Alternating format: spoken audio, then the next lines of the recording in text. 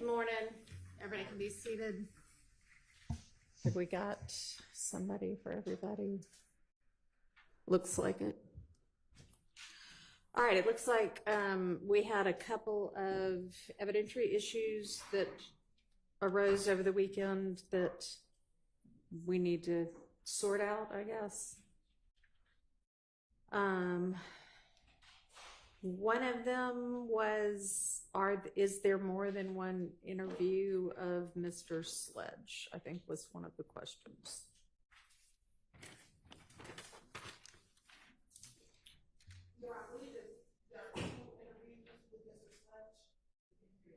Sorry, Talking to the mic. I believe there are two interviews with Mr. Sledge, and we will get to Mr. Steele where the other one is located. So I think that was his question. All right, and that's not going to come. Well, that's when is that? When do we expect that to actually? That might be tomorrow or Wednesday, maybe, Your Honor. I guess depends on what happens today. Well, tomorrow is Wednesday. This is Tuesday. Sorry, Your Honor. It's a short week. It's a short week. So either tomorrow or Thursday, Your Honor. But I guess it'll all right. Well, then get it. Yes. Him. I mean, are you saying he has it? It's just where is it? Yes. Like which Dropbox link or whatever. Okay. Well, just somebody sort that out and shoot an email over on that. We will. Okay.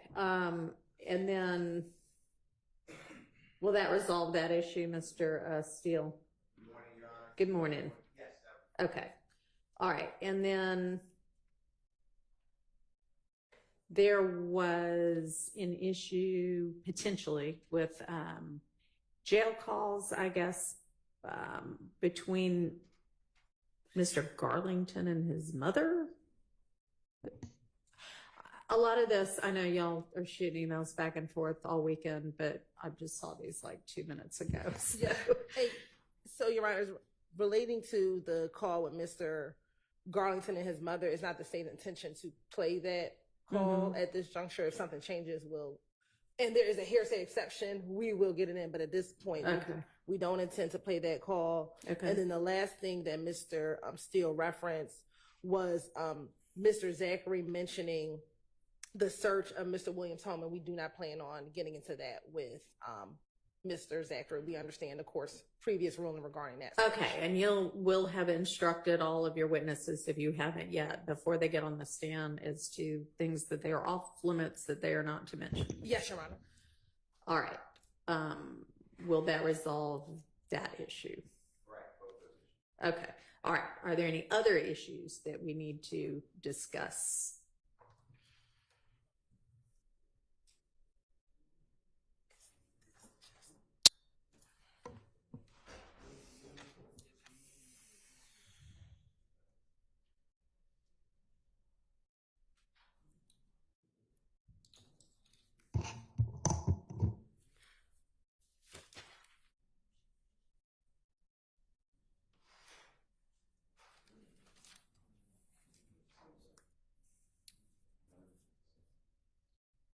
And I'm going to have an issue at the bench in just a minute. Y'all can finish figuring out whatever you were discussing, but then I need y'all to come up to the bench.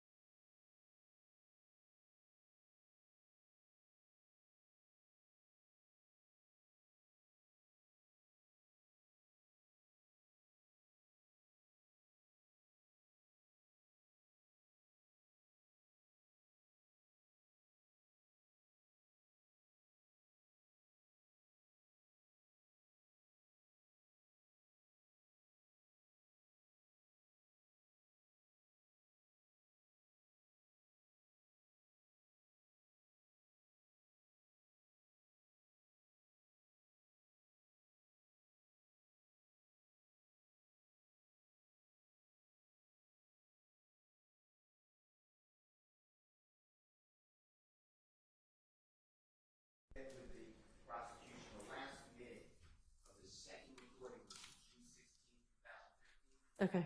The last minute is Mr. Copeland speaking with Ms. Corrigan. And it's Ms. Corrigan saying, I heard from another person, I don't know who that person is, that somebody else is going to shoot up Mechanicsville. Mr. Copeland doesn't say anything. I don't believe he adopted. And she's informing him. And then the call ends. It was actually cut off by security. So I don't know why that would come in. Okay. I don't understand. All right. Is that something that the state is intending to play? We won't play any hearsay. We'll just make sure that the timestamp is correct for when Deshaun makes that, when Ms. Quarterman makes that comment, Sharon. All right. And this will be this morning sometime? Ideally, hopefully. Okay. So y'all, we actually have a little bit of a delay. One of the jurors isn't here yet. So in a few minutes after the bench conference, y'all could maybe just get together and make sure you're on the same page on that. All right. So can a couple of people come up here?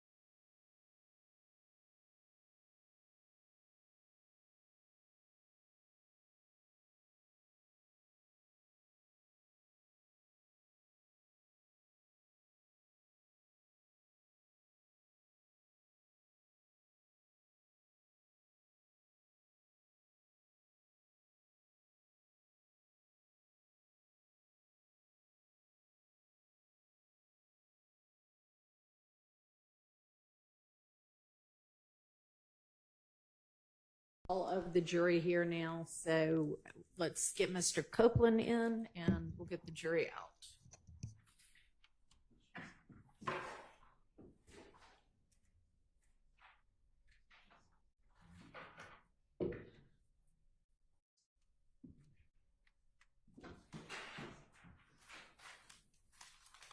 So, Your Honor, we listened to that call, and we're going to stop the call at 14:30, Okay. which would alleviate the issue that Mr. Steele brought up. All right, And that's on the 16th of June jail call. all right.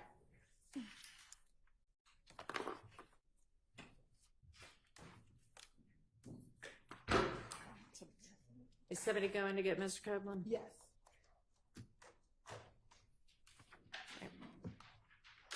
We can go ahead and have them start filing out as well.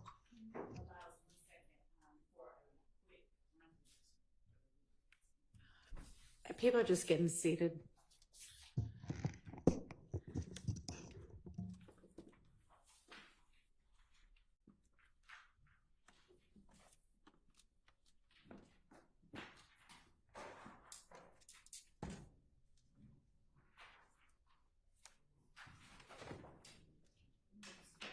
Good morning. Good morning. Good morning.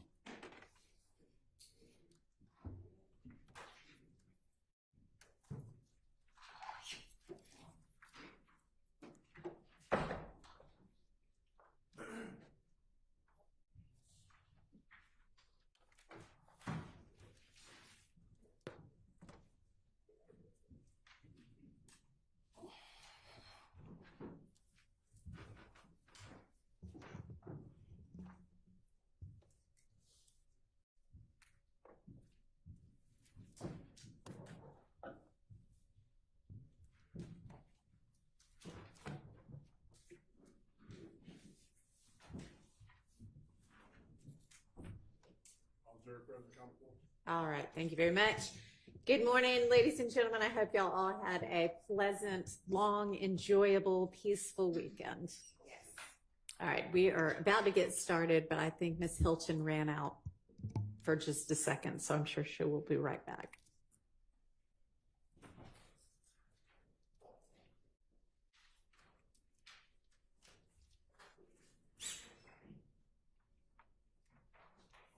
All right. Ms. Preston, can we have the Zoom link?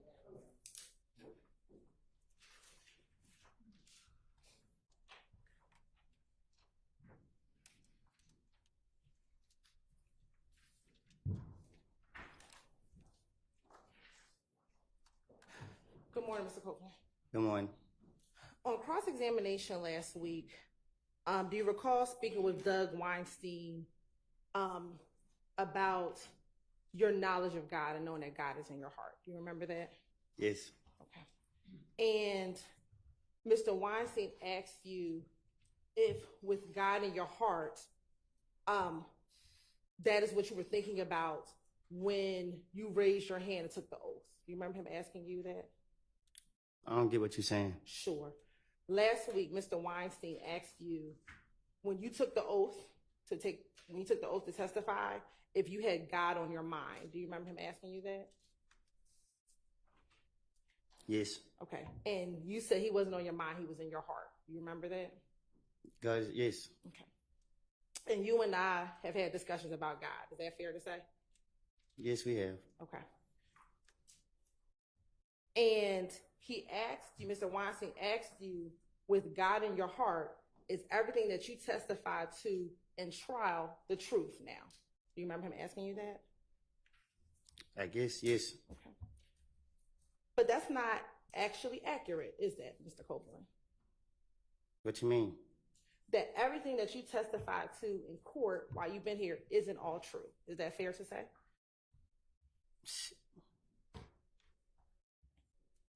I don't get what you're asking. Sure. You say is everything I testify is true? Yes. To my understanding, it's true. Okay. Well, I want to play for you State's Exhibit 399Y, which is your testimony from a few weeks ago with you and I talking about your ability to read, okay? To read? Yes.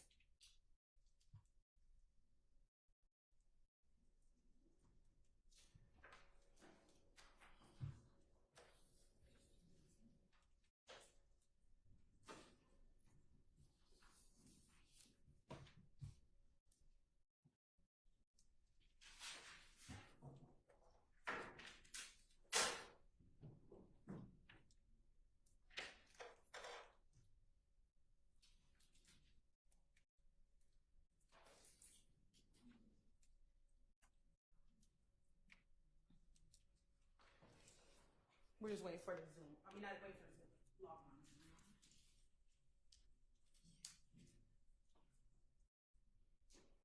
I need to put the headphones on. Yes, please.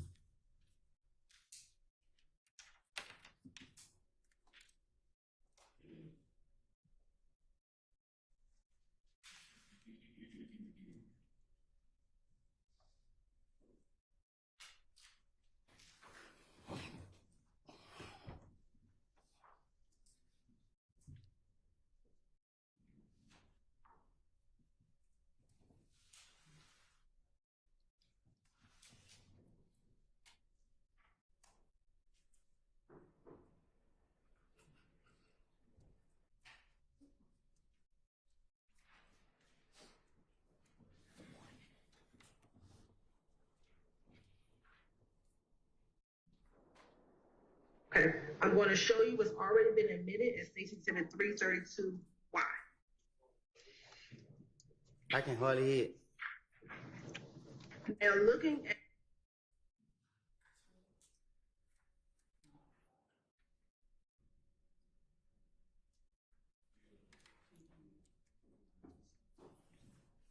It's not playing right here.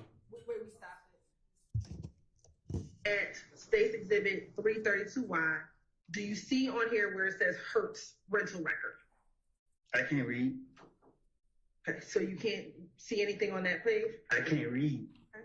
Do you see the name Jeffrey Williams?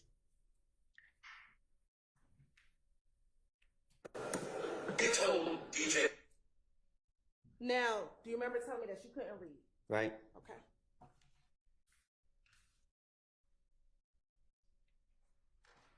Can I speak on it? No, not yet. All right.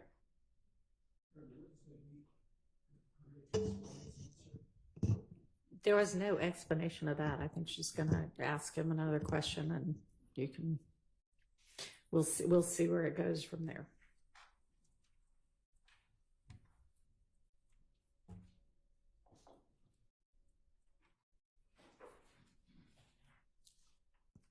Go ahead, Ms. Hilton. I'm showing defense counsel some exhibits.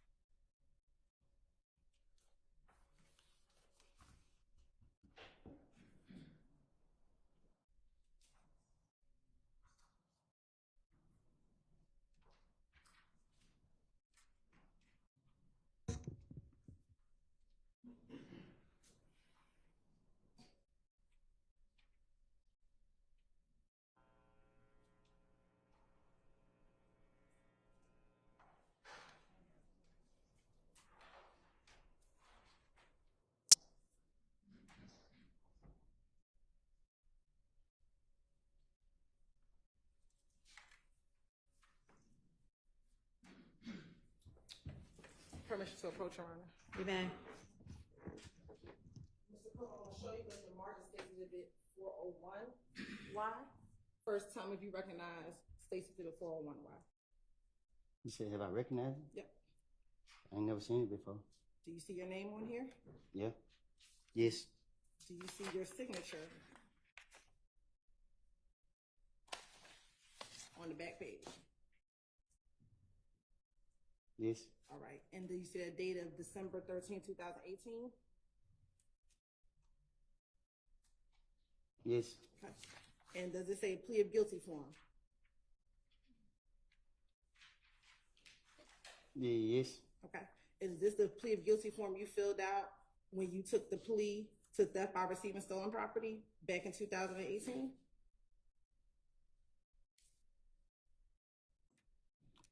Can you say it again? Sure. Is this the plea of guilty form that you had to fill out when you took the plea to theft by receiving stolen property in 2018? I guess. All right. I'm also now showing you State's Exhibit 402Y. Do you see your name on there? Yes. Okay. Do you see your signature when you signed and date this on August 12, 2013? I see the date. Okay. Do you see your signature? Oh, yes. Did you fill this out when you took your plea in 12 SC 110195, which was your intern automobile plea? I guess. I guess, is that your signature? What? On the second page.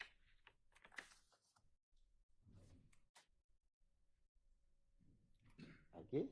All right. I'm also showing you what's been marked as State's Exhibit 403Y. Do you see your name on here? Yes. Do you see the petition of bond that you filled out while in jail trying to get a bond? You said I filled it up? Did you write this from the Fulton County Jail? This I wrote that, but not that. So you didn't write your petition for bond? No, this not in my handwriting. Okay. Well, I'm showing you State's Exhibit 404Y. Do you see this letter that she wrote from the Fulton County Jail? Again, that's not my handwriting. Okay. Do you see that this was sent by you from the Fulton County Jail? That's my handwriting. This is your handwriting, but you didn't write this in this. Okay. Yes. Looking at State's Exhibit 401 and 402, Your Honor, the state would like to admit 401 and 402Y into evidence. Admitted. Do you see here on page 4, you had to write, are you able to read, write, and understand the English language? You said yes. Yes. All right. Also here on your plea of guilty form, are you able, can you read, write, and understand the English language? You said yes, correct? Right. All right. And that's what you signed and dated, correct? I guess. All right. And last week, do you remember when Mr. Steele put before you the murder warrants in this case? You were able to read the murder warrants in this case? I don't remember reading that. Okay. Do you remember when Mr. Shar asked you to read that dismissal form that when your case was dismissed in early this year, that you were able to read that? He read it for me. Do you remember reading it yourself? I remember listening to him and agreeing to, because he reading it for me in front of everybody, so I assumed that what he reading is on there. Is it the only time that you couldn't read when I had to put something in front of you that dealt with thug? It's a different, like, that's why I just asked, because I explained it to you. What would you like? Reading and understanding is different. Like, you putting papers in front of me, like, you can read that stuff. Okay. So is your testimony today that you did not read anything last week when Mr. Steele and Mr. Shard gave you documents to read? He said, did I read anything last week? Yes. I don't, just looked at the papers. He reading it in front of everybody, so I'm assuming whatever he reading, it got to be on there because he in front of the courts. Okay. Now, that wasn't the only thing that you have not been honest about with this jury now that you've testified. Is that fair to say? What you mean? Okay. On cross, do you remember Mr. Steele and Mr. Shard asking you about the gang meeting with Mo the day before Nut died? I'm listening. Do you remember them asking you about it? You said, do I remember them asking me about it? Yes. I guess. And this is the same gang meeting that you didn't remember me asking you about it or telling me about it. Do you recall that? You asked me about it? Yes, and you didn't remember it when I asked you about it.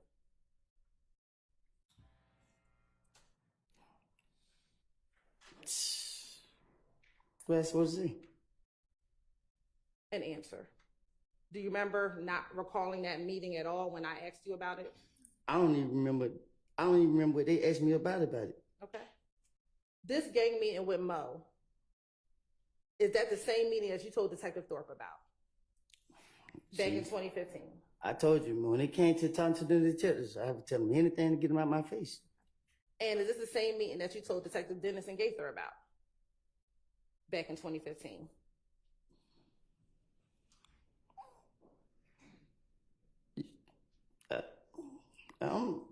I guess, I don't know. Okay. And is this the same meeting that occurred after Rich Homie Quan's car was shot at the studio?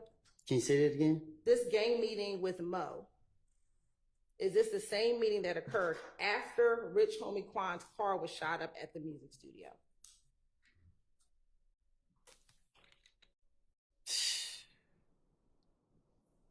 Was it after? I don't know. Okay. And is this the same shooting that Nut was at that studio as well when Rich Homie Quan's car got shot up, correct? Yeah, ask them. I don't know. I don't know who was at where. I don't know. Now, last week, do you remember saying that that meeting was about you? This gang meeting was about you. Do you remember saying that? And who I told it to? Mr. Steele and Mr. Shard. It's the way that you ask me the question. You got to ask me the same way they ask me. Let me ask you this. The meeting about the gang meeting with Mo, that meeting wasn't just about you, correct? Was it just about me? Yeah, was it just about you? The part I know about. Wasn't this also about Thug? Weren't Thug discussed at this meeting as well? Was it, what they brought his name up? Yes. No. Okay. Do you remember telling Investigator Thorpe that this meeting was about you and Thug? I told you, I had to, you keep going to me, and when they questioned me, I was trying to, bring him in it. I mean, like.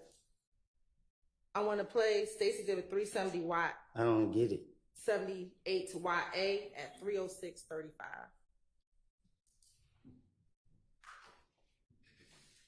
I got to listen to it. Yes, please. What day is today? Saturday. Yesterday, Friday. It's not playing on this thing right here. The meeting. It's on here, but it's not playing. Oh, the headphone might be broke. Can you push it? Make sure it's all the way pushed. It's already in. We'll just play it for a little while. Maybe it'll pick up afterwards.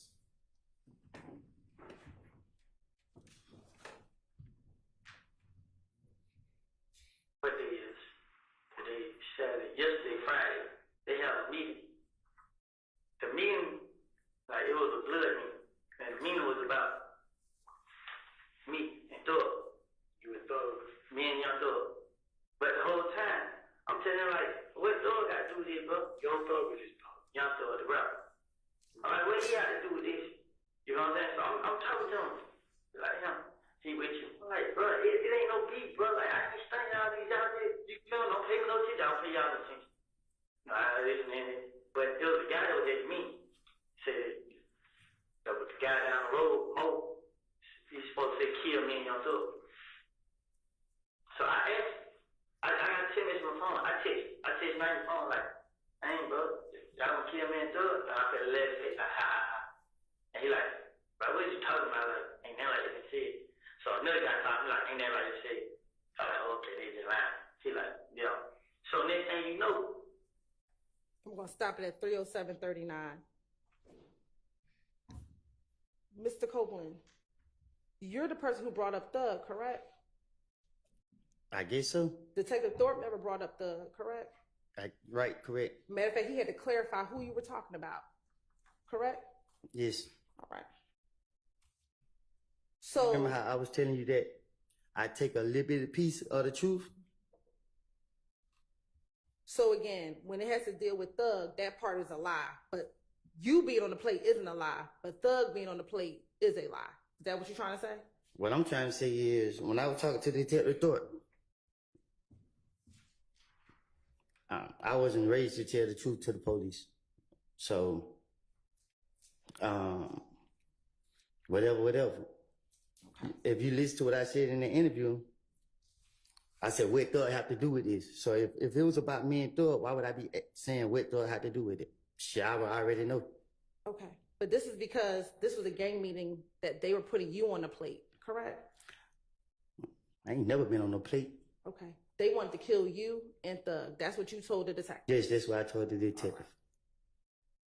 Now, also on cross-examination, do you recall talking about meetings that you had with the state of Georgia multiple times? Do you remember talking about meetings that you had with Ms. Love, with me, with Investigator Long? Do you remember that? Yes. Right. Now, across, do you remember Mr. Steele asking you about when I, Ms. Love, met with you at the Fayette County Jail? Okay. Right. And do you remember that line of questioning? If you said the same way he did, I will. I remember him asking about y'all though. All right. Now, when we met, do you recall it being me, Ms. Love, and actually Investigator Viverito that met with you at the Fayette County Jail? Which time? The only time that I ever met you at the Fayette County Jail. You only came once? Do you recall me coming to the Fayette County Jail one time to meet with you? I thought you came more than once. Okay. Do you remember going to? I'm telling you what I remember. I thought you came more than once. That's fine. Do you remember me coming with Ms. Love and Investigator Viverito?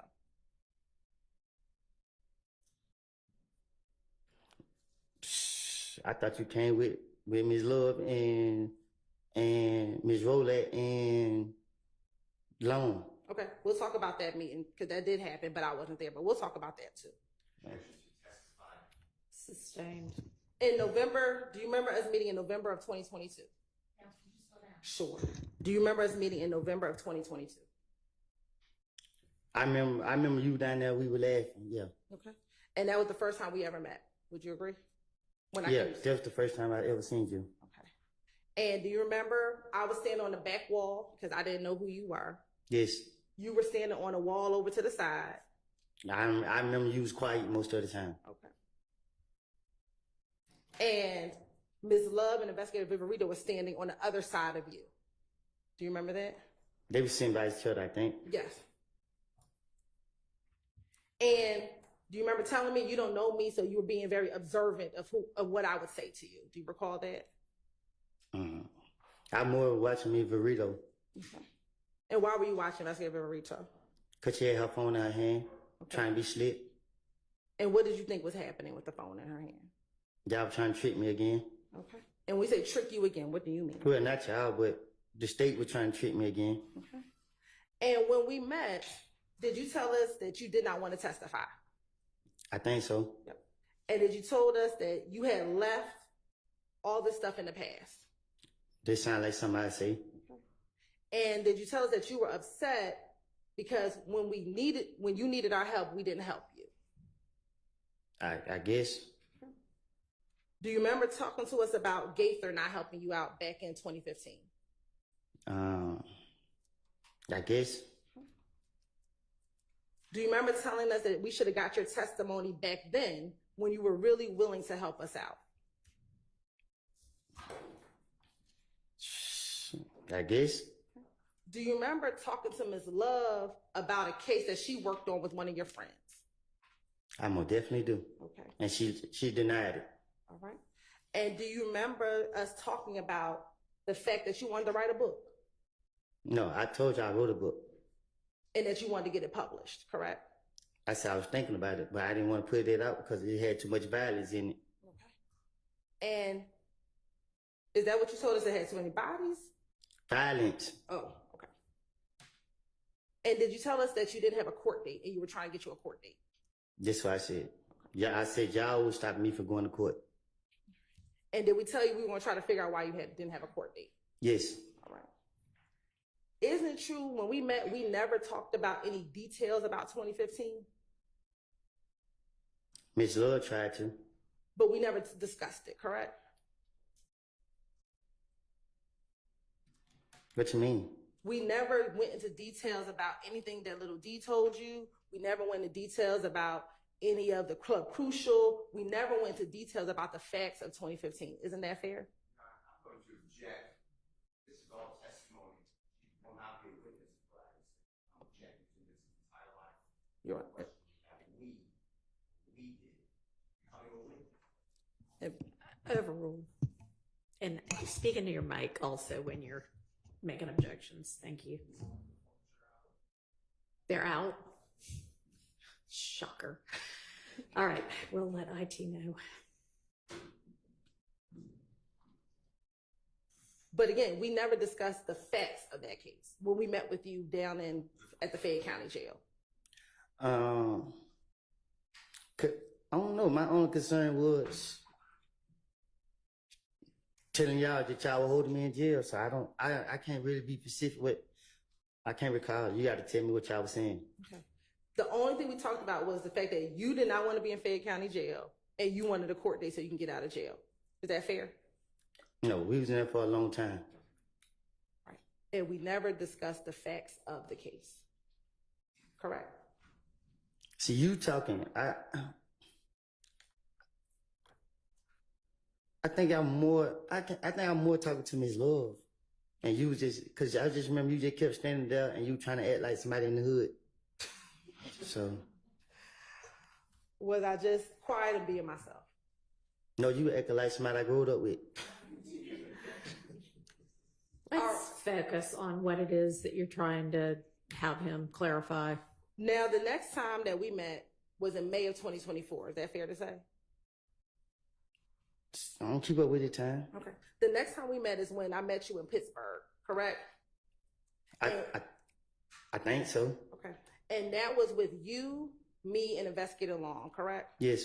And we met by the train tracks over in Pittsburgh. Yes. Is that fair to say? And when you got into the car, you sat in the back seat, correct? Yes. And I was in the front, Long was driving, correct? Or in the driver's seat, correct? No, he stood outside the car. And he eventually got inside. He stood outside. I seen him stand outside the whole time. And when we first met, I asked you if Melvin was your attorney, correct? Yes. And you said you had not talked to him. No, I said he is my attorney, but I haven't talked to him. Okay. And you told me that he wasn't your attorney because you had not talked to him, correct? Huh? You told me that he wasn't your attorney because you had not talked to him. I don't know if you rule out a continuing objection. You may. All right. Can Can you restate that question? Are you saying was not? Correct. So, Isn't it? I will state. go ahead. Yes. Isn't it true that you told me because you all have not talked, he was not your attorney? No, I had always told y'all he was my attorney. It just, I don't talk to him that much. Okay. I asked you if you still wanted to talk to me, correct? Yeah, I think so. And we talked, correct? Yes. And it was a cordial meeting, which is that fair to say? I don't know what that means. It was a pleasant meeting. Is that fair to say? I pleasure. It was a good meeting. I just kept telling y'all, leave me out of this. Okay. I just want to move forward my life and let my past be in the past. And when we met, you did not have any pending criminal charges, correct? You didn't have any criminal cases. I don't know. I didn't. I know I had just went to court and played to the last case I had open. Okay. Well, I had another one from the jail, but At the time, you didn't know that had been dismissed. Is that fair? well, the lawyer just told me they were dismissed. Okay. And when we met in the car, we also didn't go into the facts of the case, correct? Well, I told you I was lying, and you told me that you know I wasn't lying. Okay. Did you tell us that you just did not want to testify? What you mean? Did you tell Long and I you did not want to be involved in this case? Yeah, I don't told the world that I think so. Okay. And then when we were finishing, I asked if we can meet again on Monday. Do you remember that? I guess. and you told me, I'll pray about it. Is that fair? Sound like something I say. Okay. And we called you on Monday and you did not want to speak to us. Is that fair? All right. Then, No, I don't know, because I still end up down here. and you came down here later that week, correct? On about Wednesday, Tuesday. on Tuesday of that week. Thank you. And when we met on that Tuesday, correct? I was down here. I don't know if I can't remember if it was you I met with, but I was down here with y'all. Okay. And when we met, you told us you did not want to testify and that you just wanted us to play the tapes, correct? Cause that's what y'all wanted. That's what y'all said y'all wanted. Listen, man. I don't know you. I don't know these trick questions that you asked me or what, but you know what me and you talked about. Okay. And I told you that I done lied to these people, and you got me up here. You talking about I put my hand up to God to tell the truth, and I'm lying, but you can't tell me what I'm lying about and telling the truth about. When you asked me to just play the tapes, I told you I couldn't just play the tapes, that you had to testify. Oh, I can't. Let me give you a continuing objection. Really unfair, unless Lucille is going to become a witness. I cannot answer any question. I have no reports on it. So he can say, yeah, that's right. He can say, no, that's not right. He can say, I don't remember. He can say, here's what really happened. I mean, it's not testimony, it's questions. And I have and will again instruct the jury that what the attorneys ask is not testimony, it's not evidence. So I understand, and you continue to have your continuing objection, and it continues to be overruled. And when I met with you, Investigator Long was present, correct? When? Back in June when you came down to the courthouse. Oh, yes, I think so. And when we met, did I go over with you in front of Investigator Long my understanding of the events leading up to Donovan Thomas's murder? Object to the relevance of prosecutors' understanding of events she wasn't present. Can you rephrase the question? Sure. Did we talk about the events leading up to Donovan Thomas's murder? I honestly can't remember. Okay. Do you recall telling me that I had most of it correct, but there were some things I had wrong? I don't remember. I don't. Yeah, I think I told you y'all don't got y'all facts together, but I don't know. Okay. And do you recall telling me that some of the facts that we didn't have together was the fact that you had stolen Donovan Thomas's stuff? What you mean? Did you tell me? You talking too aggressive right now, and it's frustrating me. Did you tell me that the one thing that I did not have correct is that you were the person that stole Donovan Thomas's belongings?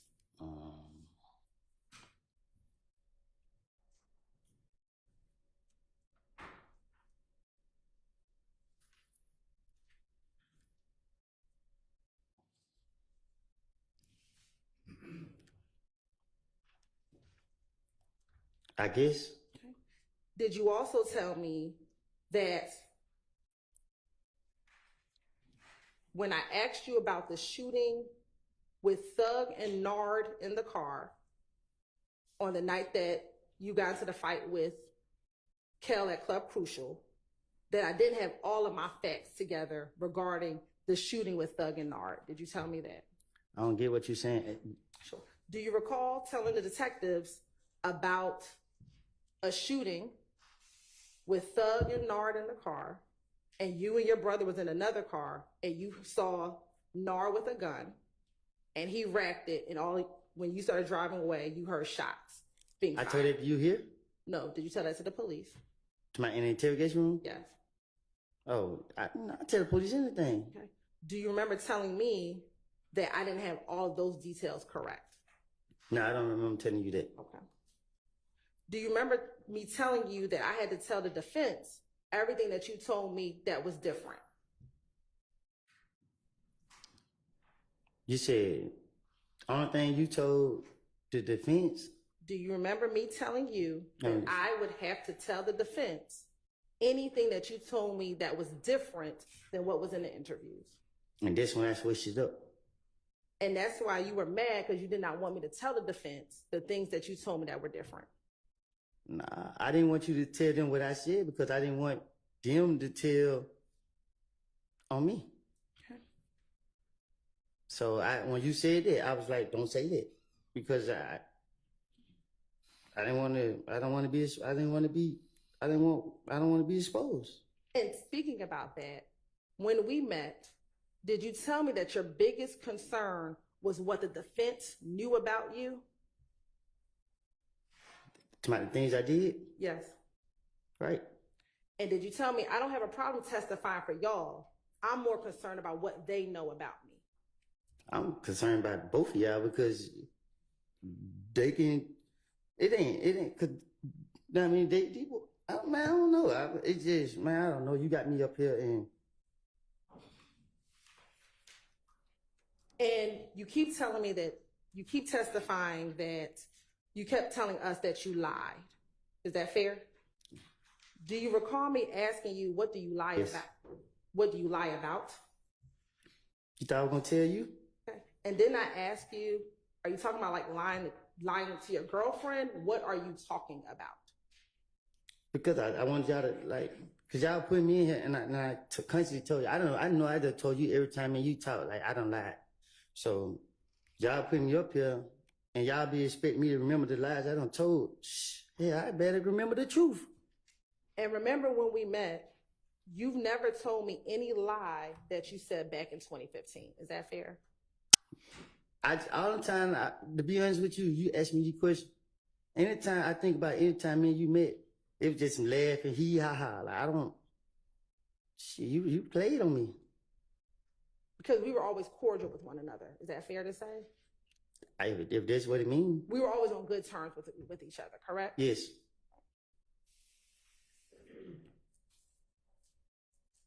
Now, do you recall also telling me that the defense may have a video with you and others bragging about killing Nut? Do you remember telling me that there might be a video that the defense has that it's you and others bragging about, we killed Nut? What about it? Do you remember telling me that? I told you that.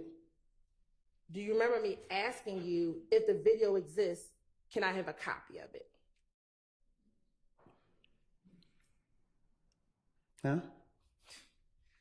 Do you remember me asking you, if this video exists, would you give me a copy of it? I don't even. Shit, when I heard it, them people say it over there, I didn't know y'all. I don't know that. I don't know. I don't recall. So last week when Mr. Steele asked you if there was a video about saying you killed Nut, that wasn't the video, correct? There was a video maybe that said we killed Nut, correct? What video y'all have? Is this the video that you said the defense may have? I haven't seen no video. Y'all ain't showed me none.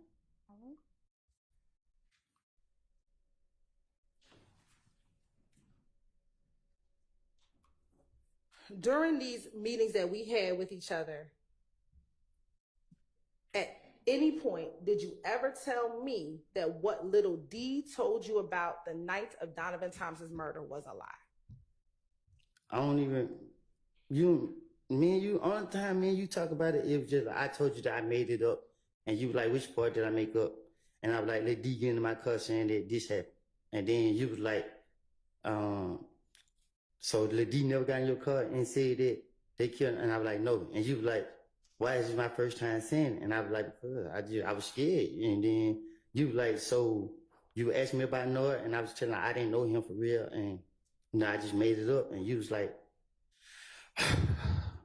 And then you were like, well, I got to let the defense know. And I was like, damn, you going to tell them? And then you were like, I have to. And then I was just like, damn, don't tell them because the defense already saying that, you know what I mean, too much that they don't need to be saying. Okay. Isn't it true that it wasn't until you were about to testify that you told me some different things about what happened that night at McDonald's. Because you made me feel comfortable. Okay. And that is when you told me that it wasn't Nard that got into your car. It was Little D and Shannon that got into your car. Huh? Do you remember telling me on the day that you were going to testify that it wasn't Nard that got into your car on the day that Donovan Thomas passed away, but it was Little D and Shannon that got into your car? I don't get what you're asking me. Sure. Do you remember telling me, switching your story up, that it No, was... I didn't switch my story, but I came forward. You made me feel comfortable, and I let you know, like, I lied. The D never told me nobody killed nobody when he got in my car. Did you ever tell me what you told me on June 7th, 2024, that Little D didn't say anything to you? That's what you told me, correct? You just confused me again. Sure. When we met in June of 2024, that's when you told me that Little D didn't say anything to you. That was the first time you ever said that, correct? You said that was the first time I ever told anybody that? Yes. So I guess I don't get, like, I hear what you're saying, but I don't get it. I don't understand it. It was only in June of this year, that was the first time you ever said that Little D did not tell you anything in the car, correct? Because you the first person I ever spoke with that made me feel like you went after me. So it was like, you made me feel comfortable to let it be known that, shit, I lied. So I felt like you was somebody I knew. Okay. And I wanted to tell the truth to you that I made it up. All right. Also, during these meetings, did you tell me multiple times that you did not kill Nut when we met? Say that again? When we met previously, did you tell me multiple times that you did not kill Nut?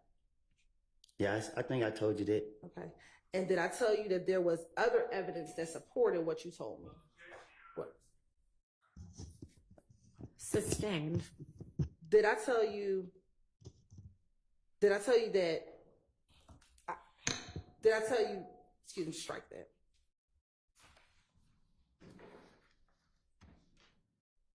Did I discuss with you that I could not show you any other evidence because you were a witness? Huh? Did I tell you that I could not show you any other evidence because you were a witness in this case? No, you showed me the pictures and stuff and the phone calls that you're going to use. That's what you're talking about? I did show you that. Was there other evidence I told you that I could not show you because you were a witness? I don't remember. Now, Mr. Shard on cross-examination asked you if I showed you all of your interviews prior to trial. Do you remember that? Can you say that again? Do you remember last week Mr. Shard asking you if I showed you all of your interviews prior to trial? Do you remember that? Can you just ask me this question? I don't. Do you remember Mr. Shard last week asking you if I showed you all 6 of your interviews prior to trial? If you showed me the interviews, what about it? Do you remember Mr. Shard asking you if I showed them to you?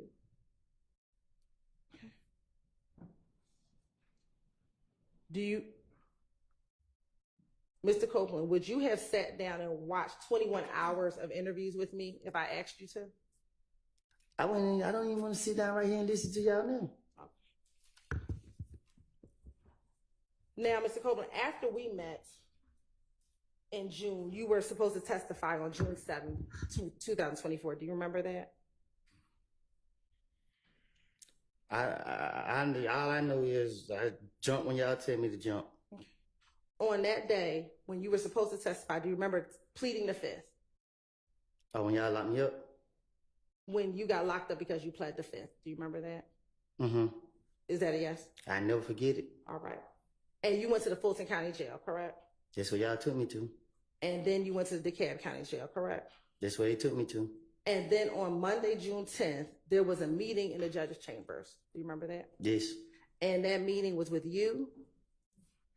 Slow down. Sure. On that Monday, June 10th, there was a meeting in judge's chambers, correct? Yes. And that meeting was with you? You were there? Yes. Your attorney, Ms. Bumpus, was there? And you was there? I was there. Investigator Long was there? Yes. Okay. Another investigator, Hamilton, was there? Trying to little short bald head dude? Yes. Yes. And there were some sheriff's deputies, correct? A lot of them. All right. And the purpose of that meeting was to explain to you what would get you out of jail, correct? I don't know. I don't know the purpose of it. Okay. Did we discuss you getting out of jail? We been there for a long time. And did we discuss you getting out of jail? Yeah. All right. It was some of it. And do you remember Mr. Shaw and Mr. Steele asking you about those meetings last week? I remember, I don't know which one asked me, but I remember being asked about it. And is it true that there were some details missing from what they asked you last week? You tell me. During this meeting, were you able to talk to your attorney, Ms. Bumpus, on multiple occasions? She sat right there with me the whole time. And were there times when we left and you were able to talk to her by yourself? I whispered in her ear. Okay. But were there times when I left the room, the judge left the room, and you and Ms. Bumpus were in there and the two of you talked by yourself? I think y'all probably left out before. I can't really remember. And did I tell you in that interview that the only reason why you were in jail is because you pled the fifth? That sounds like something you said. And did I also tell you that so long as you testify that you would not be in jail? Huh? Did I also tell you that so long as you testified, you would not be in jail? Well, me and you going back and forth. Okay. And did I tell you that so long as you testified, you would not be in jail? Yeah, but I was explaining to you why I didn't want to testify.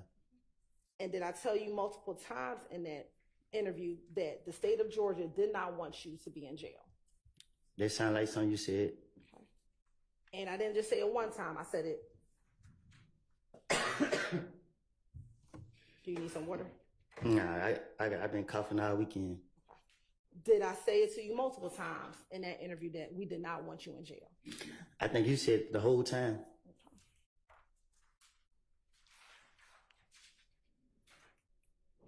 Now, in that meeting, did I also tell you that I expected you to tell the truth?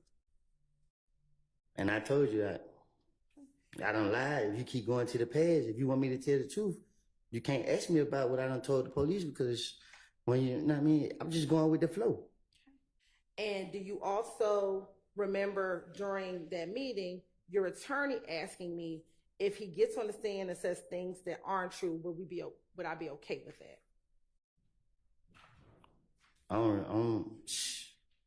If I wasn't talking, I don't know.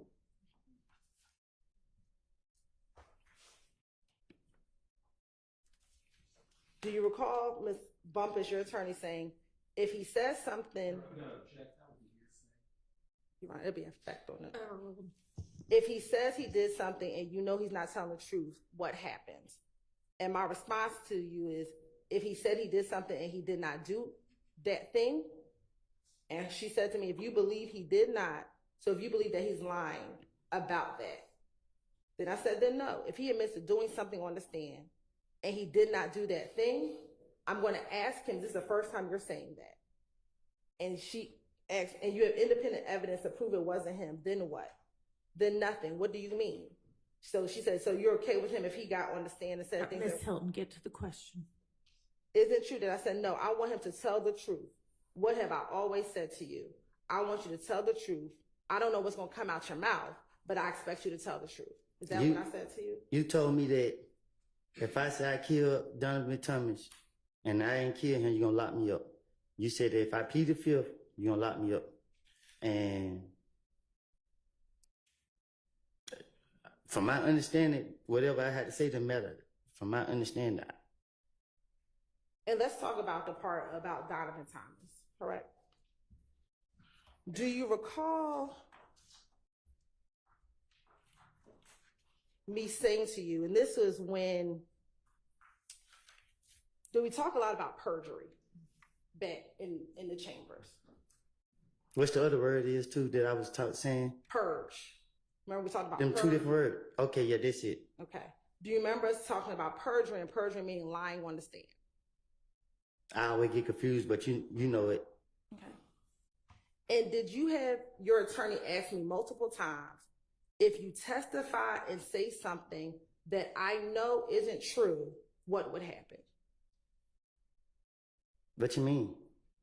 Did Ms. Bumpus ask me on multiple occasions, if you testify and say something that I know isn't true, what would happen? You told me I don't know. I was trying to get it down pat what you were saying, but cause you kept going back and forth about it, cause I wasn't understanding it, the purge and perjury, cause it sounded the same to me. And I was telling you that the stuff I said in the past was a lie. You gotta ask me now. I don't know. Let me ask you this. When the judge was not present and it was just you, me, investigator Long, and the sheriff's deputies and your attorney, did I ask you, did you plan on taking the stand and saying that you killed Nut to help your friends out because you had immunity? Did I ask you that? I think I don't know if you asked me that, but I know I told you that I'm not admitted to no crimes. Okay. And did you tell me you were not going to admit that you killed Nut?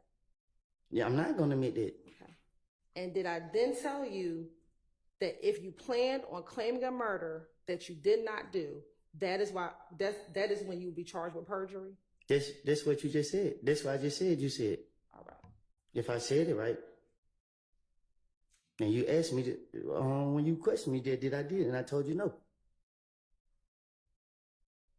So you talking about killing Nut, that at no point did I ever tell you if you just admit to killing Nut, you'll be charged with perjury. Did I ever tell you that? I don't understand you.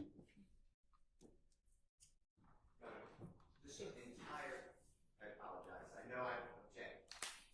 Entire 10 minutes has been Prosecutor Hillary putting her credibility before the jury without being questioned at all. I can't question. So I object to this entire line of questioning. I understand. Yes, sir, Mr. Short. Is the entire transcript now open for questions? No, it is not. She's not even asking him things about the transcript right now. She's asking him things that happened not on the transcript. Now,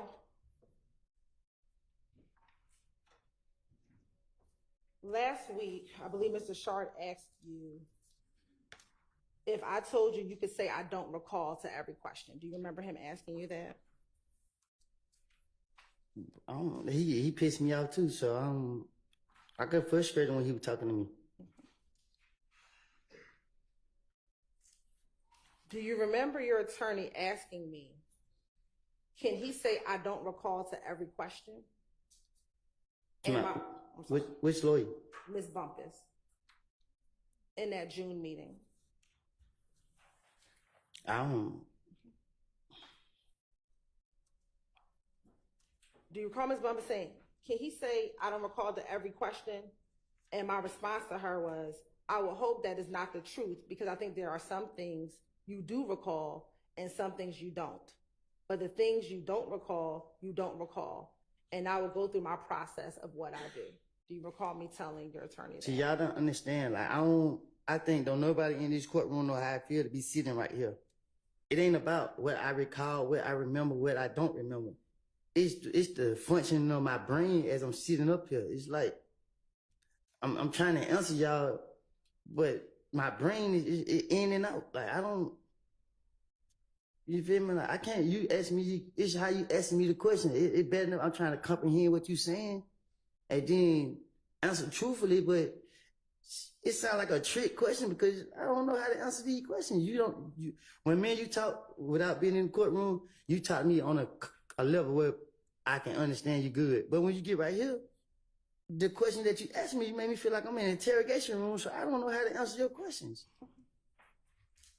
In that meeting, back in June, a few months ago, do you remember me telling you that I just want you to be truthful? Yes. Okay. And do you... Overruled. And do you remember me saying to you, I don't know what your current truth is, but I know what you told the police back in 2015?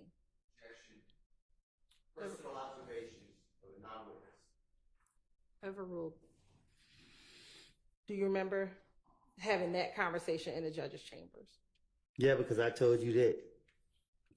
Y'all don't got, like, y'all don't know that, like, y'all don't know. And you said out your mouth that, yeah, you're right. We don't know what you're going to say and what your truth is. So. And do you remember me telling your attorney to talk to you about what impeachment is? I thought that was the same word as the other perjury, whatever. But Ain't it the same? I can't answer that question for you, but do you remember, did I tell your attorney to talk to you about impeachment? Talk to me about impeachment? Yes. I don't know. Okay.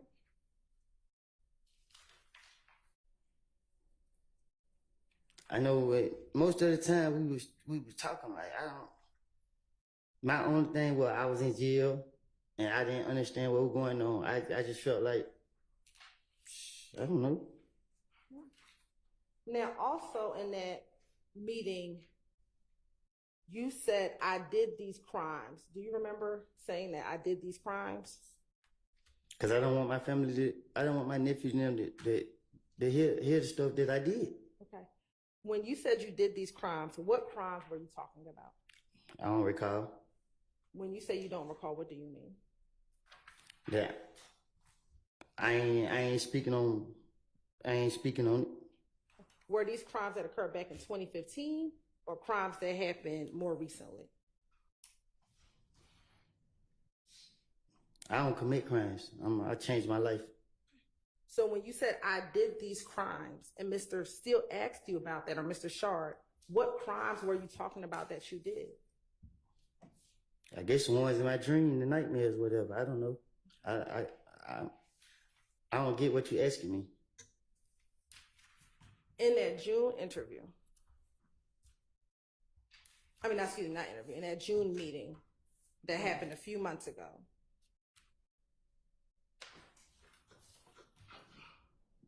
and Mr. Steele or Mr. Shard asked you about this last week,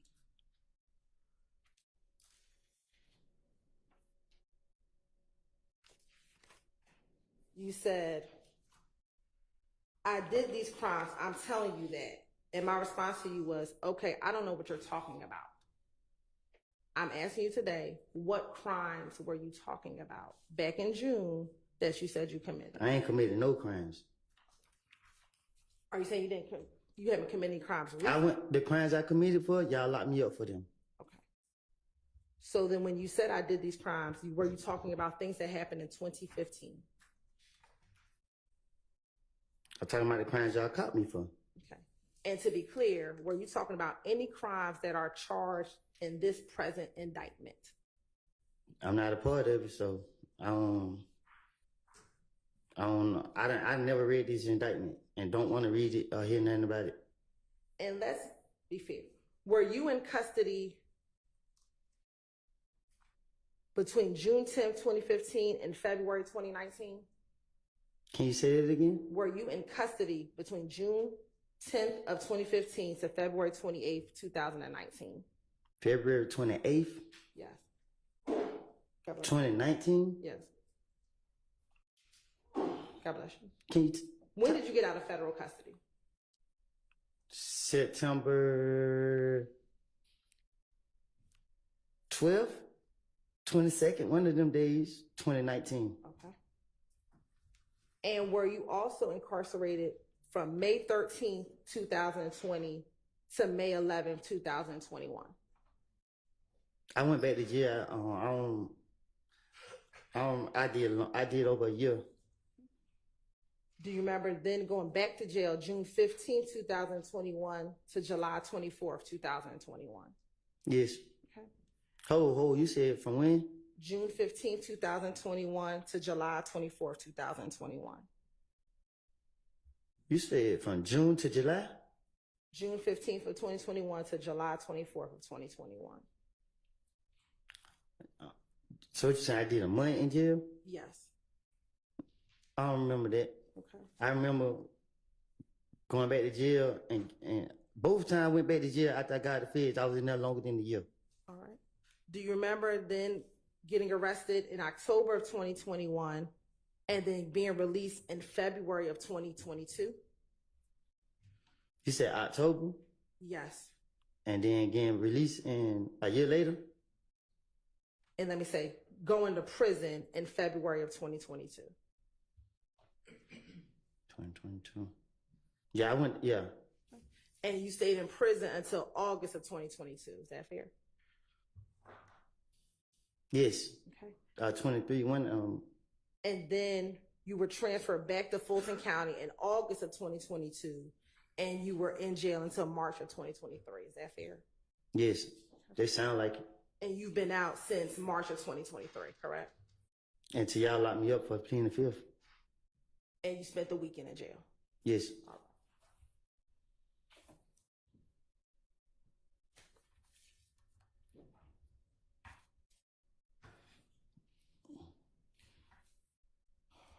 Now let's talk about this October 2021 interview. On cross-examination, do you remember Mr. Steele playing a number of jail calls for you? Yes. Shake your head, yes. Yes.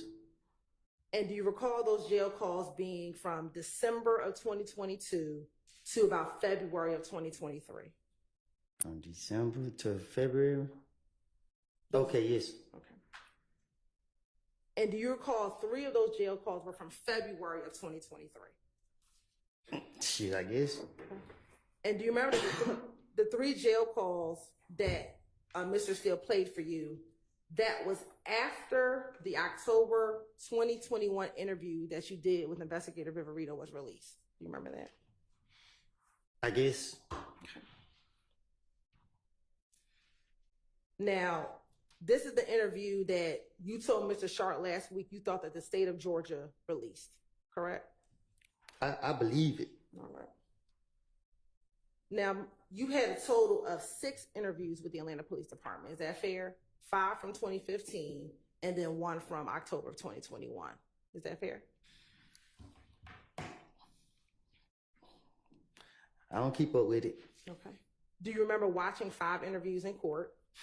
Yeah, I'm gonna definitely. I don't want to watch them no more. Okay. And the only one you did not watch was the October one. Is that fair? Please tell me we're not about to watch another one. Is that fair that you have not watched Yes. the October one? Yes, I have watched it. The world watched it too. Okay. The only video that was ever leaked was the one from October, correct? Yes. Did you know, or are you aware that between the Fulton County District Attorney's Office and the Atlanta Police Department that we've had that October 2021 interview since the day it was recorded? Can you say that again? Sure. Are you aware that between the Fulton County District Attorney's Office and the Atlanta Police Department that we've had that October 2021 interview from the day that you sat down and did the interview? Yes. Did you know that we had the interview for 16 months in our possession before it was released? Yes. Did you know that we served that particular interview in discovery in January of 2023? Yeah.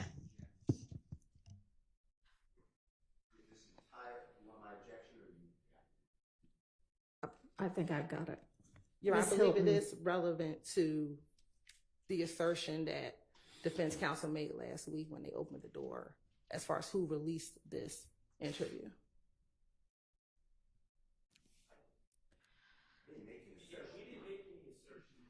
They questioned him. You're right. We Yeah, objected. I mean, I think that is not a fair characterization. There was questioning about it. And we objected to it, and it was overruled, Your Honor. And he was allowed to answer it. And so we are following up on the ability that he was able to answer that question. Oh, I don't oppose that. It was on a jail call, but I would like to ask questions of the prosecutor. Because this is testifying. all right. It's not testifying. Ms. Hilton, rephrase your question. Are you aware that that interview was given to defense in January of 2023? No. Are you aware that the video was released within 30 days of it being given to the defense? I would object if they have any evidence they can bring it forward in court. Overruled. Are you aware that after the video was released, we brought the fact that it was released to the court? All right, let's take a break. Time for a bathroom break anyway.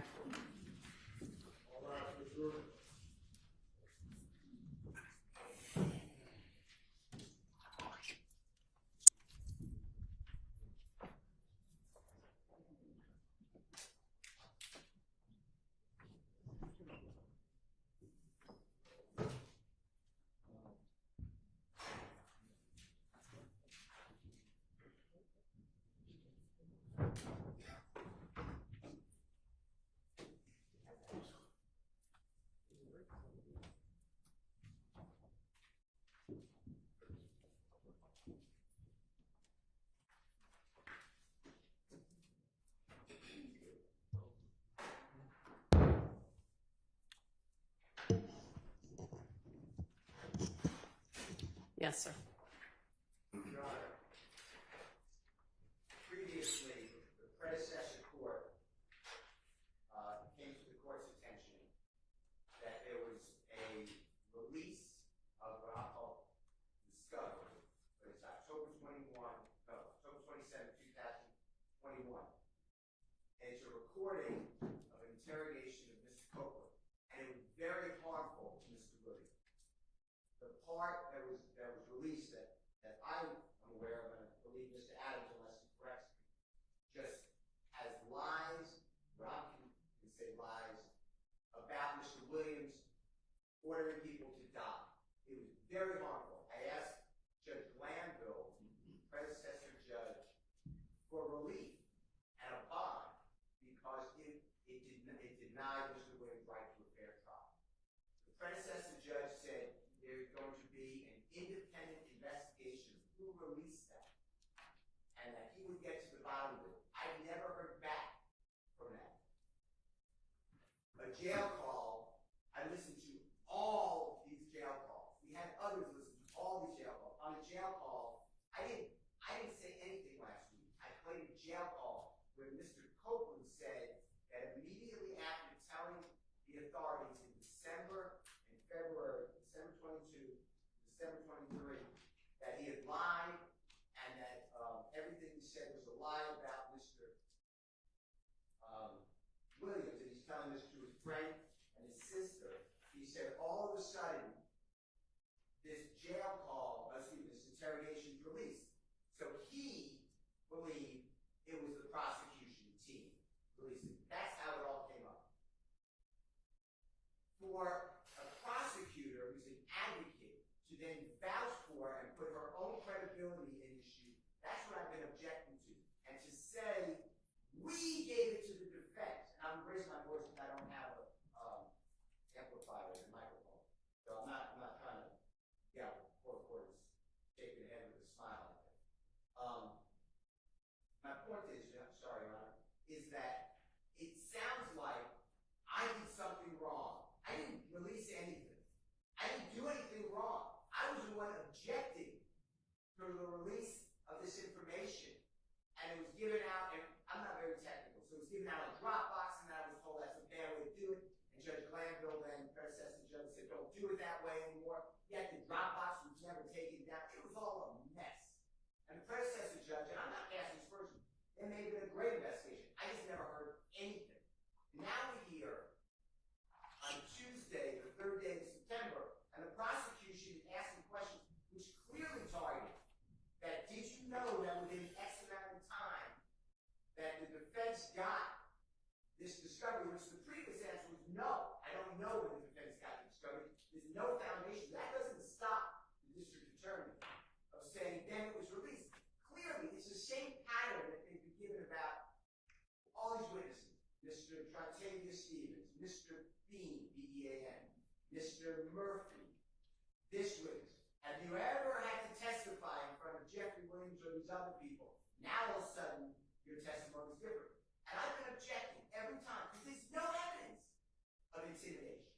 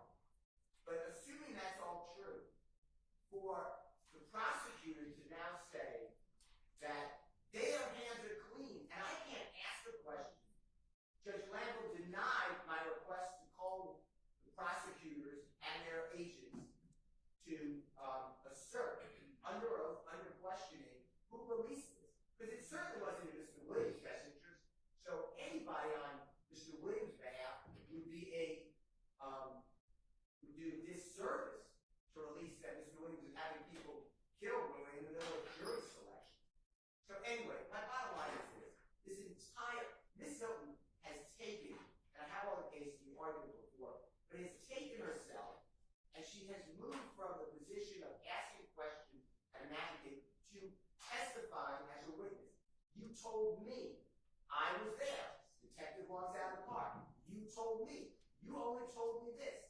Did you know that the prosecution served this? Were you aware that the defense had this? All of this needs to be questioned to prosecutor. So I asked the court, I know I've been repeatedly asking that, and I know you have a continual objection, but this is not how we try cases in the state of Georgia. All of these cases require Ms. Hilton to take a witness stand. And if she does, I have no objection to I'm not witness. But it's been denied. That's my objection. I'd like her to be removed from the case. I'm not trying to stymie the prosecution.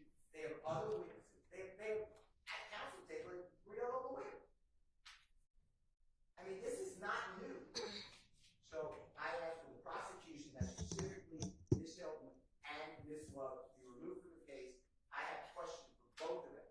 I also like to renew my motion. I could call predecessor judge. That's my entire objection. For the mistrial motion, I don't want a mistrial. I'm telling you what I don't want. This has to stop. And now the last questions had to be with the intent of casting aspersions on not only Mr. Williams, but I presume everybody else here by saying that we're releasing information, which I assume maybe it's not true. So I don't want to go too far. But the next question will be, and you got beaten, Mr. Copeland, after the release of that as intimidation. So those are my motions for mistrial that I don't want. Don't want the motion for mistrial, but I feel compelled. All right. That wasn't going to be my next question because I didn't know he got beat up in the jail. Your Honor, last week when Mr. Shard, I believe, asked. Let me interrupt you a second. He may not have. I just want to make that may not be accurate. I don't have any personal knowledge, or I was not told that. Last week when Mr. Shard asked he went down a line of questioning about this call being released. And Mr. Shard asked Mr. Copeland who was his belief, what was his belief of who released this recording? And the state objected, saying that it wasn't relevant who he believed released this video. The court overruled the state's objection. He was able to answer that question, which was he believed it was the state. Mm-hmm. And at this point, we believe that it is proper for the same reason that he was able to disparage that the state will release such a video. Okay, you need to be careful about what you're saying, because there are questions from the attorneys and then there are answers from the witness stand, and that's what the evidence is. And I do not believe that anybody on the defense side made the suggestion that the state had released it. I mean, the transcript will reflect what was asked and what was answered, but... And maybe not disparage is the right word, but the question was asked, who do you believe released the video? And he says, I believe it was the state of Georgia. I believe that an appropriate line of questioning, Your Honor, is would he feel differently if he thought that the defense leaked it? And to give questioning about what his understanding of, what Mr. Copeland's understanding is of what happened and what transpired when this video was released. Well, we already know what Mr. Copeland's belief and understanding is. But would it change if that's not what you asked, though? But I had to give some foundational questions in order to ask that question, in order to ask what my next question is. Because another question that I'm going to ask him, and it's something he alluded to earlier, was that after this video was released, Ms. Love, Investigator Long, Ms. Rolak all visited with him after this video was released to check on him, to make sure that he was okay. And he alluded to that earlier when he thought I was present at the meeting. And all of this happened around the time that the video was leaked. And so I was asking some foundational questions to Mr. Copeland to see if his position would be different if he thought that someone else leaked it and not the state of Georgia. Then you should ask that question. And I can get to that series of questions, Your Honor, but you are coming very, very close to the line with this line of questioning. I mean, you're basically, the defense is not far off. Let's just put it that way. So I can move to my last two questions regarding this, which is who came to visit him after the video was released, and would he feel differently if he believed that the defense leaked the video?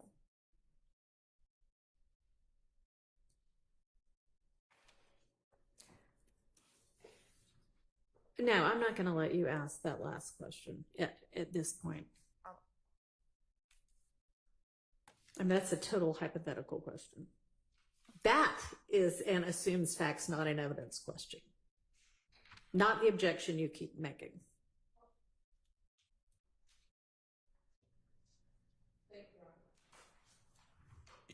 Your Honor, I feel compelled to just make a brief record.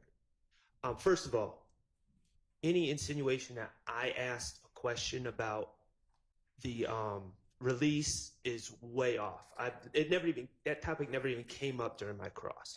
You know what, and I know you're not finished, but let me just say that I believe that this jury is paying attention and that they have enough wherewithal to remember what actually happened, and for questions that are potentially misleading, I'm not sure why they're being asked, but I think the jury's gonna take note of what got said, and I understand, but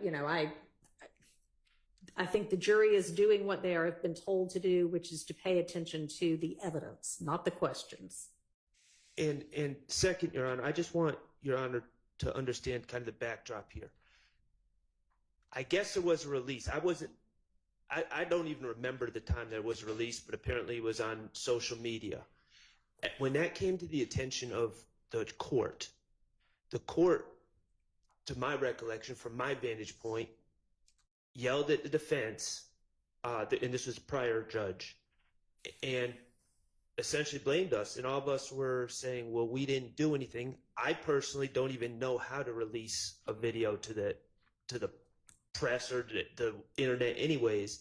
But, I just went along with it. Okay, there's going to be an investigation. We're being told we're under investigation. And then all of a sudden, no one mentions the investigation anymore. And it's kind of like, well, if you're accused of something, you would like to know the progress of said investigation. I'm certainly happy to ask the predecessor court's chambers what's gone on with it, if anything, but that's not really relevant to what's before this jury. Well, it's not until the state, knowing that there was an investigation, knowing that they haven't heard of any findings, then lights this thing on fire again and starts suggesting that we did something wrong. And, I can only speak for myself. I don't believe anyone did anything wrong on this side. I know I didn't. And then somehow those insinuations are coming out in front of the jury with absolutely no basis. And I'm going to join my my friend Mr. Steele, and I'm going to state in my place that I believe the state at this point is goading a mistrial and goading us to move for a mistrial. So I just think that was very inappropriate, and it suggested things that there is just no basis. And in fact, there's apparently been an investigation, and it's been settled as far as I know. Well, I don't know what has happened, if anything, with that. But would y'all like to address the assertion that you are goading the defense into a mistrial? Yes, Your Honor. Number one. Or into a motion for mistrial? Yes, Judge. Thank you. Number one, we don't want a mistrial.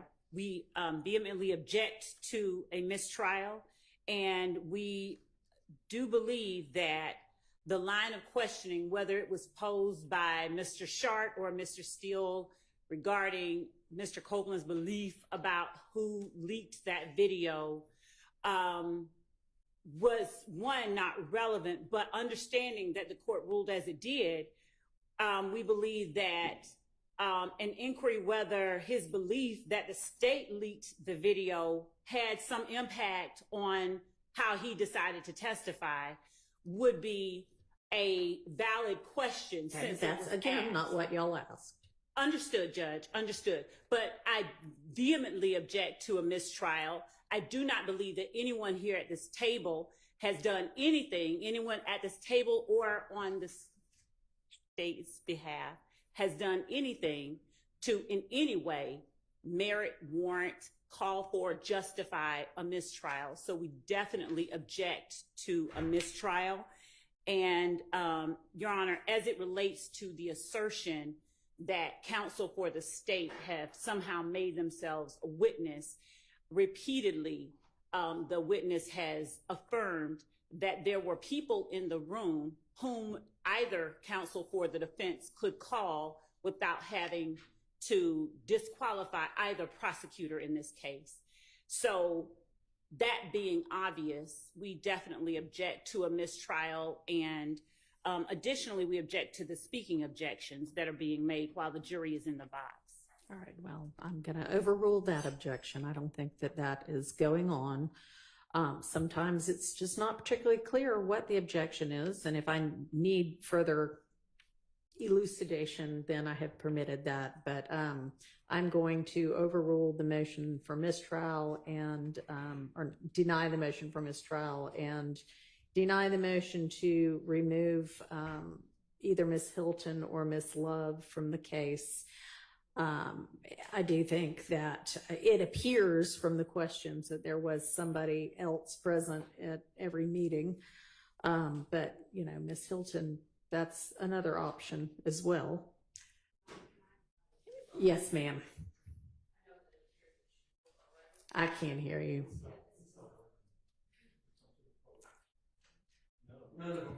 Okay. All right. Can you Try that one. All right. Can you hear me? That works. All right. Your Honor, I want to add that we cannot question any other individual that was at that meeting about Ms. Hilton and the way that she asked some of her questions and made her comments. Let me give you an example. Ms. Hilton said, "I was standing to the side because I didn't know you." That's her feelings. That's her reasoning on why she was standing where she was standing. Ms. Hilton also said, "I was just being me." I can't ask Detective anyone in reference to that. Hang on. Sorry. I mean, I think that each of those was not a statement. It was a question. It was a cross-examination question. And was this essentially like, is this your recollection or is this what happened? So it was not her testifying. I'm overruling that objection. All right. And I just want to add that she also said the purpose of the ex parte meeting. So there's no way that he said, I have no idea what the purpose of that meeting was. So, I mean, I understand, but it's overruled. Thank you for the additional making of the record. Anything else? Yes, Your Honor. Just briefly, I know I objected earlier about what Attorney Caleb Bumpus allegedly said in that meeting. Court overruled our objection on hearsay grounds. So the state indicated that it was a fact listener. Those are objections that we're making because we certainly cannot cross-examine Caleb Bumpus today on this issue. We may have to put her on the witness list if we think that it's warranted. But today, she has not testified in this trial, so at this point it would be hearsay. So I just want to review my objection. All right, thank you. Okay, let's go ahead and take our restroom break as well. And let's try to be back as quickly as possible because the jury's already been out for 15 minutes.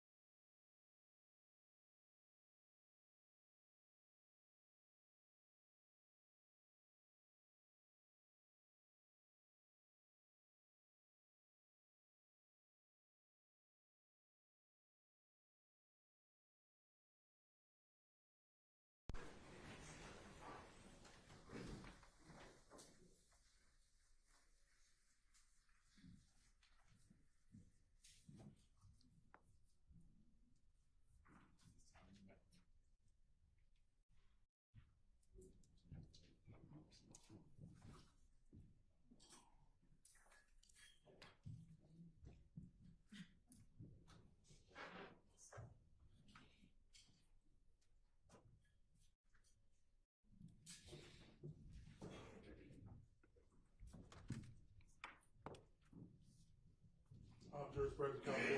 Thank you. Go ahead, Ms. Hilton.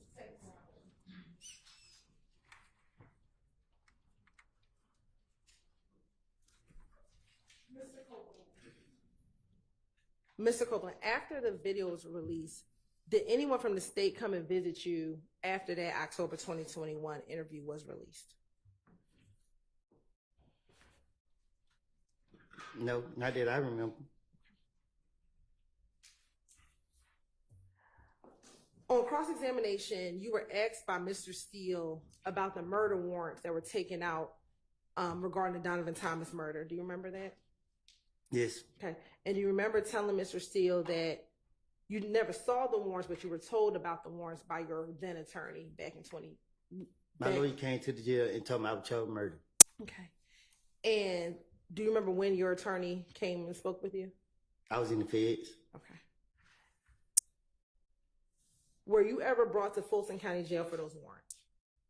I was in the feds. Okay. Were you ever arrested on those warrants? I was in the feds. Were those warrants dismissed against you? That's what I was told. Okay. And is it fair to say that you have not or were not indicted for the murder of Donovan Thomas Jr.? Is that fair to say? I don't understand you. Were you ever charged with the murder, like formally charged with the murder of Donovan Thomas? Well, my lawyer came to the jail and told me I've been charged with murder. Okay. And did your lawyer also tell you that the case was dismissed against you? Yeah, like at one point, I can't remember when. Okay. Were you still in the feds? I think so. All right. Now, last week, Mr. Shard asked you about the false statement arrest warrants that were taken out by the Fulton County Sheriff's Department. Do you remember him asking you about that? Yes. Okay. And it wasn't until last week that you found out that those charges were dismissed against you, correct? When he told me, that's when I knew. That's when I first time hearing about it. Okay. Now, do you remember him showing you a document?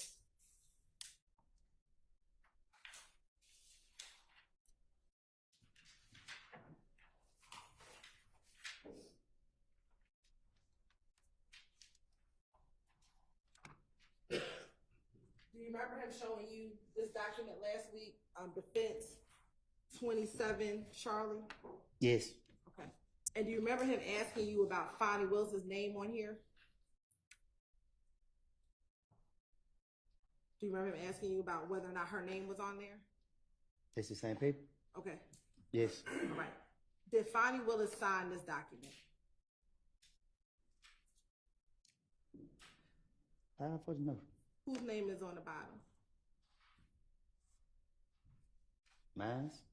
Nose? Something. I don't know how to pronounce that. Does it say Kenneth Hutcherson? Yes. Okay.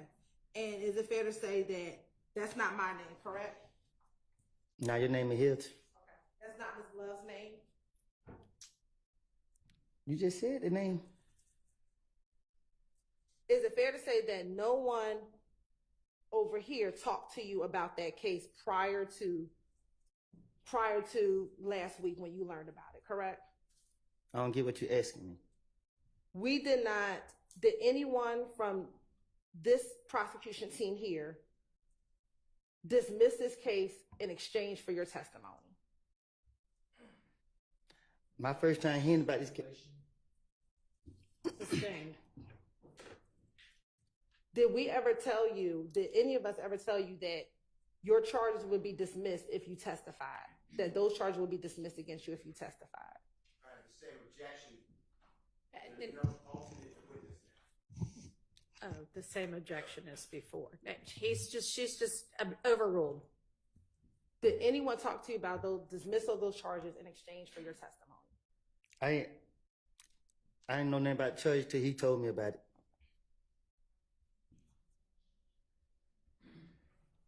So it's fair to say that you are not testifying here today because in exchange for your testimony for dismissal of those charges. I'm testifying here by force. Okay. Now, on cross last week, you were asked by Mr. Steele excuse me, let me ask you this. Do you remember Mr. Steele showing you a number of video clips last week from your from your interviews from June of 2015? Yes. And then he also showed you clips from your interview in January of 2015 as well. He showed my interrogations. Okay. And do you recall being asked by Mr. Steele on cross whether the district attorney or the police or anybody ever came back to tell you or confirm with you things that you said? Do you remember him asking you a lot? I don't get what you're saying. Sure. Do you remember Mr. Steele asking you whether or not the state of Georgia, the police, or if anyone ever came back and showed you a 911 call? Do you remember him asking you about that? Yes. Do you remember him asking you if anyone ever came back and told you that they talked to Valerie? He asked me no questions. Okay. That's what you asked me? Yes. Yeah. And do you remember him asking you multiple questions like that? Well, he asked me a lot of questions. Okay, God bless you. Now, let me ask you this. You served about 51 months in federal custody. Is that fair? Yes, a little bit over, but After your release, did you want to speak with the Atlanta Police Department? what you mean? Once you were released from custody, did you want to meet with the Atlanta Police Department? They never tried to reach me. Okay.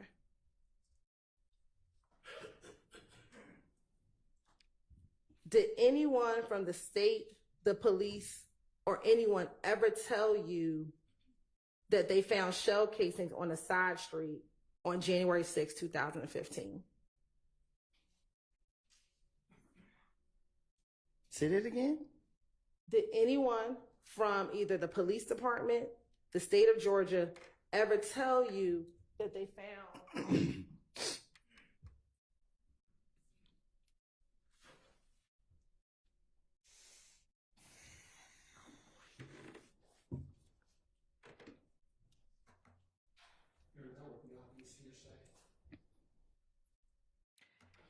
I'm gonna strike that question, Your Honor. Okay. Did anyone ever come from the state of Georgia, from the police? Did anyone ever tell you about the Hertz rental car records that you were shown a few weeks ago?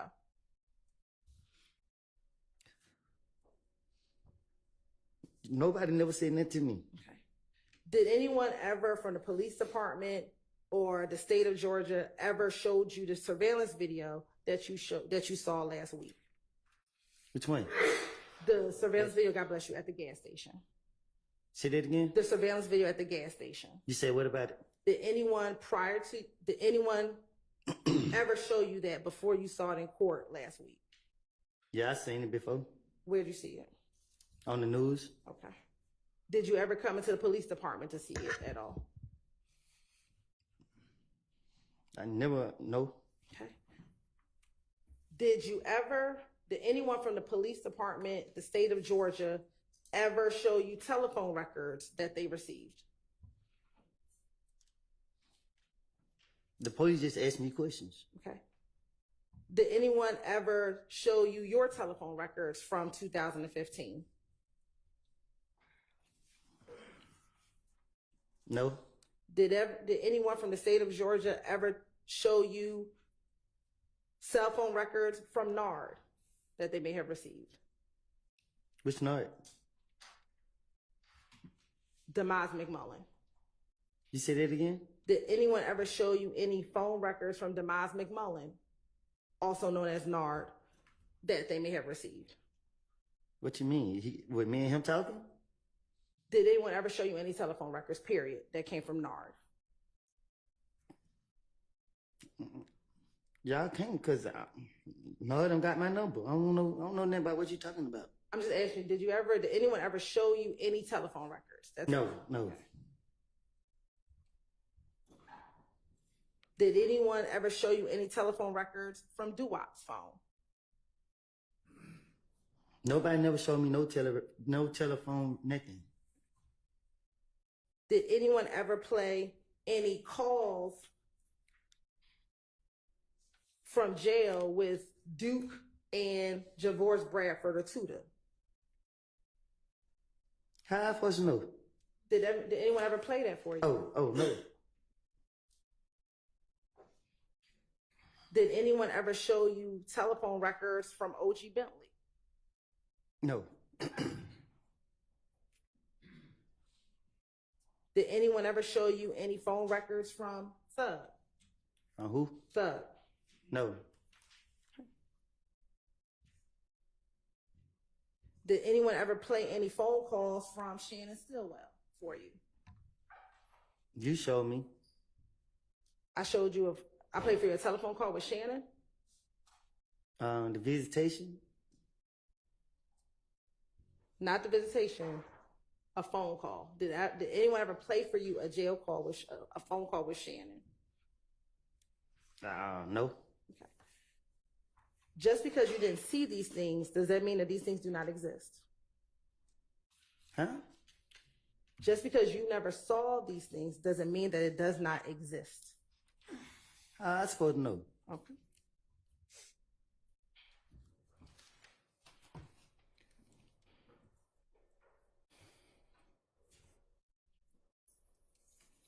Now, Mr. Copeland, on cross-examination, you were asked by Mr. Steele about the fight at Club Crucial. Do you remember that?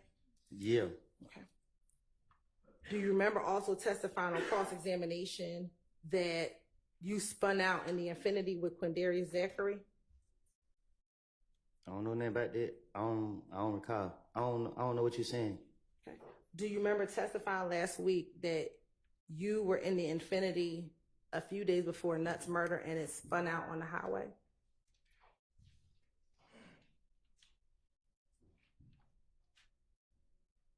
What you asking me? Your Honor, I object to the form of the question. It's apparently you're not the only one that objects to it. Mr. Copeland does not understand what you're trying to ask him. Rephrase the question. Sure. Last week, do you remember being asked by either Mr. Steele or Mr. Shard about the Infinity spinning out on the highway a few days before Nutt's murder? Object to a few days before, Your Honor. Why don't you just try to ask it maybe in pieces? Do you remember last week being asked about the Infinity spinning out on the highway? Mm-hmm. Yes. Okay.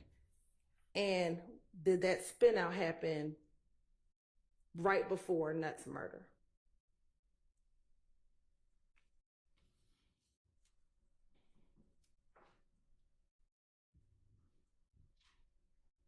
What you mean? What you saying right before it happened? Do you remember telling last week during cross-examination? I remember saying that. I read the card and I gave you the threat. All right. And then you also remember you gave Threat the car at the studio the night before Nutt's murder, correct?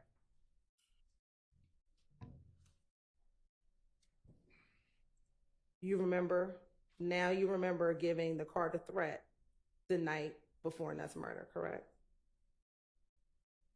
I'm listening. Is that a yes? You remember that? I remember getting threat the car and leaving. Okay. And you also remember stealing Nutt's chain, correct? I ain't steal nothing. Or do you remember taking Nutt's chain out of the car? What about it? Do you remember testifying that you remember that last week? I remember. And that you testified from memory that you gave him back the chain, correct? Yes, I did. All right. But the only thing you don't remember now is what Little D told you in the car at the McDonald's. Is that fair to say? It's not remember. It's like I told you, I made it up. Lil D didn't get in the car and tell me that. And is it only now in 2024 that it's convenient that you don't remember what D told you, or that D did not tell you anything inside of that car? Because I didn't think I didn't think it was gonna be a big deal. I just, if I knew that it would have did all of this, I wouldn't even, you know what I mean? Like, damn, man, I keep telling y'all. Do you remember on cross-examination, Mr. Steele asking you about the shooting at the gambling house? I done been involved in so many shootings, man. Like, you gotta be more specific. the shooting at the gambling house that happened the week before Nutt passed away. Do you remember talking to Mr. Steele about that? He was more specific, and I'm asking you to be more specific. Sure. Do you remember Mr. Steele asking you if you heard a 911 call from the shooting at the gambling house where Thug's car got shot at? I remember he asked. Okay. To your knowledge, did Thug ever get his car window fixed? To my knowledge, did he ever get a car fixed? Get the car window fixed? I never seen a bullet hole in his car. So you're saying that you never saw the window get shot out at the gambling center? When the night it happened, I was so mad. Shit, by the time I noticed he was gone, I didn't even, I don't know.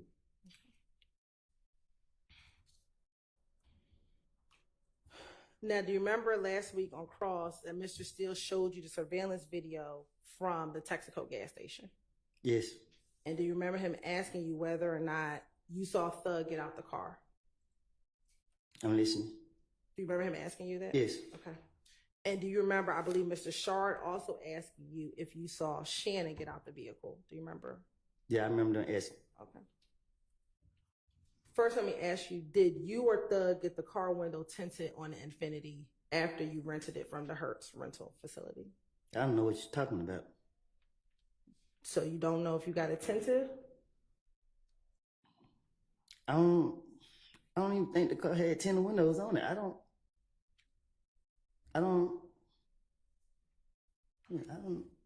can't remember if it had tinted windows on there or not.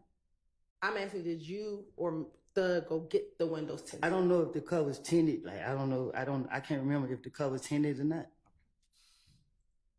Now, on the night of Donovan Thomas's murder, it's fair you were not at the gas station that night, correct? I told y'all I was at my baby mom's house. Okay. And you only told the police what Little D from Mechanicsville told you, correct? I told the police whatever to get them out for me. Okay. And in that interview, you told the police that Little D told you that they switched cars at the gas station, correct? Excuse me. You say that again? Sure. You told the police that Little D told you that they switched the cars at the gas station, correct? I told the police whatever to get them out for me. Do you know if they switched the cars behind the gas station? How would I know? Okay. I just know when I looked at that video where they showed me last week, I didn't see nobody switch cars, so I felt that that'll prove that, you know what I mean, that I lied in the past. I can't speak on now, like. But you only know what Demekion told you, correct? He didn't tell me that. Now, if he would have told me that, I would have knew. So for example, let's say if they did switch cars at the gas station, the camera would show that. So I that's why I keep telling you, stop going in the past. I ain't trying to go to jail, but if you're gonna keep going in the past, I'm telling you, don't do that because I lied. Okay. Do you know if there were cameras behind the gas station? To my understanding, there are cameras all over them. I'm asking you specifically, do you know if there were cameras behind the gas station? You gotta go ask the gas station and see. Now, on cross-examination, Mr. Steele asked you, or you told Mr. Steele that Thug encouraged you to speak to the police on the night of the murder. Is that fair to say? I don't recall telling him that. I don't know. Let me ask you, did Thug take you down to the police department to go talk to the police? No.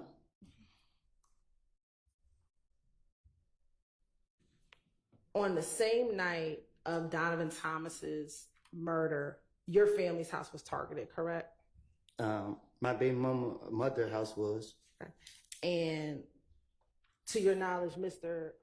Williams or Thug's stepfather's house was targeted, correct? To my knowledge, I don't know. I don't have a clue. Still to this day, I don't know.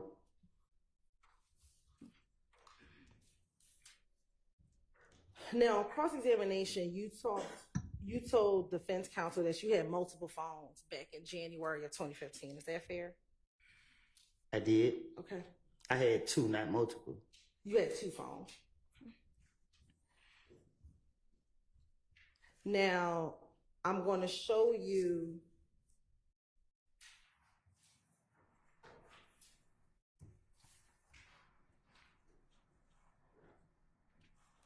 a screenshot of Stacey's exhibit 378 Yankee Alpha.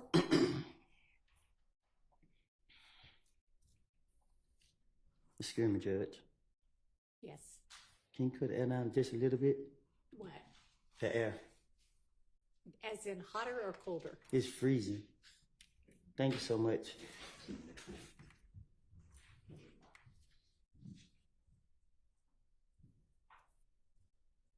Now, do you see this screenshot of 378 Yankee Alpha? Yes. And is that a phone in your hand? Yes.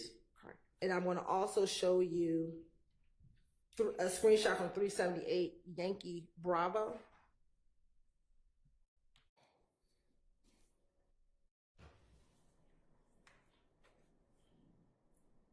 And do you have a cell phone in that picture as well? So I guess so. Now, when you said you had 2 phones, did you have one phone that was your primary phone? Can you be more, what you mean? Is there one phone that you use more than the other phone? I got both of them for the same purpose. What was the same purpose? To use them. Okay. Is there one phone that you called Deshaun on primarily? I call on both phones if I had to. Okay.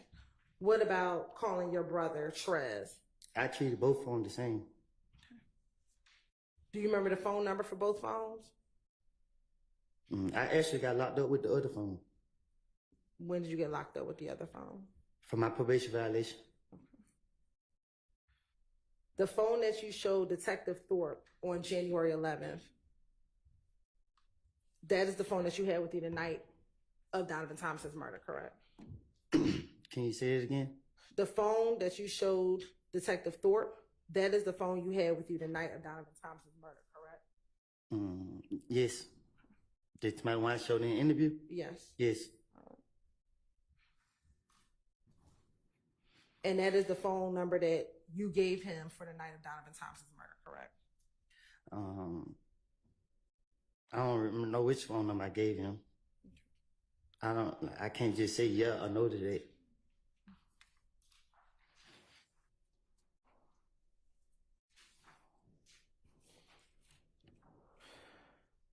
Now, do you remember we talked about this earlier?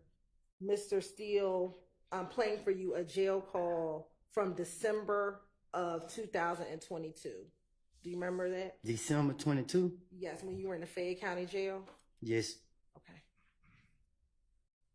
And do you remember in that call talking to your, I believe it was your sister, about Yak overhearing a conversation that you had? Yes. And that Yak was in the bedroom, I believe, with your cousin, and you were talking to someone else, and he overheard that conversation. Do you remember that? Yes. Okay. And you were concerned that he was going to tell people about the conversation he overheard. Do you remember that? I wasn't concerned. I try to be more secretive about whatever I got going on. What was the conversation that you were having that you were concerned he was going to go back and tell? I don't think you heard me. I like to be secretive about my conversation. Okay. Well, let's play Defense Exhibit 250E.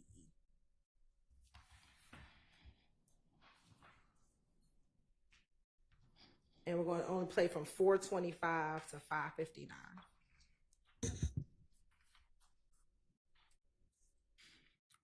I need to put the headphones on? Yes, please. It's working now? It should be. That means It's not working. Try putting it. Is it showing up on your computer? It's right here, but I hear it out loud. I want to hear it in through these. Let me take it out, put it back in. It should be. Are you on the Zoom? Can you see that same screen? Can I? It's right here. That same screen is on your computer? Mm-hmm.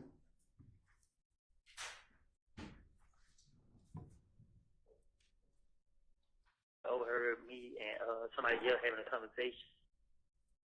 No. Know what I mean? So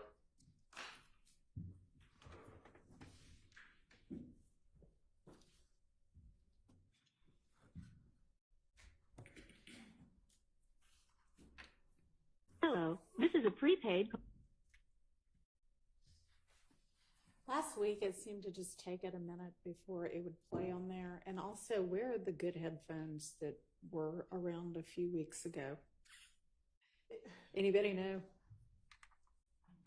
We were still looking for them, Your Honor. I think it got carted away with the other. I think so too, but Yeah. that might help also. We are trying to find those because. All right. as well.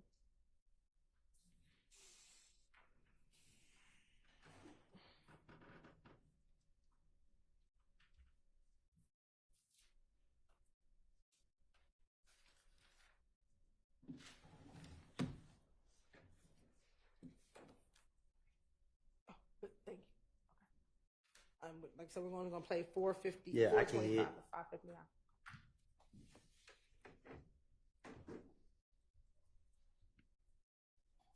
I mean, and then Jet had overheard me and somebody else having a conversation. Know what I mean? So he was in his sister's house. Yeah. Yeah, this nigga was late. No, sister house, cousin. Oh. Whoa. This nigga was laid up in her bed, and I was in the living room. I was in the living room telling nigga. I was telling my partner, like, man, look, man, these fuck niggas got, this and then third. I'm telling him what's going on. Like, these fuck niggas playing on me. You feel me? Mm-hmm. So while I'm telling him that these niggas playing on me, this nigga hit the whole conversation, come out the room. Mm-hmm. So when I see him, my mouth dropped. I'm like, what? You feel me? Like, so when he heard the whole conversation, I'm just like, shit, fuck it. Now, I mean, I already know he could go back and let them niggas know it's him. Like, he tried to tell me that what I was talking about, I was wrong. I ain't know what I was talking about. I'm like, yeah, I do know what I'm talking about. Yeah. I ain't stupid. That's it, crazy. As a moral, I said that shit crazy as hell. Y'all need to put that up for my people. Then after that, then what's his name when trying to post me on his Instagram page and try to tell me to come back around. Man, I ain't come back around y'all niggas. I knew what y'all got playing. Come on, man. Y'all niggas crazy here thinking I'm stupid. Now, Mr. Copeland, what conversations were you having such that you were concerned that he was going to go back, he being Yak was going to go back and tell people about the conversation you were having?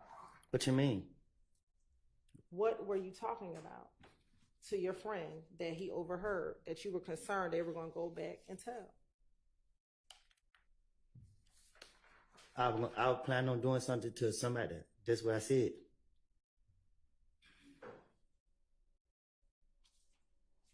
Then in the call, didn't you tell your sister that you said, I was in the living room telling this N-word, telling my partner, like, F these N-words, this, that, and the third.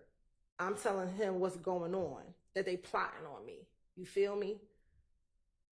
When I'm telling him that these N-words are plotting on me, this N-word Yak heard the whole conversation and he came out the bedroom. Mm-hmm. Yes. So who did you think was plotting on you? Didn't I tell you I like to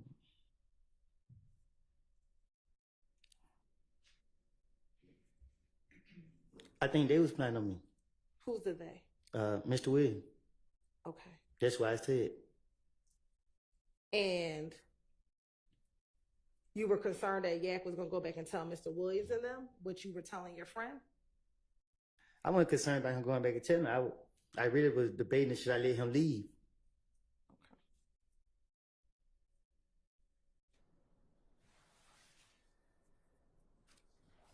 Did you tell Yak I already know that you fixing to go back and tell them what happened. And he tried to tell you, I'm not going to do that. Me and my friend was looking at each other, trying to debate on what we had going on right then and there. And it's safe to say that you didn't do anything. Yak left the room, correct? Yes.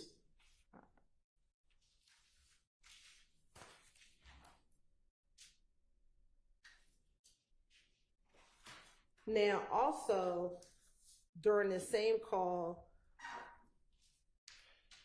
and even in the course of your testimony, you said that you lied on Thug. Do you remember testifying to that multiple times? I told you that. What are the lies that you've told on Thug? I put a lot of blame on him that I know that I should never did. If I, like I said, if I knew that it would have caused all these problems right here, I would never did it. But I told you I was going through a dark phase in my life. And at the time, I didn't care about none of the choices I made in life. And through the midst of, I was going through that phase, I had my little girl, and she gave me a purpose. So, I'm done. No, are you done? But specifically, you keep saying that I told these lies because I thought it would get me out of trouble. So what are the lies that you told on Thug that you thought was going to get you out of trouble? Whatever the police wanted me to say. If they brought his name up, about anything, I didn't care if he could have been in another country. I would have said he's right there, and he did it. Like he had something to do with it because they made me feel like they wanted him, and they only got me because of the stupid stuff that I done done. And if I could get them something to help them out about him, then they'll let me go. And that's what I kept doing. And the whole time, they knew that I was just doing it, and they didn't care. So let's talk about some of the things you told the police about Thug, okay? Do you recall that you told the police that Thug's window was being shot out? That Thug's window was shot out at the gambling house? I think I said it in the interview. Do you recall that you told the police about Mo and other Bloods wanting to harm you and Thug? I think I probably did. You told the police about a concert with Thug and Rich Homie Quan? I probably did. You told the police that Thug gave you money to hold? What you mean by that? Be more specific. Sure. You told Thug that he may have one time given you $1,000, but like that you could keep, but he may have given you $300,000 that you could flash. That nigga ain't never gave me. I mean, excuse my language, but he never gave me $300,000 to flash. Okay. But it's fair to say you told him he gave you some money to hold. What you mean? He gave you money to flex with, to flash with. As we together? Yes. Okay. That's what you told the police, correct? Well, I ain't gonna tell them it was my money. At some point, did you tell the police Thug just gave you money that you could flash in the club? Right. So the police asked me where I get all this money from. My job is to lie to the police. That's how I was raised up. I'm not gonna tell them that, oh, I break in stores or I do this and I do that. I'm gonna tell them that, hey, he's legit. It's still money. If I knew that it was gonna backfire me, I would never said that. You also told the police that you didn't know what beef Thug and Nut had, correct? I probably did. You told the police that Thug rented the Infinity. I did. You told the police that on the night of Donovan Thomas's murder, that Thug got into another car with a girl and Little D, correct? That might be one of the stories I told them. I can't be specific if that's what I said. You told the police that Thug was not in the Infinity at the time of the murder, correct? I probably did. You never told police that Thug shot anyone. Is that fair to say? Huh? You never told the police that Thug shot anyone, correct? Yeah, I did. No. I told the police. You never told the police that Thug shot Nut, correct? Oh, no, I don't think I told them that. You never told the police that Thug was driving the Infinity at the time of Nutt's murder, correct? I didn't tell him that either. It wouldn't make sense to tell him that. You never told police that Thug was bragging on the murder of Nutt, like Nar and Dolly, correct? Huh? You never told the police that Thug bragged on Nutt's murder, correct? I never heard nobody bragging on it. You told the police that Nar and Dolly bragged on Nutt's murder, correct? No. So everything that you told the police that we just went over, which one was the finesse? The one that make more sense, where you take a little bit where you know that they can prove, and then But if you're trying to finesse put the them, twist on it. okay, if you're trying to finesse them to get out of jail, why not say Thug was bragging about the murder? When I say he brag about the murder, what you mean? Why wouldn't that be believable? Who brags about the murder? Okay. Why wouldn't you say that Thug was driving the Infinity at the time of the murder? He rented it. Because I'm talking to Gaither and Dennis. Like I've been dealing with them for a long time. I know they're a long way from stupid. Right, but that's believable. He rented the car, so why not tell them then? Objection, Your Honor. That's testimony on behalf of the propounder. Rephrase your question. Sure.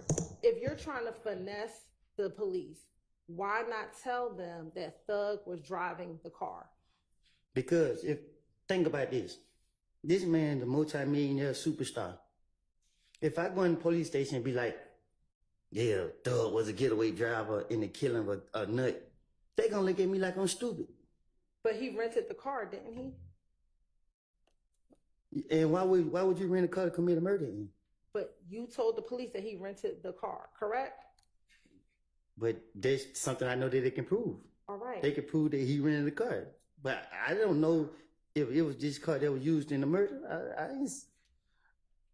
Why not, if you were just trying to finesse the police and you didn't care if they were going to verify what you said, why not make up the beef that Thug and Nut had?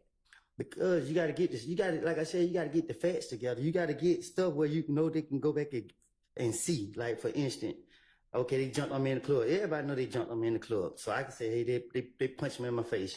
That happened.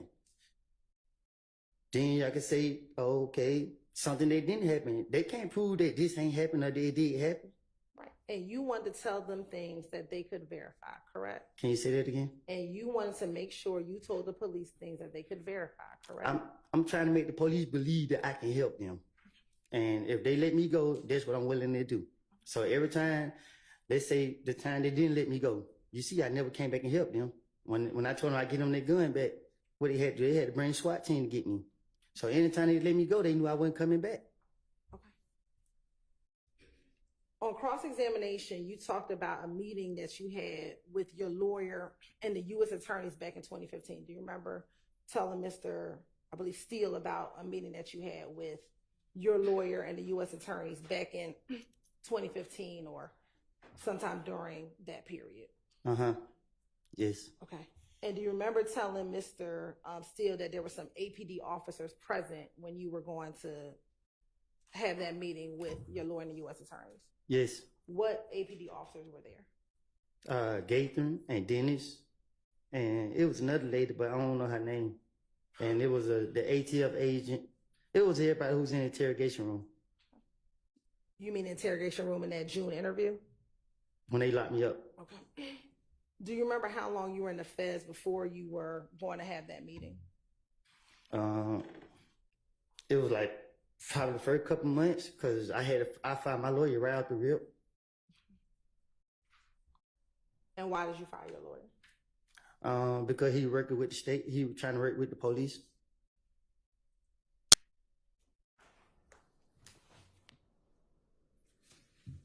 And when you said he was trying to work with the police, what was your understanding of what he was trying to do? He was trying to get me to do whatever they wanted me to do. When you said he was trying to get them to do what you wanted. He was trying to get me to work for the police. And was that going to be in exchange for a reduction in your sentence? That's what he told me. He told me that if I go down there and talk with them, they'll throw my case out.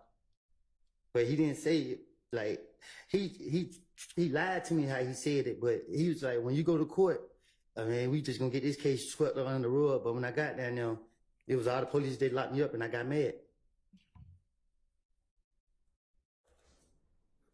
And then you decided not to move forward with whatever the agreement was. Yep, because I seen it got real and I knew what I had done. Now, last week on cross-examination and on direct, you testified that YSL is not a gang, correct? And it still ain't a game. And you testified that it was a music label, correct? Well, that's the purpose of it. Okay. And it's a music label that you were never signed to, correct? Clearly. Okay. And you never done any songs with Thug, correct? I haven't. All right. Now, on cross-examination, do you remember Mrs. Steele playing a portion of the On the Porch video? Out the porch. Off the porch, excuse me, thank you for correcting me. The Off the Porch video with you? Yes. And that was Defense Exhibit JW246 for the record. Now, that's a blog for up-and-coming artists, correct? Yes. And you talk about music? Yes. Right. And you talk about life growing up, correct? I think so. Now, the portion that Mr. Steele played, was that was the portion when you called yourself a gangster and said that you would slap people in the face if they tried you or something like that. Do you recall him playing that portion of the clip for you? Yes. But that was not the entirety of that interview. Is that fair? No. Okay. I want to play for you a few portions, okay? Put the headphones on? Yes, please.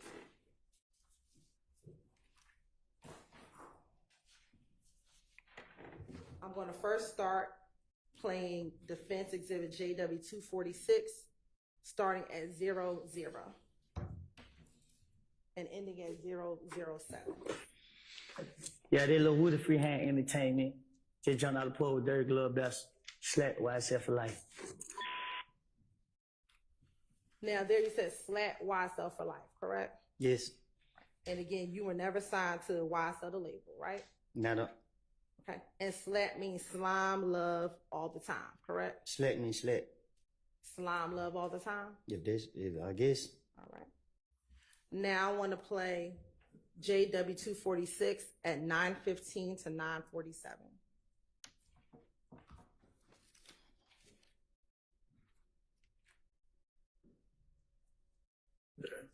And you dropped a music video for that song too. Was that your first music video you shot? Yeah, first one ever. Yeah. How'd you think that turned out? It was fun. It turned out great. You know what I mean? Yeah. I like it. Still watch it today. Yeah. Yeah. Mm-hmm. And you rep YS.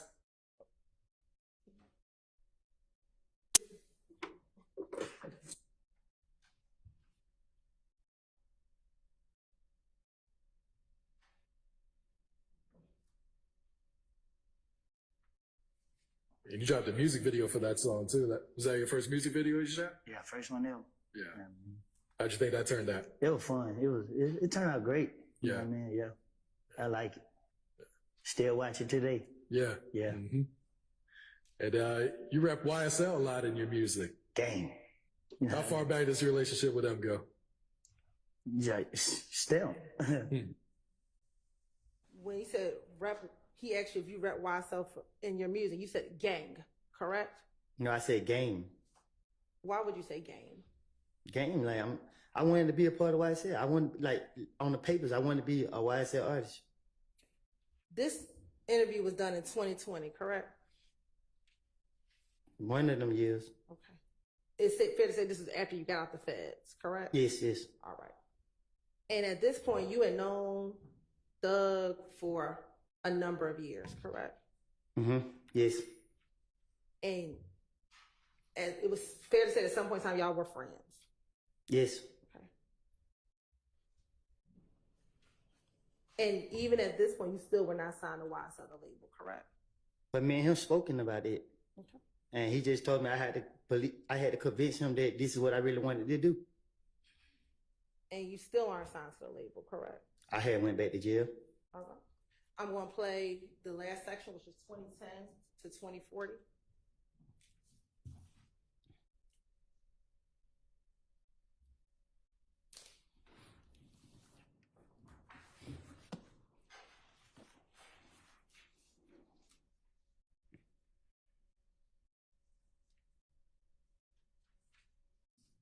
But other than that, you know, everything. Yeah. Yeah. That's what's up. All right. Any last words or shout outs before we get you out of here? You know, shout out to the game. YSL for life. You know what I mean? Shout out my nigga Munt, Ralph, you know, Threat. You know what I mean? For the ops. You know what I mean? You said shout out to the gang, YSL, some other people, Threat, and then fuck the ops. Mm-hmm. Who are the ops? The ops.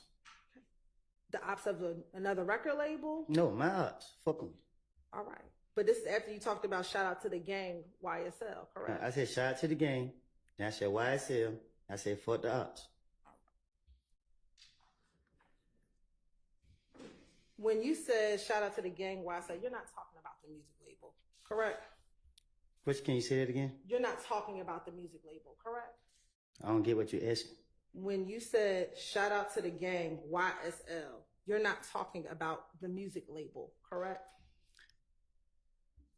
I'm pretty sure I know you're not in the streets, but you keep sticking on this gang stuff, and I don't know how much it's gonna take to convince you that when you're a gang, you can't be 2-3 different gangs or sets of members. Like, again, you can't be YSL, the gang in your voice, and be a blood, because let's say if YSL is a gang and YSL get into a blood gang members, you gotta pick. So what you gonna do? You're blood or you YSL? It don't make sense. And if you're a blood's not gonna let you be YSL. If it's a gang. Just like with Crips or just like anything else. But you gave up being a blood, correct? Yeah, I did. All right. So when it said YSL for life, gang, that's who you rep now. No, correct? I said, no, I always been 30 deep when I was a gang member. But 30 deep is not a gang. You know what I mean? It's just my neighborhood. A gang in Atlanta is Bloods, Crips, GDs, or whatever. And let me correct that. To certain people, it's not a gang to them, but y'all trying to say YSL when you know, Atlanta, we monkey see, monkey do. We see people doing something, we want to be a part of it. We want to represent it. We want to say it. If you see that most of these people in the courtrooms don't got no ties to me, I never seen them before. So you can't say it's a gang. A gang, everybody know who he is. Everybody, we rock together. A lot of these guys, we don't did stuff to each other. And it's in the same video where you called yourself a gangster, correct? That's the portion that Mr. Steele paid for you last week, right? It's entertainment. All right. Now, on cross-examination, Mr. Steele played for you a portion of that jail call with you, Max, Thug, and Deshaun. Do you remember that? Yes. And do you remember the portion of the call that he played for you? Yes. Okay. Well, I remember some of it. All right. I'm going to show you. It's going to be stationed at 405Y. I got to listen to it. Yes, sir.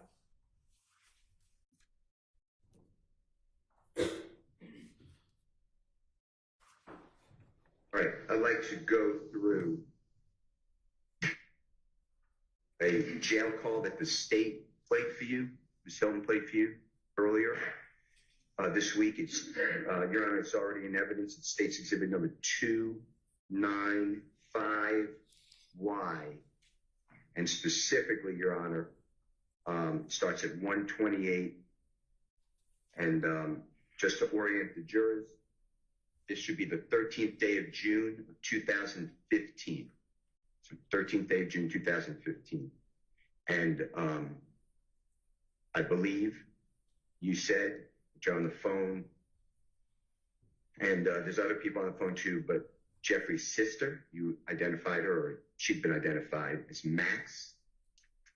And then Jeffrey in the background, maybe his voice on the phone, it's on the call. I'd like to just play that short snippet, okay?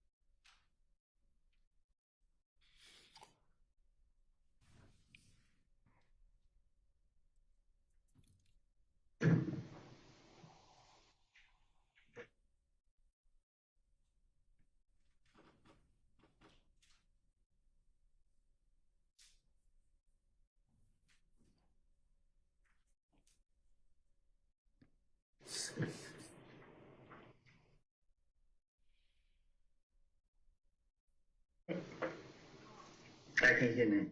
I don't think it's playing. Hello.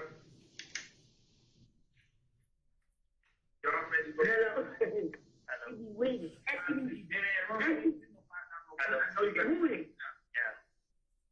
What's up, Woody? Yeah. Look, John, yeah, you got fun. Don, John. Yeah. How much the money? 15,000, but I go to a blind kind of blind come about 15.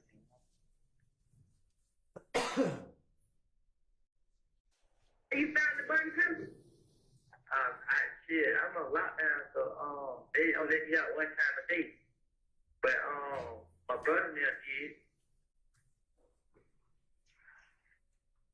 When he hang up, please don't call his brother and I'm so his brother so he get his money. Is your brother? No, I'm saying because his brother will sign it. Oh. Yeah, Deshaun, where you at? I'm at home. You don't got no ride? I can get your brother friend. Meet me on University. On University where? That gas station you always, you know what I gas station at Chevron. Meet me at Chevron. Hey, man. Okay. Yeah. You ain't right, man. What did he do? I'm gonna say too much. He told what I did. Well, You come out rock. Yeah. You told him Roscoe too.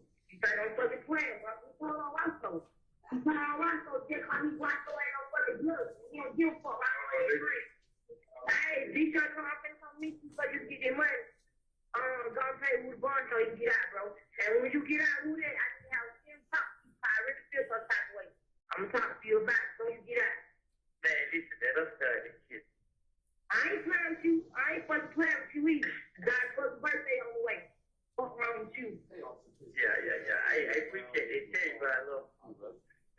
He hear you? You gotta get this motherfucker mind together. He said you gotta get your mind together, bro. How you been sick? Man, bro, I've been left out there. I ain't heard nobody, bro. I just feel like nigga left me out there. I ain't did shit. You ain't never out there alone. You just want to be out there pressing the bro. We ain't fucked up no more. You ain't got to be out there pretending to you. Shit, I had no choice. That way gonna get you time.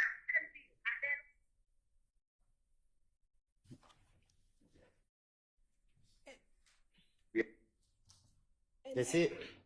Yes. And that is where Mr. Steele ended the call. Do you remember that from last week? Yes, that was last week. Okay. Now, a few things. Do you recall last week Mr.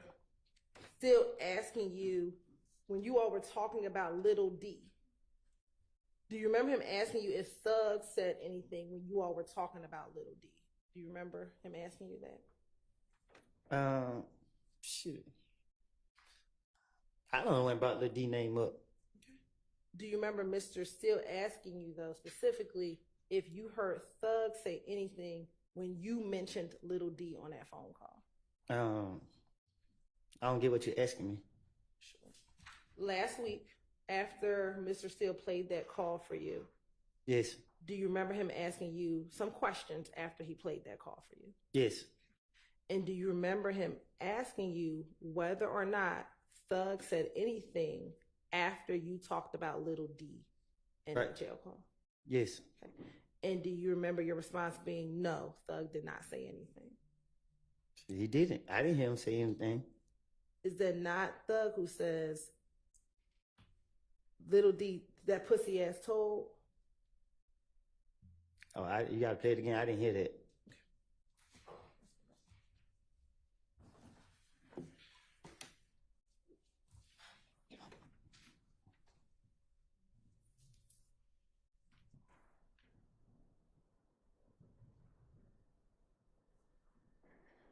All right, I'd like to go through You playing the whole thing over? a jail call. It should be the 13th day of June. Other people on the phone too, but Jeff's on the phone. It's on the.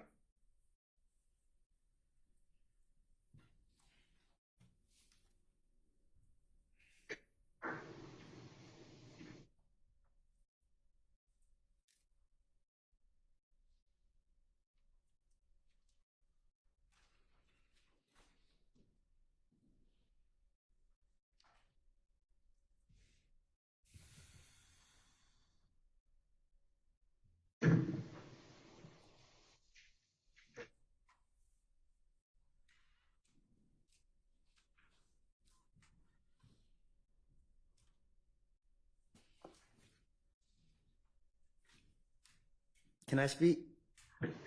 After.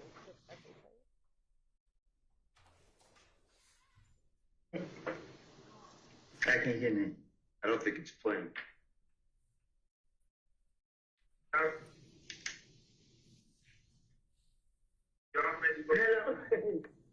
Wait. I know you got it. What's up, Woody? Yeah. Look, yeah, he got it. Be done. Yeah. How much the money is? 15,000, but I go to a bond, because bond come about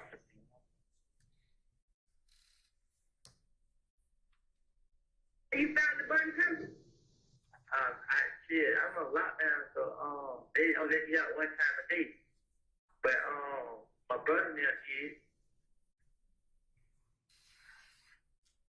You just when he hang up, please go call his brother and I'm so his brother so he give you money.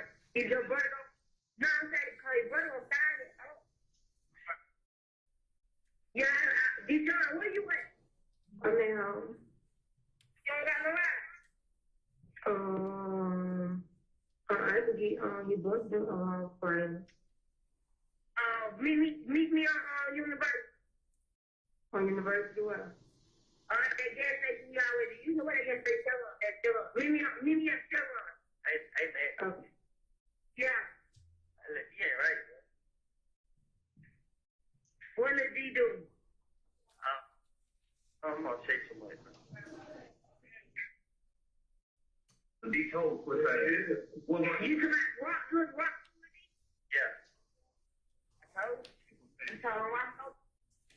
Did you hear? We said D-told pussy ass. Probably, yeah, I heard it. Okay. Is that not Thug who said that? I can't say 100% if that was him or somebody else. I can't say, but I heard it. Okay. Now. But me going to jail was for a gun that he bought for me.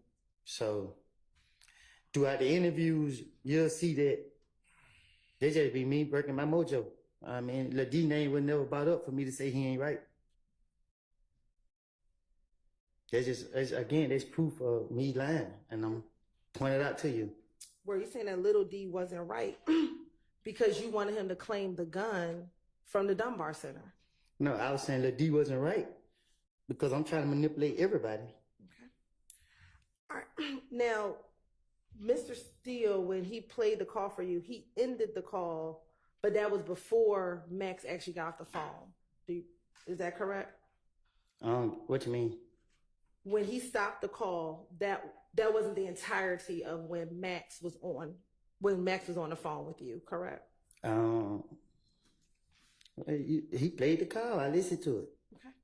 I want to play for you 378 Yankee Echo, and we're going to start at 3:48.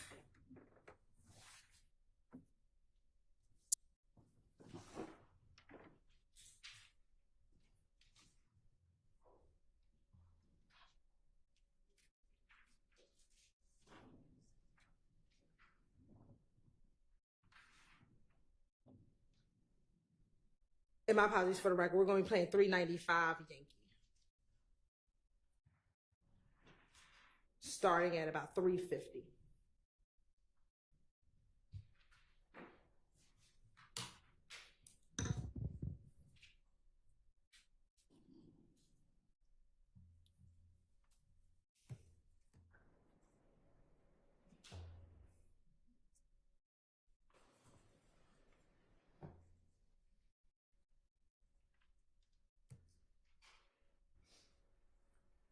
You ain't never out there alone. You just want to be out there in the church. And bro, we ain't fucked up no more. You ain't got to be hanging out there in Canterville. Shit, I had no choice. That way gonna get you time, Canterville. Out there in them apartments. I keep telling you that. Yeah. So wait for that shit, bro. Hey, you got to realize, swear to God, we killed nuts, so they gonna stay on you. Yeah. Smoke nuts. Hello? Stay away from that shit, bro. You just don't know it be your hood, bro. Your hood scared you, bro. Trust me, your hood is the main hood. Them the main people that want to have you fucked up before anybody else on the street do. Do what I'm telling you, play scared of you. I already know. You gotta stay away from that shit. You got a little girl now. I've been telling you that shit. Cause I ain't even gonna lie. I was just mad at your ass, bro. On my money, You getting the phone going out for me like I don't did something wrong, bro. Yeah. Call Mac. Motherfucker. Man, you know Valerie told me that. But I'm saying you listen big bad. You call my phone 20 times, bro. You know what I'm telling you? They all just call my phone 20 times. No call ID, then we get right in the car. You walk past me like you're a boss. Bitch, I got it on me, that fake ass weave in your head, hoe. I just drop your ass. And I got my pistol on me too, hoe. Don't try me, fuck wrong with you. I just told you don't be listening to this fat ass hoe. She wanna keep up drama, bro. Yeah. Come on, man. This hoe just told somebody look jig on her house. Don't listen to her. You finished? Yes. So the portion that Mr. Steele did not play was when Max said, "Swear to God, we killed Nut." Correct? What you mean? I played for you the clip. I heard you. I don't get what your question is. The portion that was not played was when Max said, "Swear to God, we killed Nut." She said they swear to God we killed Nut. But if that's what you want her to say, then That's what the recording says. Swear to God. I'll rephrase, Your Honor. Sustained. Rephrase. In the interview, did you hear, "Swear to God, we killed Nut"? I mean, in the jail call, excuse me. I'm telling you what she said. I mean, I talk to her on a daily basis. Like, I might not can't hear her, but I can I can understand street talk slang, and she saying what they saying in the streets. They swear to God we killed Nut. Did you hear the person in the background said, "We smoked Nut"? You gotta play it again. I didn't hear that. But I never heard of that. Okay, we'll play that. That's that portion for you. Thank you. I want to hear the whole thing.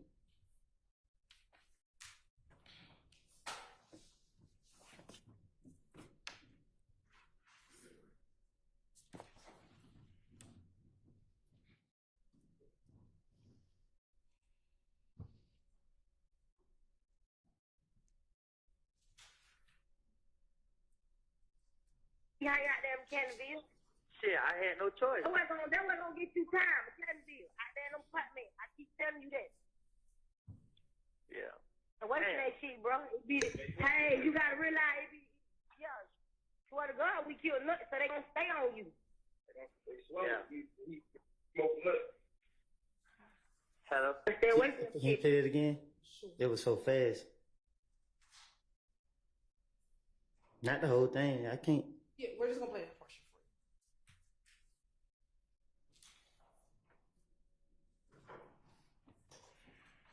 That wasn't gonna get you time, Canterville. Out there in them apartments. I keep telling you that. Yeah. And wait for that shit, bro. Hey, you gotta realize yeah. Swear to God, we killed Nut, so they gonna stay on you. Yeah. Hello? Did you hear that? No, I didn't hear it. Okay. Let me ask you, who is the we? Huh? Who is the we?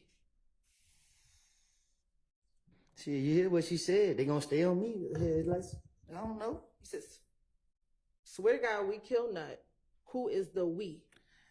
Ask Dolly. I'm asking you. This her. Sustained. Why didn't you ask her, what we are we talking about? Because that's what the streets are saying. So who is the we? Objection calls for speculation. Sustained. You didn't ask, why didn't you get clarification as to who she was talking about? Because I heard it in the streets myself. Okay. So when you heard it in the streets, what did you hear in the streets? Sustained.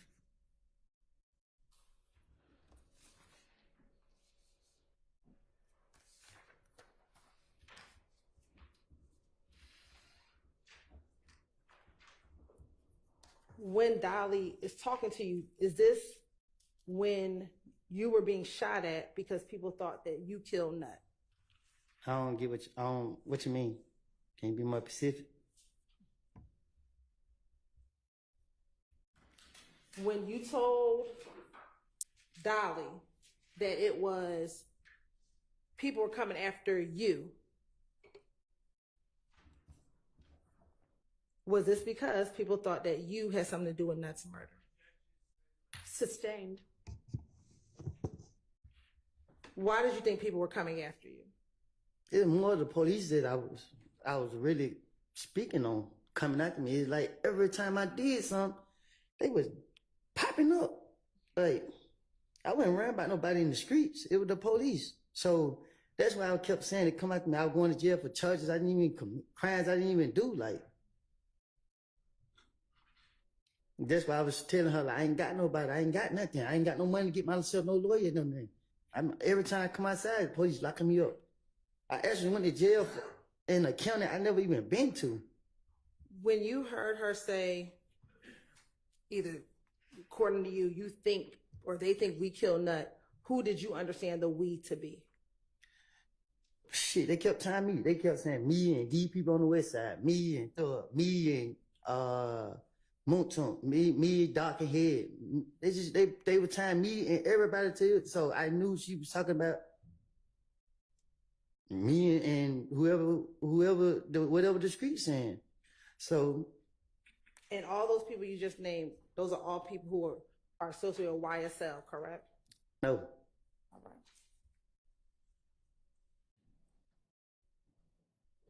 Now, only people that was associated was Thug and Moonton. That's not that was, you know, y'all try to put a part of this. Now you talked about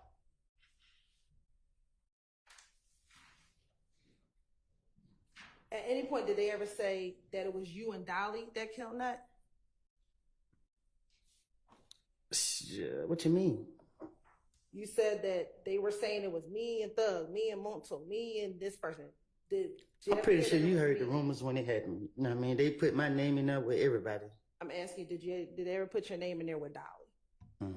I don't remember them saying it, so I can't say yeah or no to that.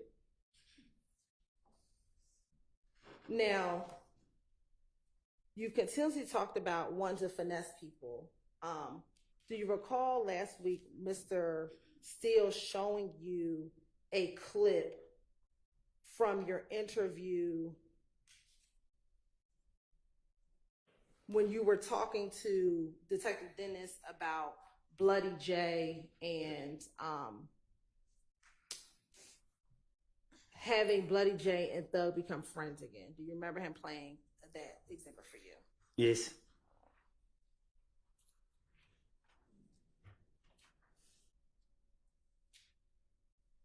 I'm going to play for you State's Exhibit 378, Yankee Echo at 10:40.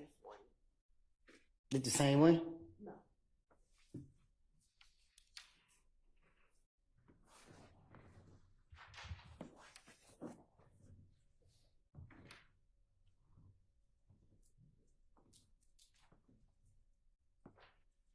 Jurors, when they're getting all these set up, because it seems to take a minute, if y'all want to stand up and stretch or anything, that'd be a good time to do that.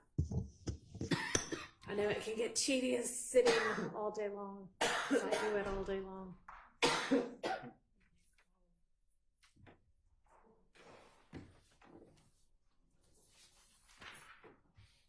Lawyers too.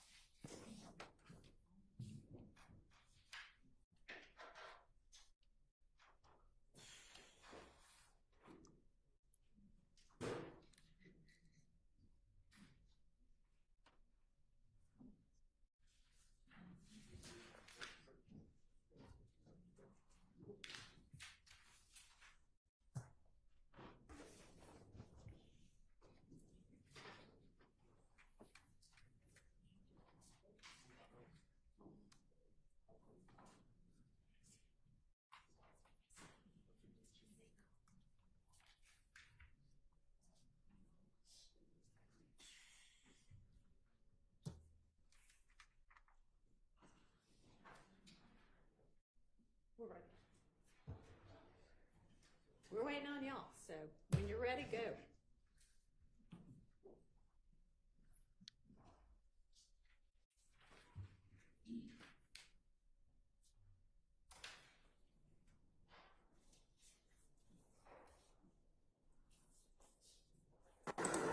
Ten, 2015,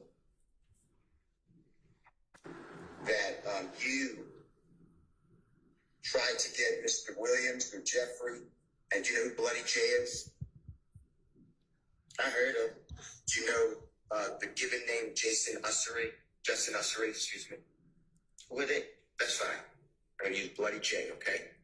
Do you remember telling the police, and this is, Your Honor, JW240D, was in David State's exhibit number 378YE. It's June 10, 2015, meeting, interrogation, whatever, or conference, with law enforcement and Mr. Copeland. It's 10:40:37 a.m. to 10:41:08 a.m. And Mr. Copeland, tell us if you hear this, okay? And if it's not, you correct us. Detective Dennis tells you, so the night at Crucial, when you were saying they jumped on you, you said, when all the, I'm just not saying, but SHI blank popped off. So what happened, Mr. Detective Dennis, what happened when you came outside with Bloody J? Because you were saying last time that there's overlapping conversation, meaning I can't understand it, multiple people speaking. And you said, the Detective Dennis said, when you were trying to bring everybody back together. And the Detective Dennis said, you were like, is he ready? And Thug or Jeffrey kept saying, nah, he ain't ready. You remember that? That was Detective Dennis saying, you remember you told us that when you said, and you said, you mixing things up. You're talking about the time we was in when I called Bloody J and tried to get him and Jeffrey or Thug. You said, back, cool. That's what I'm targeting, okay? So please listen to it. If I said it wrong, just say it right. Your Honor, can Mr. Copeland listen to this, please? And the jury. So the night at Crucial, that when you were saying they jumped on you, right? When all shit popped off.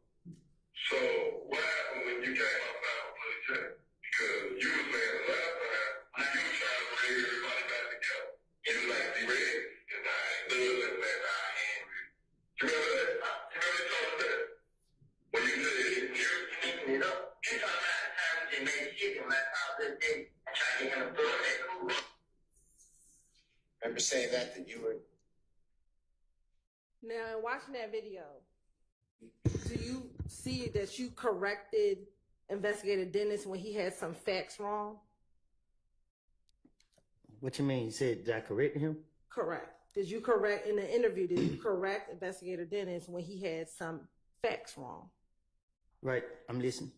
So if you were trying to finesse the jury, why even correct him when he had something wrong? I wasn't trying to finesse the jury. I was trying to finesse the police. Correct. When you're trying to finesse the police, why correct him if he had something wrong? Because they after me. And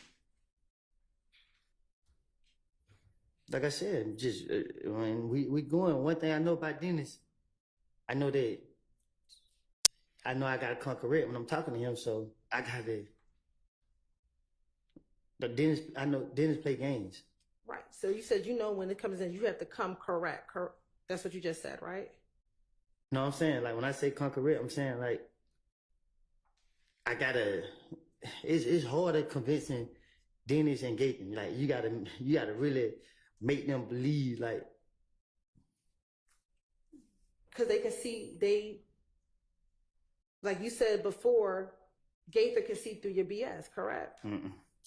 What I said before is that, like when I make up the names, I know that I can't come to Gaten with the names I done made up.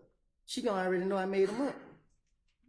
So it's different, like when I'm dealing with like different polices. When it come to Gaten, I gotta be more convincing than I will with Thorpe. Okay. Also, let me ask you, in 2015, is it fair to say that you were closer to Shannon than you were with Duop? With who? With Duop. if I was closer with Shannon than I was with Doo-Wop. Yes. I guess. And matter of fact, Doo-Wop is Yak's friend, correct? I'm cool with Doo-Wop. But that's more Yak's friend than it is your friend. Is that fair to say? I guess. So if you're trying to finesse the police or mixing some truth with a little lie, then you would agree with me that the full truth doesn't matter, correct? Like if you're trying to mix in a little truth with a little lie, then the full truth doesn't matter, correct? So my whole purpose was in the interview was my little girl birthday was coming up, and they every time they got me, they would ask me questions and they would laugh and act like they was believing the stuff I was saying. So when they got me on June 10th, I didn't want to go to jail. I'm not scared of jail. You feel me? I know how to adapt to my environment. It's just the timing of when they got me. And my whole purpose was if I could convince these people that I work with them and I help them out and do whatever I do to let me go. And that's what my intentions. Y'all keep dragging me in here like I got facts. You know what I mean? And I don't. I'm going to show you what's already been admitted at 60378 Yankee Echo at 534:49. Do I listen to it or it's a picture or something? I'm going to show you and you're going to listen to it. Okay. Or I'm going to ask you if you can listen to it, please. Yak driving, Shannon with the AK, Nara with the pistol, and Doo-Wop with the pistol. Now, I don't think Doo-Wop had a pistol. Okay. All right. But you just know what seats, how everybody was sitting in the car, and all you know is that Yak was driving. Yeah, I didn't know Yak. They said Yak was driving. And that's based on what Mikion told you. Yeah. Lil D. Okay. Did they say that to anybody else or just y'all little circle? Right. And we're going to stop it at 535:18. In that clip, you clarified for the police who had guns, correct? Again, if I wasn't there and Lil D wasn't there, how could we say what happened? All right. Because you were telling what Little D told you, correct?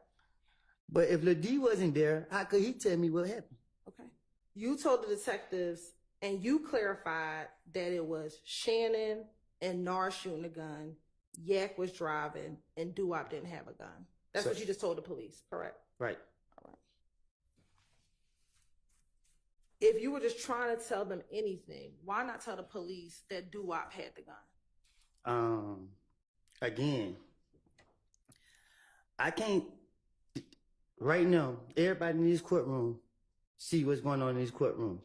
The people who's not in this courtroom, they can't say what's going on in this courtroom. So if Lil D say that this what happened in that car, he had to be in that car to know that. If I say that's what happened in the car, I had to be in that car to know that. Neither one of us in that car to know that. So it shows, again, that I'm just saying whatever. Okay. I'm asking you, why would you tell the police or put the gun in your friend's hand when you could have put the gun in Doo-Wop's hand? So again, January they got me, February they got me, whatever month come out today they got me. They got me every month. I wasn't convincing neither of them times because they were locking me up or whatever. I wasn't convincing them, so I had to be more convincing.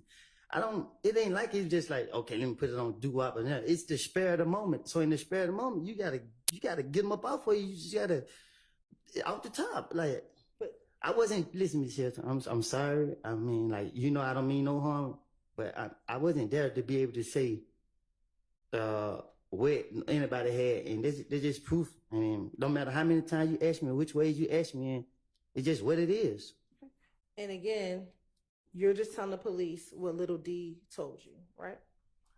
Lil D can't tell me something that he ain't. If Lil D say I was in the car and this would happen, then okay, I say that. But if I'm sitting right here lying saying Lil D told me something that I know that he didn't tell me and he know that he didn't tell me, because for us to know that, we had to be there. And the reason why you wanted to make sure you were accurate with what you told the police is Sorry, I didn't hear you. Sure. The reason why you wanted to be as accurate as possible when you talk to the police is because they told you that they were going to try to verify what you were telling them, correct? Well, when Nut got killed, the people on the scene was already saying what they saw. So Like I said, you just take pieces of what you hear, you know what I mean, and you put them together. Now, last week, Mr. Shard talked to you about making up fictional characters. Do you recall that? I think I just spoke on it. Yeah. He asked you about making up Little Rick and Quez as related to the stolen items that were found on June 10th, 2015. I'm listening. Do you remember him asking you about making up when you talked about Nuts Chain? That he told you that you made that up as far as stealing Nuts Chain and who stole Nuts Chain? I made somewhat to a certain extent, but the truth of the matter, I didn't steal it. The door was open. I keep telling you that. Okay. He asked you about making up characters as it related to threat shooting up the barbershop. Do you remember him asking you about making up individuals regarding the barbershop being shot up? I'm listening. I'm listening. So if you know how to make up people in those instances, why won't you just make up people for the night of Nuts murder in order to finesse your way out of getting in trouble? So if you realize Gaither and them wasn't in front of me, so when Gaither and them did get in front of me, I know what I'm dealing with. And when it was in the investigator that I knew didn't know me, I could tell them anything. But when it's Gaither and them in front of me, I gotta convince them. Like I gotta convince them that to make them believe me. So just like for instance with Shannon, it was stupid that I put Mitch's name. Cause I know Gaither gonna be like, Woody, really? When have you and Shannon never not been together? But it's just a roll of a dice. Okay. Do you recall that it was Gaither who you told about Little Rick and Quez? Oh, you confused. Say that again. Do you recall that it was Gaither who you talked to about Little Rick and Quez? So.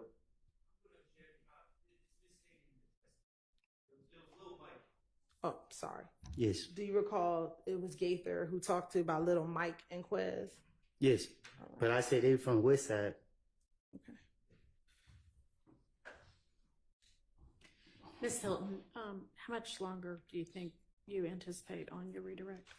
Probably about 20 minutes, Sean. All right, go Maybe ahead. about 25 minutes. Go ahead. Well, I'm sorry. I have 2 jail calls, so it's going to be a little bit longer. All right, let's break for lunch.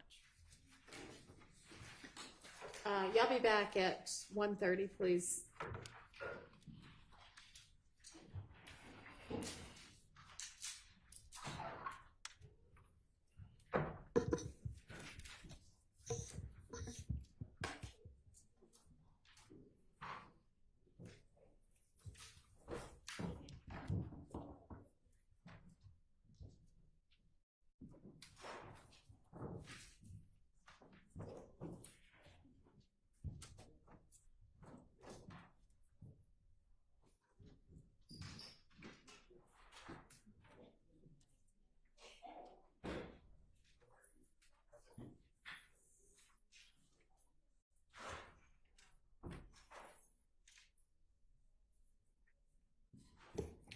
All right, we were going to take up a matter at lunch that y'all got notice of, but I don't think that everybody got notice. So we're going to just try to reset that for maybe Friday. All right, anything before we break for our lunch? Yes. Nothing related to case. Court briefly with anybody. Okay.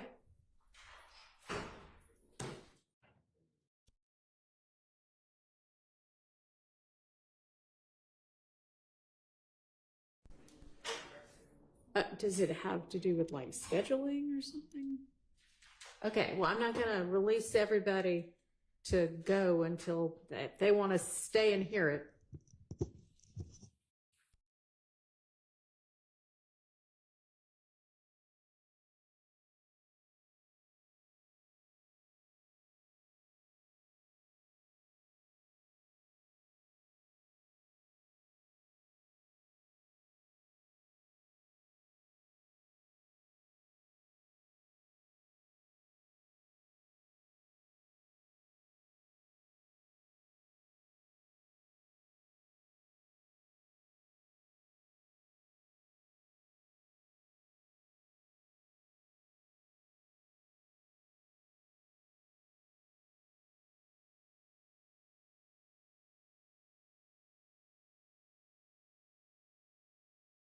Speaking of things that have nothing to do with the case, but have something to do with scheduling, Mr. Harvey, I want to see on an entirely different matter if you might be available on one of your other cases that is before me on a day that we're not going to be in court on this case. Come up here.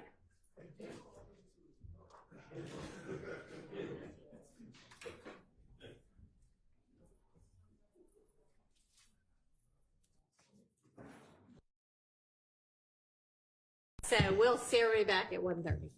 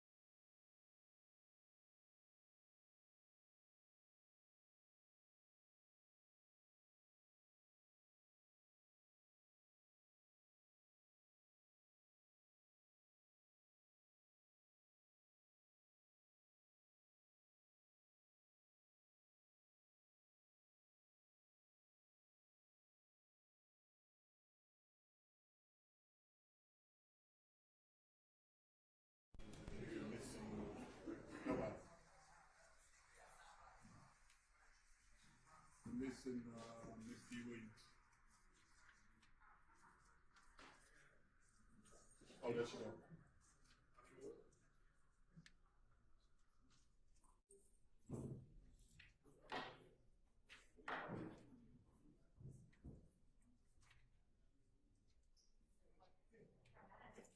That's everybody. Okay. I don't know how far we're gonna get today, if we're gonna finish Mr. Copeland, but do y'all have your next witness lined up, just in case? Okay. All right, let's get Mr. Copeland back in and get the jury. I suppose, because this hasn't moved at all. What does it say now?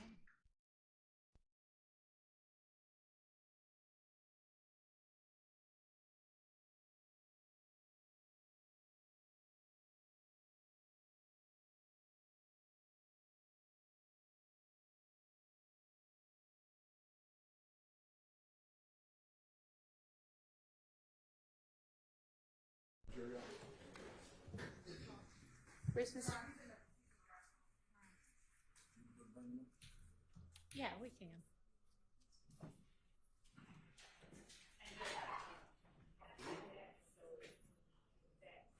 Yeah, we adjusted it, but it hasn't moved at all. The temperature hasn't moved. Is that what you're talking about? Okay. Thank you.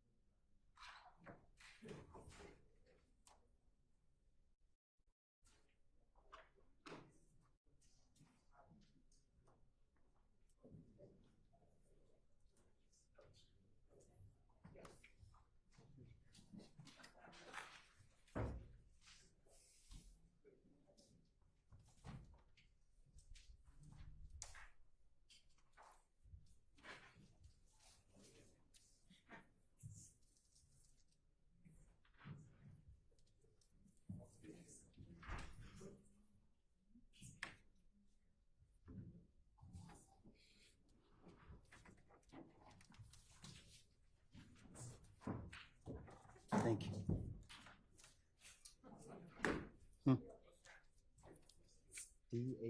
DAISHAWN.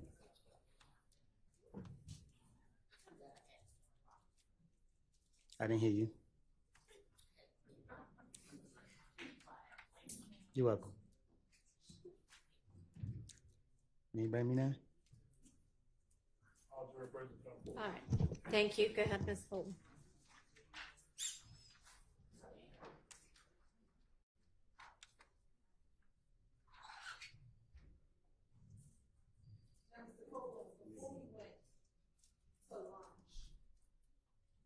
I believe you had testified that you did not recall ever telling the police that you that Nard and Dolly had bragged about killing Nut. Do you remember saying that before? I didn't say nothing about it. I don't ever recall. I never heard anybody bragging about killing him. Okay. I'm going to play for you State's Exhibit 378 Yankee Echo at 3:48:46.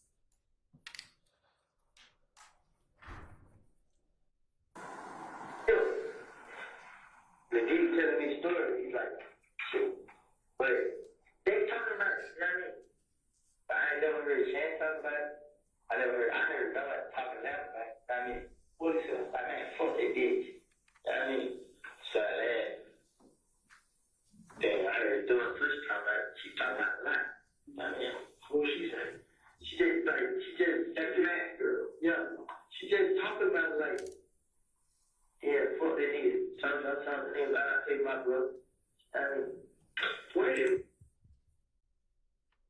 Did you hear when you told the police you heard Thug's sister talk about it and say, F that nigga. He something. He shouldn't play with my brother? No, I didn't hear. I didn't understand not one word out of that whole thing. You need me to play it again? You can play it 10 times. I just can't understand. I can't make out the words. Why did you bring up that thugs talk about killing Nut? Miss Hilton, it's about trying to convince them. So I'm pretty sure you watched the interview and you laughed at the stuff I said and you knew that I'm lying, but. And you told this to police on June 10th. Correct. That was the day that you got arrested, correct? I don't know what I said in that interview. All right. And it was on June 13th that we heard the phone call of the Dolly saying we killed Nut, correct? Again, she said they saying. Okay. But that was on June 13th that jail call happened. I can't say what date it happened, but I heard it on the jail call. And it says that jail call was after your interview with Gaither and Dennis. You tell me. All right.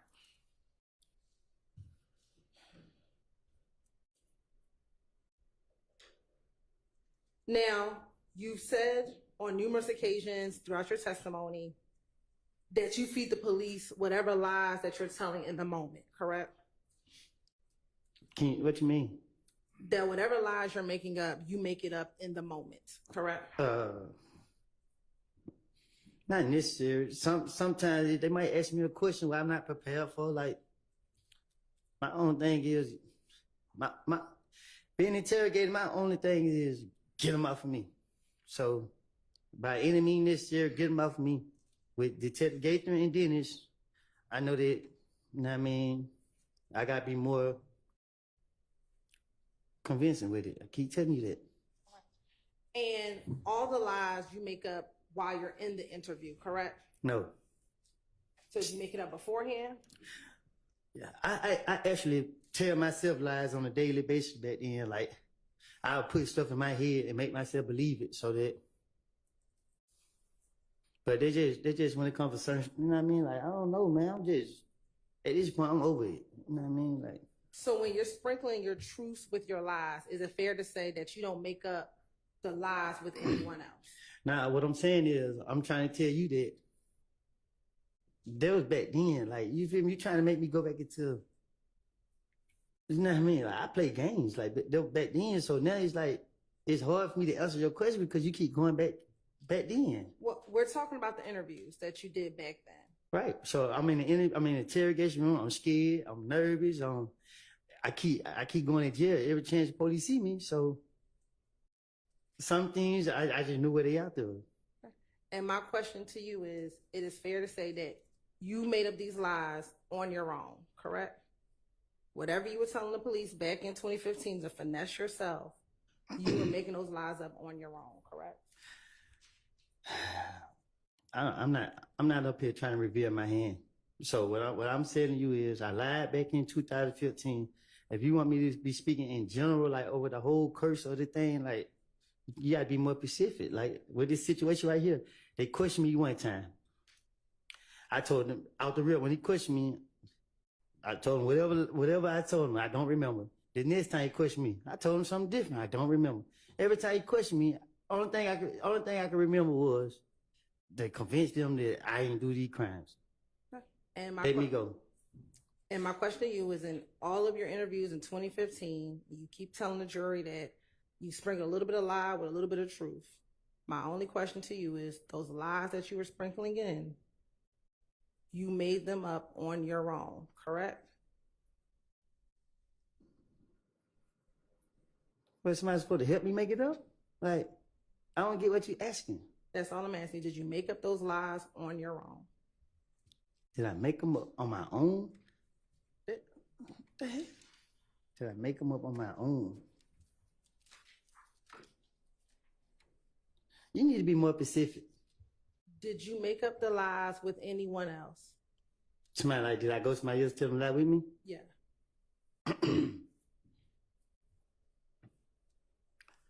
I went to people and told them what was going on, Okay. what the police was questioning me about, and I said certain things to certain people.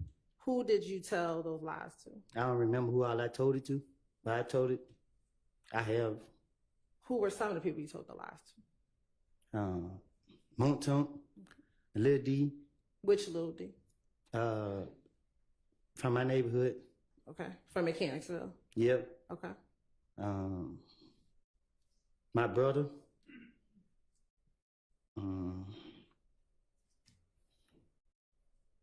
Shit, I told Vlad to excuse my name. Yeah.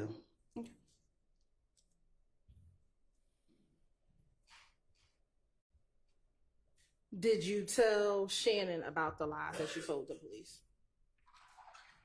Yeah, I think so. I'm pretty sure I probably did. Did you tell Thug about the lies you told the police? Yeah. Did you tell Yak the lies that you told the police? No, I don't think I told. I don't, because I ain't really talked yet much, so I don't think I told yet. And what lie did you tell them that you told police? That I spent the story that, you know what I mean? Shit, I told her, goddamn it, you know, shit, these motherfuckers on me, so I put it off on everybody else, get them off me. So you told Monksunk that you told the... I can't hear. I'm trying to. I got you.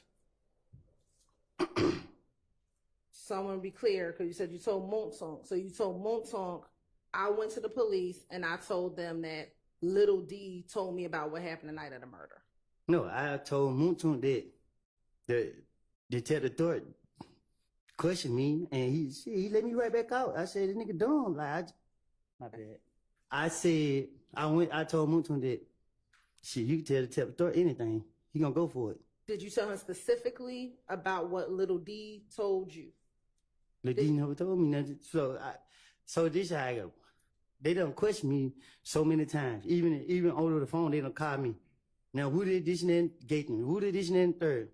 I ain't do it. I don't care nothing about it. I don't want to hear nothing about it. Why say?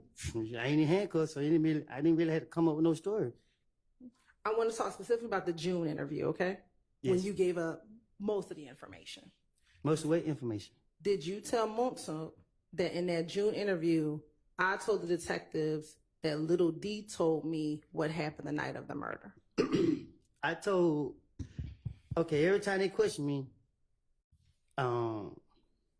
and I left, the ones y'all didn't lock me up on, and I mean, I was telling the D, I mainly told the D, I mean, because I felt like the D always had my back, so I was telling the D what the police would question me about, and the answers that I was giving them, and the D like, damn, boy, you hell. Like, with Montunk, just like, shout to them, they own me, you feel me? Like, well, they trying to get me, you know what I mean? Like, I put off on shell kill, like, I just told Montunk stuff like that. So I'm asking you specifically, because this is my question.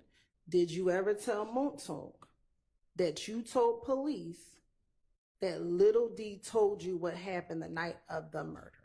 Well, I can't be specific about that because, like I said, I know I went back to Montunk. I got into it with Montunk because it's like I was telling him like, but they own me, and then I felt like he was starting stuff up. So, yeah, I felt some type of way towards him. So yes, you did tell him what I told Montunk. I feel like I was telling him that how I was spending the police, and he was creating a problem.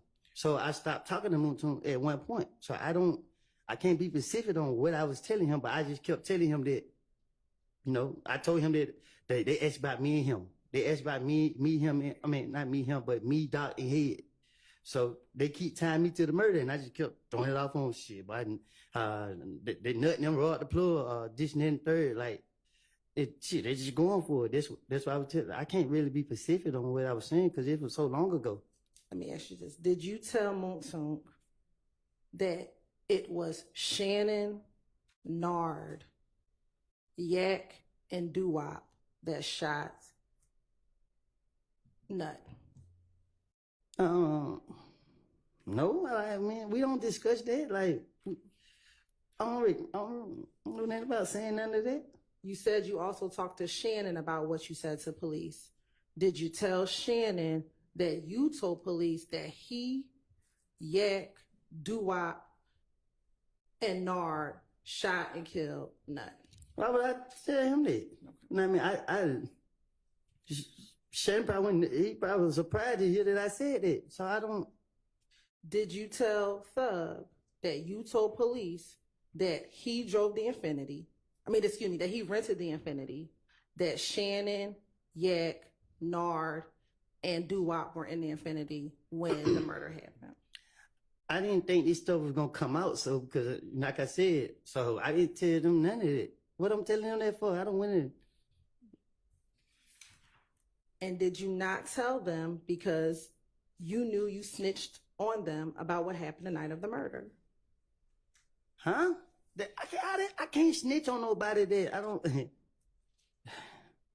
Like I said, if I knew that the problems that I caused would have did this, like I said, you know what I mean, I didn't even think y'all would do this. So talking about I snitched on somebody, this ain't their case. Let me ask you this. Outside of Deshaun, did you tell anyone what you told police about Yak, Shannon, Doo-Wop, and Nard killing Donovan Thomas? I'm make sure you hear me this time. I don't know. I never seen Yak, Shannon, Doo-Wop, and Nard. They never told me they did anything to Nut or Donovan Thomas. I never saw them do anything to him. I'm not trying to defend nobody, no nothing. Y'all trying to use lies that I done told in the past against these men. And I'm just here to straighten it up on my behalf that I lied. So you can't sit here and say I snitched on them for a crime that I don't know if they committed. I'll ask a better question then. Did you ever tell anyone outside of Deshaun that you told police what Little D told you about the night of the murder? You saying outside of Deshaun? I never told Deshaun that they did this. I told Deshaun that people were saying I killed Nut and I didn't do it. That's what I told Deshaun. And I told her that she needed to let the police know that I didn't do it. And so I ask you again, did you tell anyone that you told police that Shannon and Yak killed Nut? You said, did I tell the police? Did you tell anyone that you told the police that Shannon and Yak killed Nut? Did I tell anyone that I told the police that Shannon and Nut killed? That Shannon and Yak killed Nut.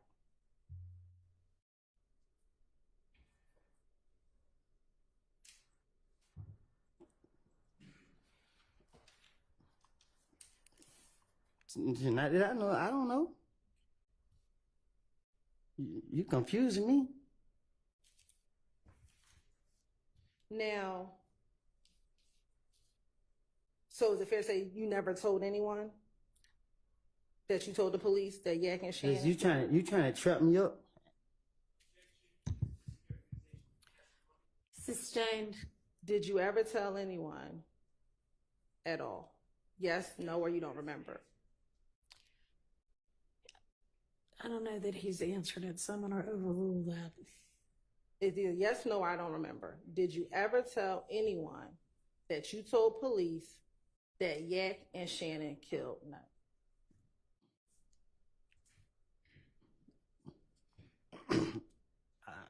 I don't know how to answer that because I don't want to say yeah I did. I don't want to say no I didn't because I can't remember.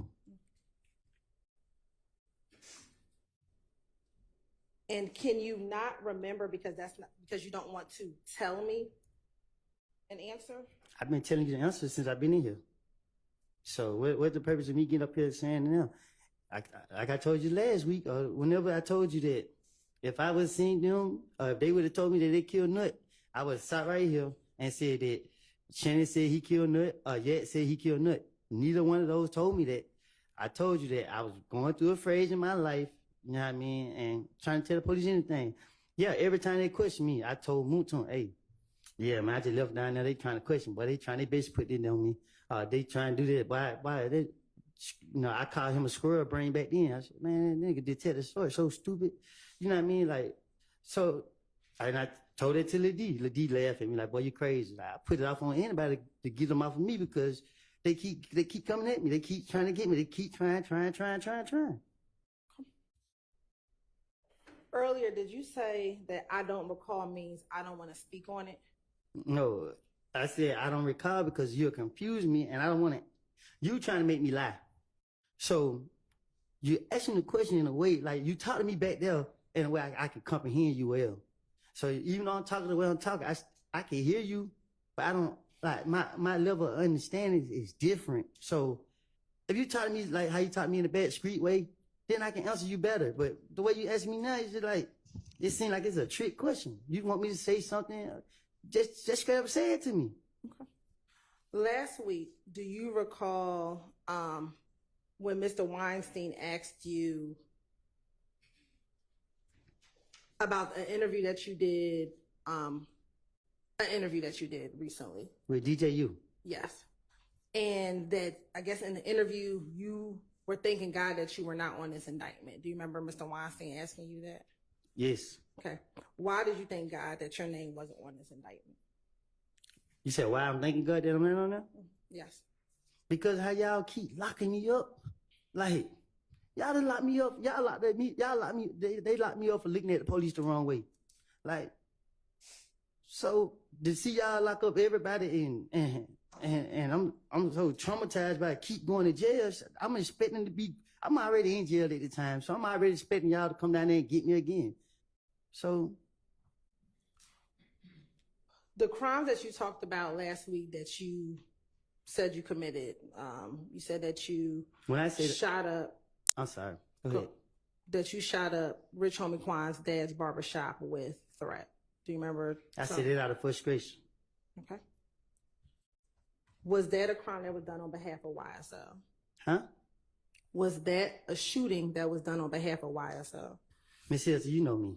You know what I mean? If I do anything, I do anything on my own. Like, ain't no a crime on behalf of YSL. Like, I keep telling you, y'all trying to make YSL be a gang and all that. A gang, you got shot callers, you got structure, you got leaders and all of that. Like, YSL a label. So if, like how y'all got all these peoples in here or whatever, you can't say that, oh, for instance, I got charged, y'all charged me with a possession of a firearm and possession of some pills. And the gang charge saying that I had you because I'm a gang member. No, I'm not a gang member. I don't have drugs, had drugs because I'm a gang member. Like, but y'all making this stuff be what y'all want it to be because y'all can do that. But it's not right. Back in 2015, did you have a beef with Rich Homie Quan? No, I never had beef with Rich Homie. And isn't it true that you told police that Thug had an issue with Rich Homie Quan because he brought some IF gang members to his condo? No, Threat had issues with Rich Homie Quan. I didn't ask about Threat. I asked about what you told police regarding Thug having an issue with Rich Homie Quan bringing individuals from IF gang to his apartment. Thug was protecting Rich Homie Quan. That's what I'm trying to tell you. So, like I keep telling you, y'all don't have y'all facts together. So I'm asking you a specific question. Did you tell police that Thug had an issue with Rich Homie Quan bringing members of IF gang to his condo? Again, when I'm talking to the investigators, I'm going to tell them anything to get them off of me. But as I sit right here, I'm telling you the God and the truth that Thug, I had an issue with Rich Homie through Threat. And about my partner, whatever he went on with, they don't have nothing to do with YSL. Y'all trying to make it seem like this has some, just because they don't have nothing to do, what I do and what Threat do, they don't have nothing to do with YSL. I still don't think I heard an answer. Did you tell police that Thug had an issue with I think I Rich just answered Homie you. Quan? I don't think you did. Oh, if you did, I did not hear you. So I'm you could sorry. please answer it. Yeah, I said it. Thug was trying to protect Rich Homie. He was calling us saying that, man, hey, man, leave Rich Homie alone. Like, yo, he don't tell me what to do. So that still didn't answer the question. Yes, no, I don't recall. Did Thug have an issue with Rich Homie Quan bringing members of IF gang to his apartment? Thug, did you have an issue with Rich Homie? I'm asking you for what you told the police. And I'm answering you. I just told you several times. I tell the police anything. Okay. Do you recall talking about the shooting at the studio with Rich Homie Kwan's car last week with Mr. Shard? I don't know nothing about it. And you asked him if he had proof. He asked you if it was you who did it, and you asked him if he had proof. Right.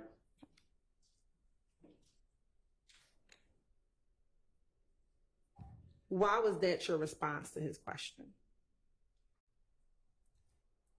I ain't answering it. I don't know. Was that shooting done on behalf of YSL? What shooting? At the studio. The one you asked him if he had proof of. Yeah, because that was my first time hearing something about some shootings. I don't recall. I don't know. You talking about the shooting at the studio? If it. Right.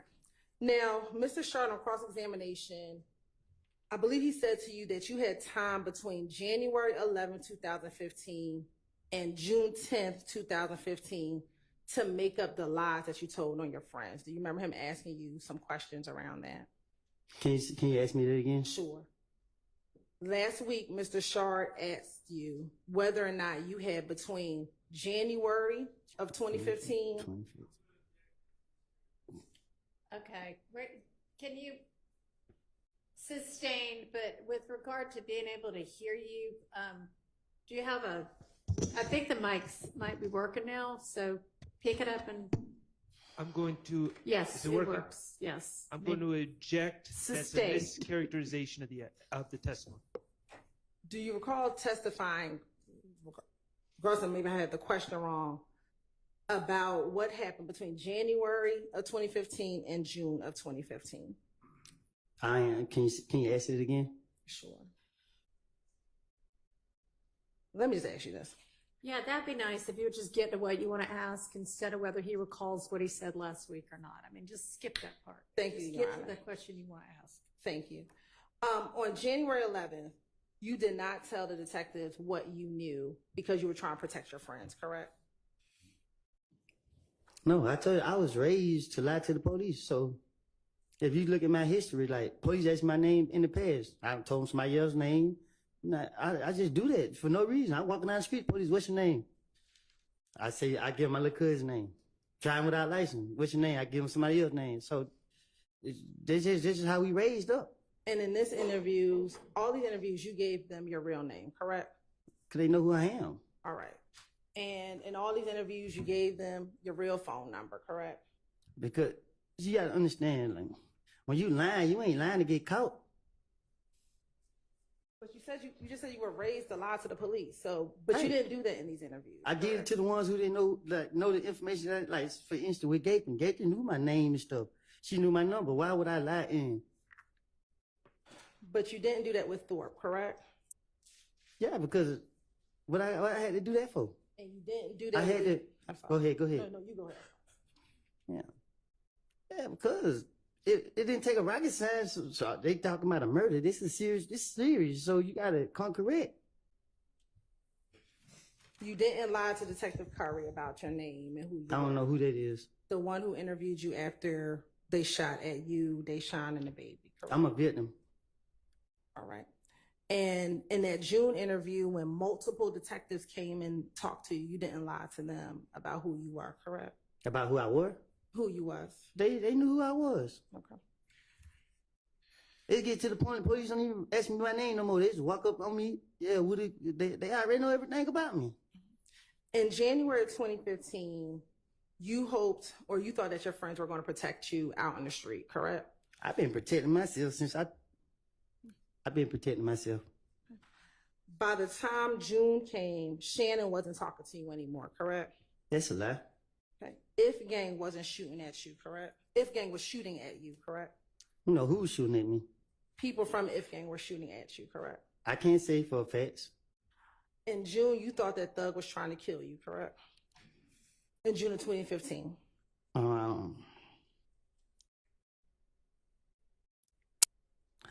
I was going to use that for a platform to start problems with. So I use people to, you know what I mean? To be honest with you, yeah, I let people get in my head.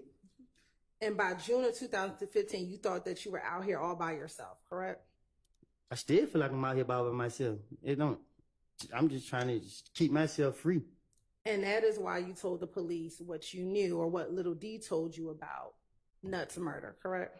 Lil D never told me anything. And again, if you ask me now, we can speak now. But if you want to keep going in the past, I'm going to keep telling you the same thing. Like, I didn't tell the police anything. Now, you've known that you've had to testify in this trial since, or that you were going to be asked to testify since about November 2022, correct? The way y'all played it, man, y'all kind of kept me in a blind.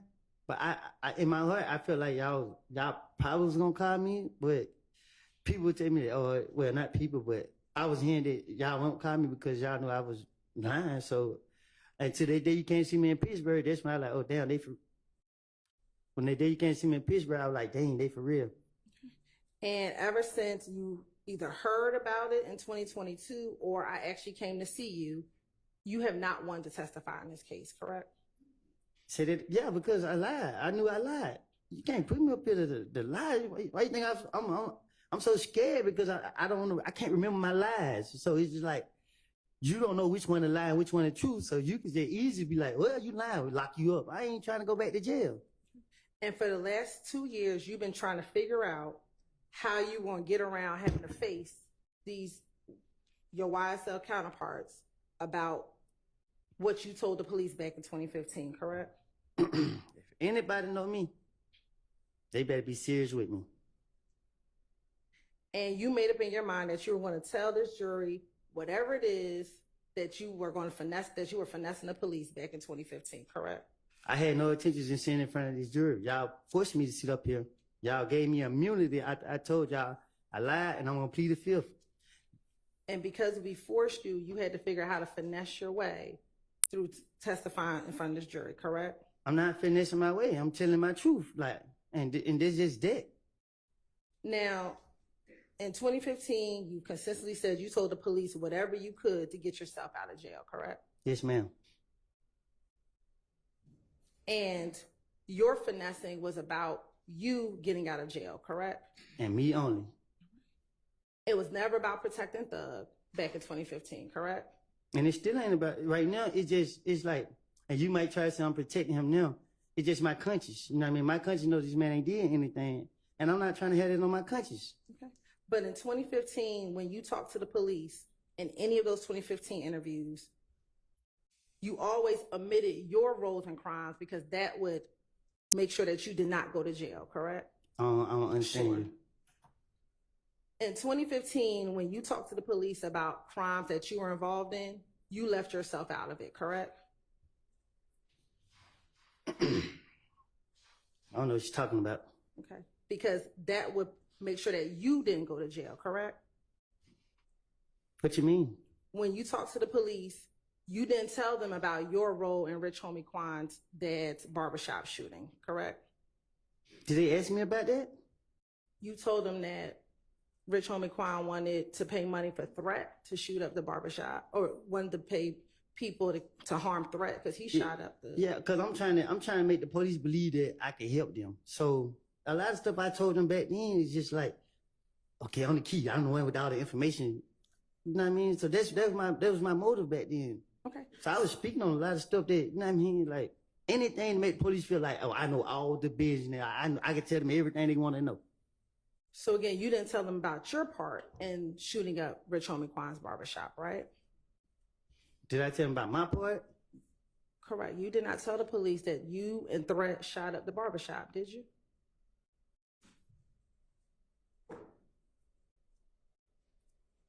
So what, you gonna charge me now? I didn't say that. I'm just asking you a question. Did you tell the police back in 2015 that you and Threat shot up the barbershop?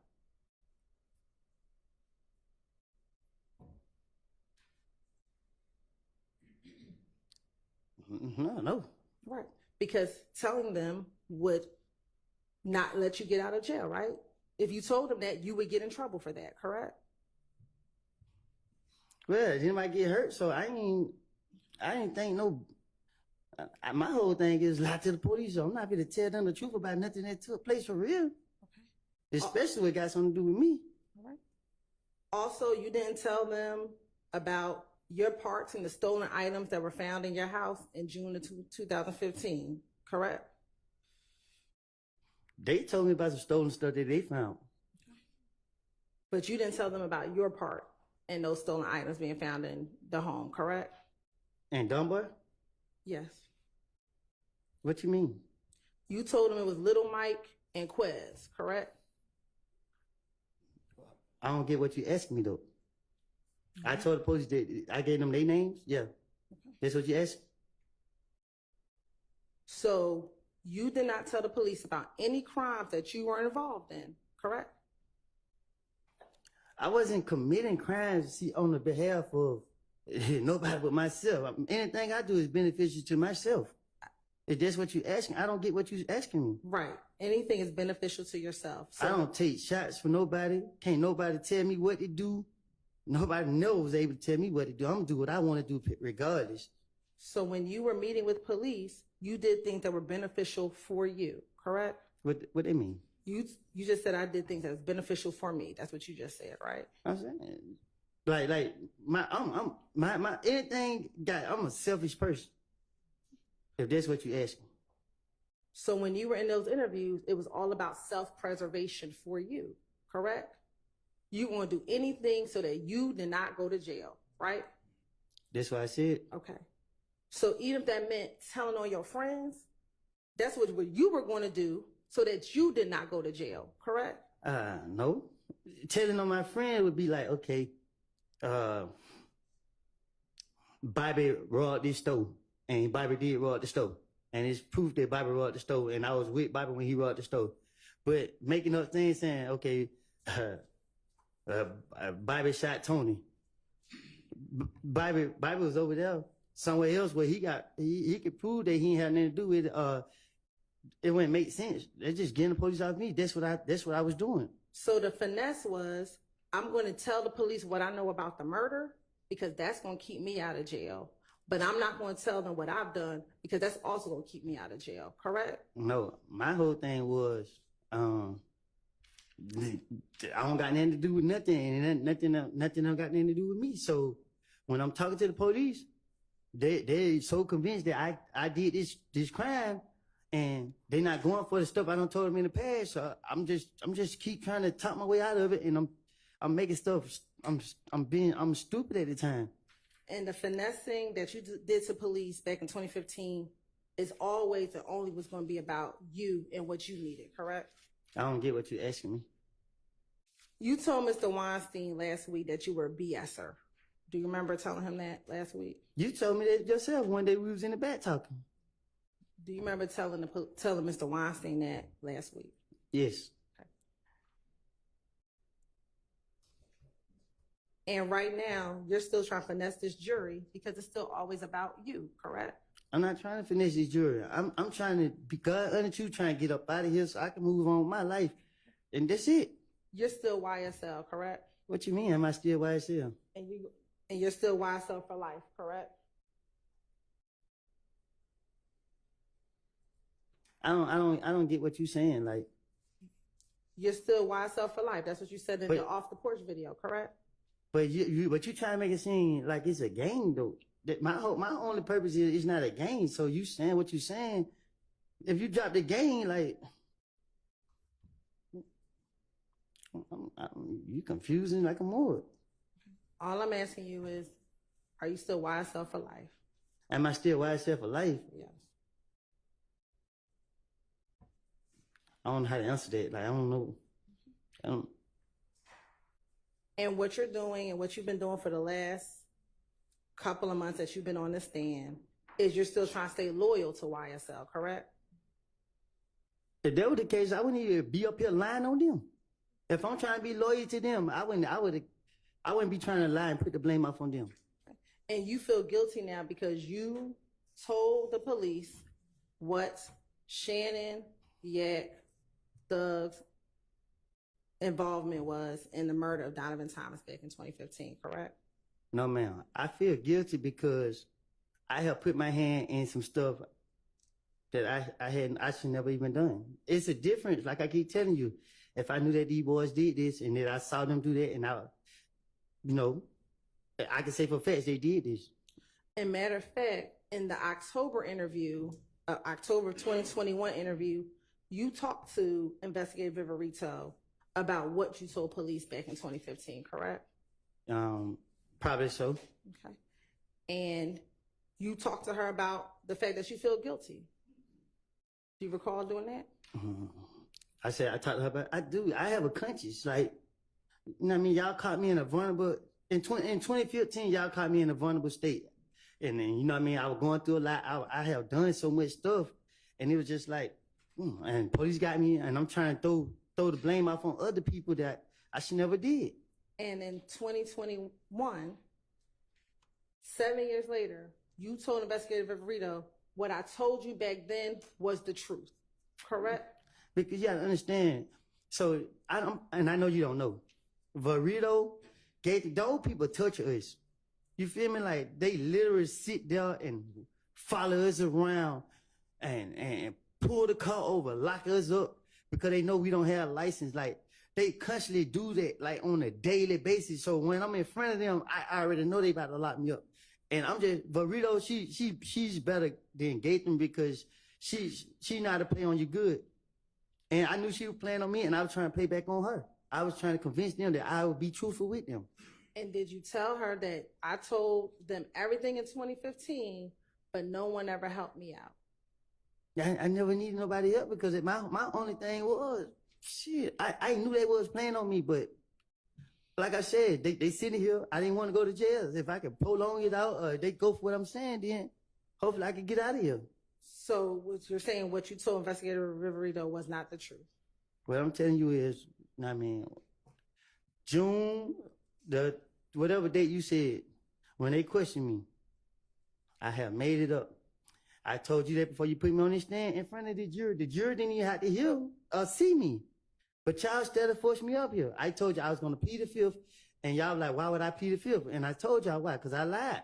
So don't put me up here and expect for me to say something that is a lie. If you ask me the truth, and I can tell you the truth. And the truth is, I didn't see these boys commit no crime. I'm not trying to protect nobody. I don't even know some of them over there. Your Honor, the state would like to attend the State's Exhibit 3078, Yankee, Frank, and play portions of the October 2021 interview. All right. Well, first. You may. Tell me that number again also, please. Yes, Your Honor. 378, Yankee, Frank. Okay.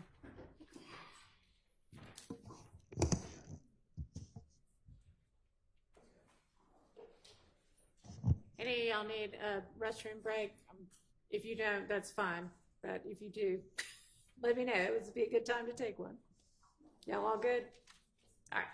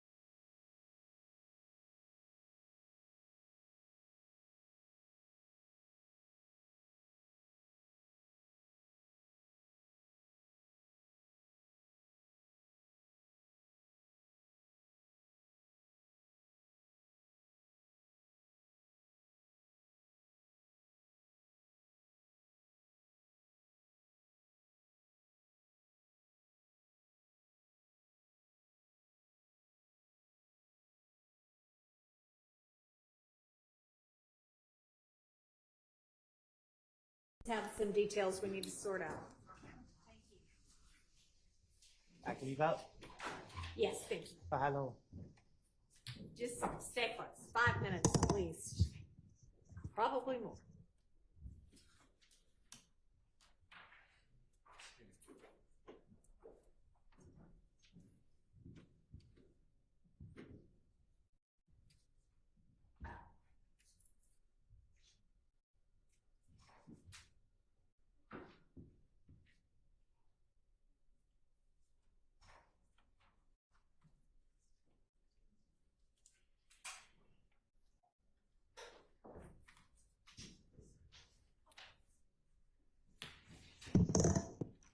All right, so yeah, Mr. Short, you were saying that this was not one of the statements that we had kind of litigated in detail or at all, and I think that's right. And Ms. Hilton has 4 specific little excerpts, but instead of trying to sort that out up here, let's just, if you'll go ahead and put on the record what those are and let the defense attorneys have a chance to see what you're talking about and whether there are any objections that we need to go ahead and sort out without the jury being present. And we can play it right now. It's only about 2 minutes in total, Your Honor, the 4 sections. I'd really not want to hear it 2 and 3 and 4 times if necessary. If we've got a transcript of it, do we have a transcript of it? I put the yellow one. Do the defense attorneys have a transcript of it? Yes. All right, just reference the page numbers. And Your Honor, I have a copy for the court. Okay, thank you.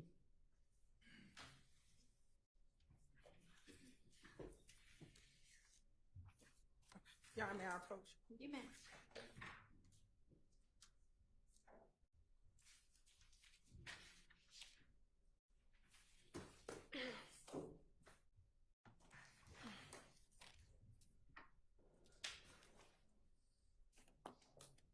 All right. Your Honor, the first portion is on page 12.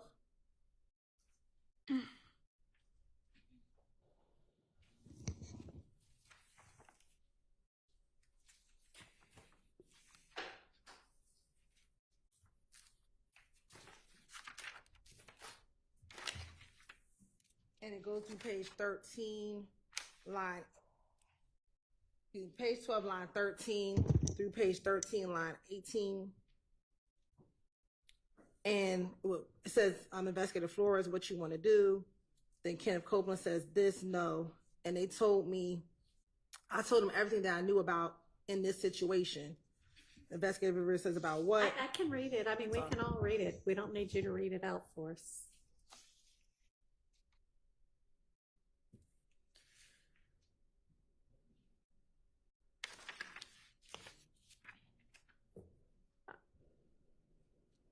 Any issue as to that? And it may be that there are some unintelligibles that aren't unintelligible that might be problematic. So I guess that part you could fill me in on. I would need to go back, but I believe essentially he's saying I told them everything that I knew back then. That's what he's talking about. Okay.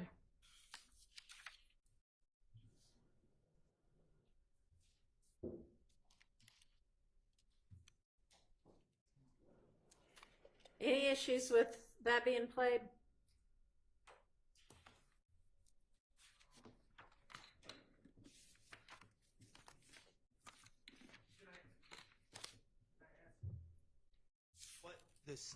Why is it being played? Why is the out-of-court statement being played?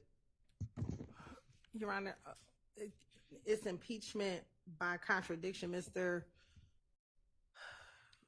Copeland has, again, testified that everything he said in 2015 is a lie.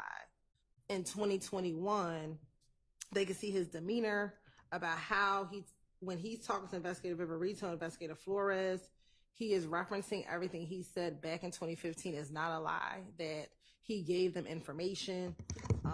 He gave them what he knew about what happened in 2015.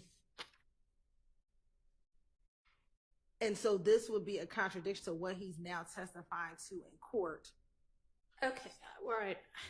By the time this is going on in 2021, right? This yes. interview with Viverito? Yes. So he's given all of the 2015 statements, right? The January and February ones, but also the June one. Correct.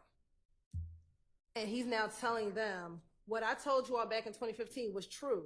Like, I told you these things. I told you what I knew. And he says them multiple times in this interview to, again, negate this idea that everything he said in 2015 is a lie.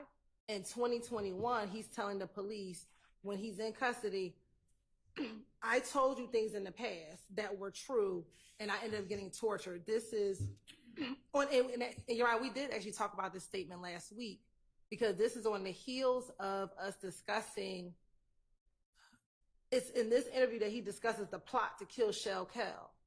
And we talked about the fact that the state could not get into the fact that he plotted on Shell Kell or that he knew about a plot to kill Shell Kell, but there were specific areas that we said we were going to get into. We weren't going to talk about the Shell Kell plot, but in this interview, he talks about the fact that what he knew in 2015 was true or was accurate, was verifiable. And so that's what this portion is, Your Honor. I guess I don't agree with the state's characterization of his testimony here today. He's saying that he has lied on these gentlemen in the past, and he is in court telling the truth, and that it was a lie before. I don't recall him specifically limiting when he lied or how he lied.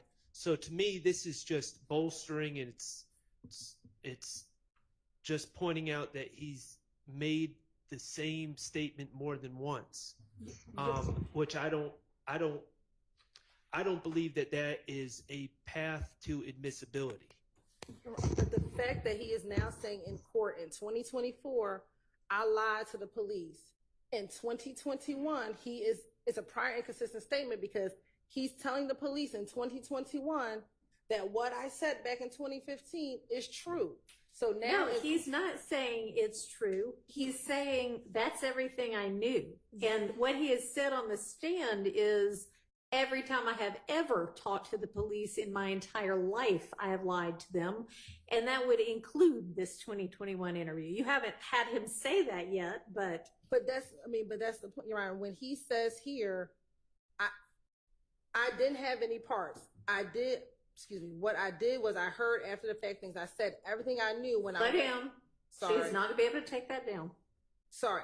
And I said everything I knew when I went through that. He's now telling this jury, I never told the police anything Little D told me.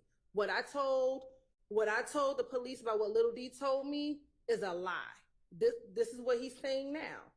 What he said in 2021 is, I told the police everything that I knew, which is what Little D told him.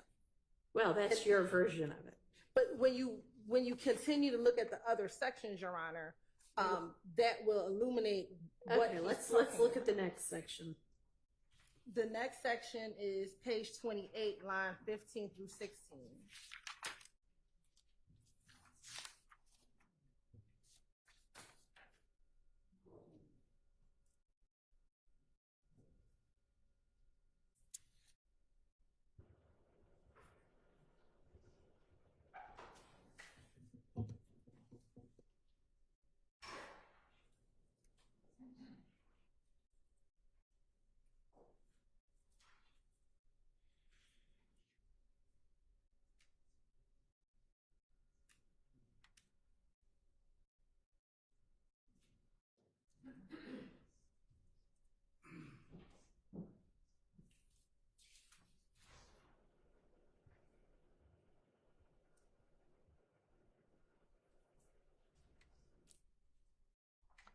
So he doesn't appear to be talking on lines 15 and 16 about the same thing that we've been talking about here in court. That appears to be about something else, doesn't it? No, so that's what I said, Your Honor. So this interview starts with Copeland going into, after he's arrested, he goes into the interview and he's like, I have information I can provide. Right. The information that he can provide is about a plot to kill Shell Kel. Mm-hmm. So when you get to page 55 and he starts at line 12, there's a murder. We were on page 28. Excuse me, page 28, line 12. Okay. When you start, he starts there. This is a murder that's about to take place with some very bad people. Bad people. The stuff that I know right now, you know what I mean, should be good enough, I think he says, to get out of my situation. You know what I mean? I'm not bullshitting. You know the last information I gave y'all was right. The last information that he gave was about 2015. That is what he's talking about here. And then I can further continue. Do you have something that establishes that that's what he's talking about? Yes, he tells Investigator Viverito, I think earlier, and I'll find the page, because he keeps bringing this up in front of Investigator Flores. Investigator Flores doesn't know about what happened in 2015. So Investigator Viverito says, are you talking about this stuff in 2015? He wasn't here. So you have to give him some more information because Flores wasn't around in 2015. So the context of this is he's referencing what occurred back in 2015. So where's that part? Let me find it.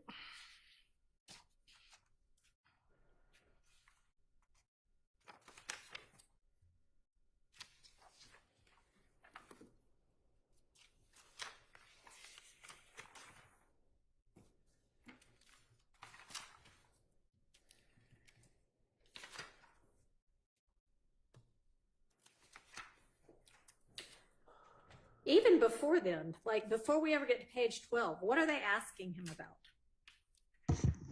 So before you get to page 12, when he gets into the interview room, he's about to get arrested, and he begins to tell them that he has information about some stuff that's going on tonight, getting ready to happen tonight.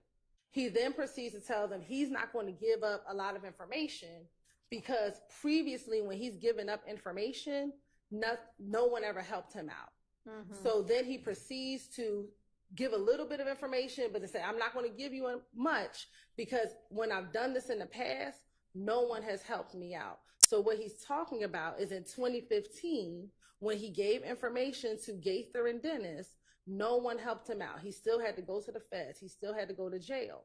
So throughout this interview, when he makes references to the past, he's making references to what he told police back in 2015.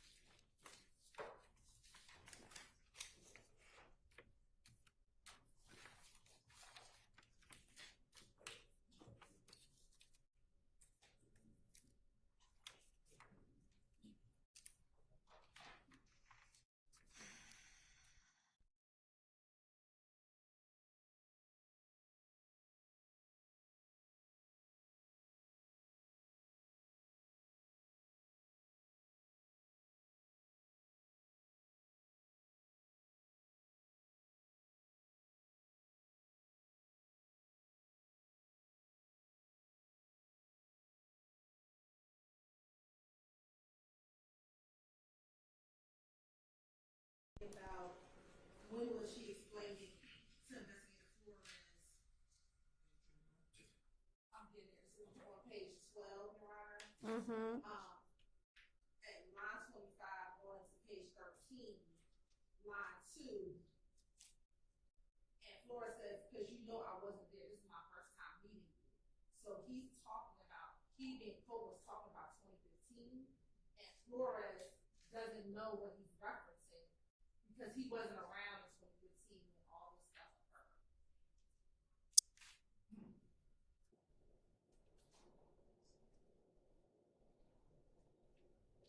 And that's why he said, so you have to fill me in. And so that's when he goes into the paragraph that we want to play, which is starting at line 12.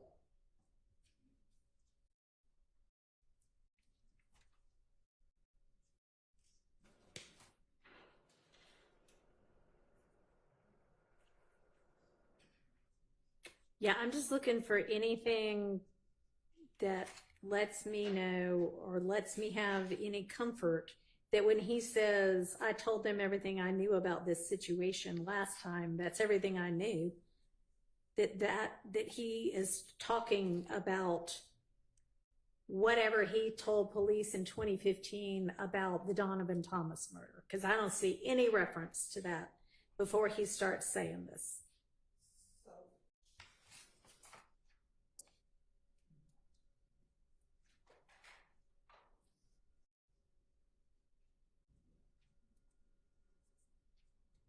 I mean, he's saying on page 9, they're saying you want to talk about today. Correct, right? But when he's talking about the last time, Yeah. I think that Mr. Copeland, there are no other interviews between APD and Mr. Copeland between June 2015 and October 2021. So he does not ever meet with the Atlanta Police Department ever again until this occurred. So when he's getting locked up, he's referencing, and he even talks about Gaither, and I'll find where he talks about Gaither in here, that he didn't trust Gaither, or Gaither didn't help him out, essentially. And so his whole reference is about 2015. And if we continue to page 144,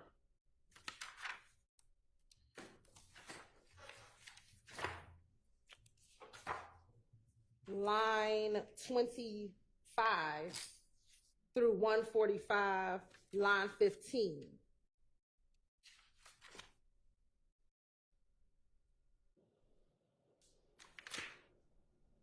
So what does he say on 9 through 10? Everything I knew about what happened with that unintelligible situation.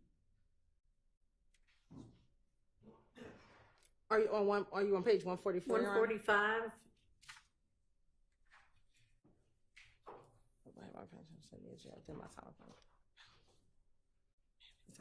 I mean, I do see he says everybody felt I had something to do with it. So that at least is some kind of circumstantial indication that he might be talking about the Donovan Thomas murder. And if you give me courts and those, go 217, Yeah. 23. Answer your question. According to my notes, the unintelligible on line 10 is same. Is what? Same. Same. Yeah, with that same situation. Okay. And then I also talked to that he talks about Gaither.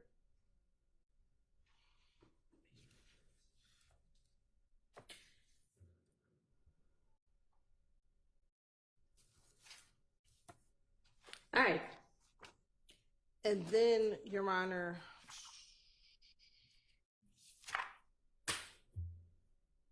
he mentions Gaither on page.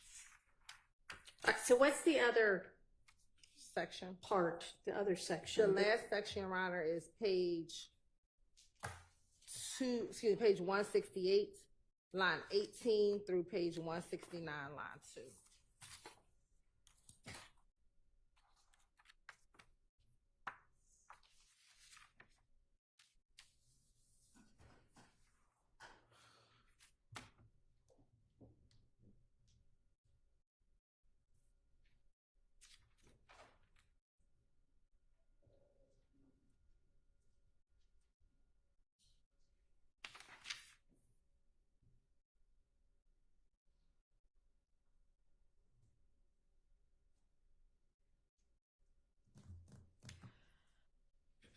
All right, and so is your position that he's essentially like protesting in this interview, look, I told y'all what I knew, which was the God's honest truth the last time, and y'all didn't do anything to help me.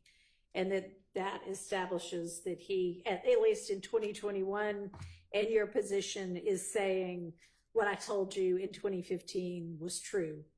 And that's inconsistent with what he's saying on the stand today and the past few weeks, which is everything was a lie. Yes. I mean, whether that actually accomplishes that or not, I guess will be up to the jury, but Well, yes, sir. before it gets to the jury, I just don't know of any rule of evidence that allows someone to reiterate in between the time of the original statement and testifying. Okay, we'll say those two things are inconsistent. I don't know why a statement made in between those two times would be admissible as either a prior inconsistent or prior consistent statement. It just seems like we're at this point using another out-of-court statement to bolster the June 10th, 2015 statement. So I think the state's position is that Mr. Copeland is now saying, he's now disavowing everything he said in 2015 and saying all of that was a lie. And it's only here today that I'm telling the truth. Everything before was a lie. And here is something prior to today that is him saying the exact opposite of what he is saying today. So it is inconsistent in that way. So his disavowing prior statements certainly has happened, and he's disavowed it. To me, as I've listened to the testimony, he hasn't specified, oh, I disavowed the June 10, 2000. He said every time I talk to the police, it's a lie. Mm-hmm. And I don't know what playing another statement, which he's already saying is a lie, what that is accomplishing. I just don't see this. To me, the state needs to outline a path, an exception to admit a out-of-court statement.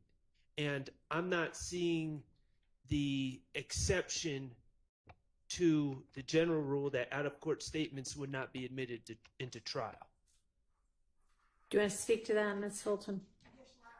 I believe the court said in its analysis that you just gave, what he's saying in court now in June of 2024 is inconsistent with what he has said in any of his interviews to police. And in 2021, 6 years after he gave his initial statement, he is still telling the police in 2021, what I told you in 2015 was true. You all didn't help me in 2021. What I told you all then is what I knew. I gave you the information. That is inconsistent with what he is saying now in court, that he's just finessing the police, that he's just telling them whatever, and the jury can determine if they believe what he's saying now in court or if they believe what he told the police back in 2015 and in 2021. They can make that decision. But this is an inconsistent statement with what his court testimony is. But isn't someone in 2021 saying what I told you in 2015 is the truth, was the truth? Isn't that exactly what we don't allow in the trials, is someone self-bolstering their own statements?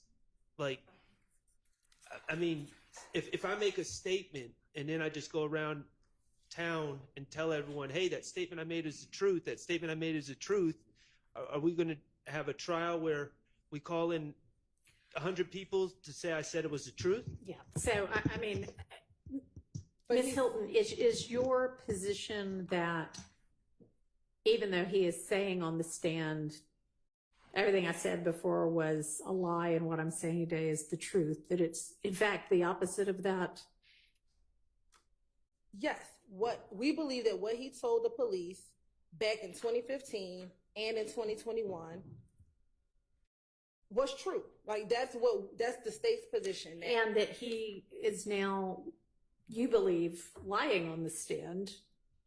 Correct. The state believes he is lying on the stand saying that what he said back then isn't true, but even and that his motive for doing so is, we believe his motive for doing so is that he's now present and has to deal with what he said back in 2015, now sitting in front of the individuals he testified or he talked to police about. He now has to confront his own statements in front of these defendants who he talked about back in these interviews in 2015. and so he's trying to wiggle out of it today. He's trying to wiggle out of what he told the police back then, back in 2015. And furthermore, in 2021, he's asserting again what he said back then was true, but now he's trying to tell this jury that everything he's always said is a lie. But in 2015, with no prompting from anyone else, he brings up what he told police in 2015. Investigator Verito didn't ask him about what he said in 2015. With his own prompting, he told the detectives his first line, which is on page 12. All right, so I think that this would come in under 24-6-613 C, that essentially right now he has, and I'm not saying he does, but the state's position is that he currently today has a motive to lie, and that this 2021 position he took with the police is before that motive to lie arose, and it's prior to that. Although honestly, it's not a consistent statement, then it's an inconsistent statement. So, I mean, in all honesty, I mean, you've already rehashed a lot of this, and I think we're just kind of plowing the same ground. And furthermore, the defense counsel brought up this interview, one, by playing the jail calls that they played. They played, this is the interview that was leaked. And I believe Mr. Shar asked a line of questioning about this particular interview. I think he ended up asking the question. He was getting ready to play the video, but he did not play the video. I think he asked questions regarding this interview, and I would have to find the exact clip when he actually was going to play this interview for the jury. But I think he ended up just asking the question because there might have been some technical difficulties with the interview itself. So this interview has been discussed. The portions are about 2 minutes total. And more importantly, Your Honor, the last section is what I just asked him about, which is feeling guilty about having to confront or be around thugs. And what he says in this, it's the same thing. I feel guilty about it. He doesn't say why he feels guilty about it. On page 24, he does. He says, on page 168, he does say why he feels guilty. He says, "You don't understand how it makes me feel when I go around. You want to know?" I think he says, "Know the truth. When I go around, dude, I know what I done. So I don't want to be around him because of guilt. That's why I don't want to be around, because I'm afraid." And you fill in the blank about what the reason for that guilt is. He says it here. He says, "I know the information that I gave. Y'all sit here and play like this ish ain't valuable." Which could be, I ratted him out, or could be, I totally made up something on him, and he doesn't specify which. But we believe when you look at the totality of it all, our argument is that he is talking about the fact that he gave up information. Okay, but this doesn't establish that this is inconsistent with what he's saying on the stand. You need to move on to another topic. I'm not going to allow this. I'm going to give you this back. Okay, thank you.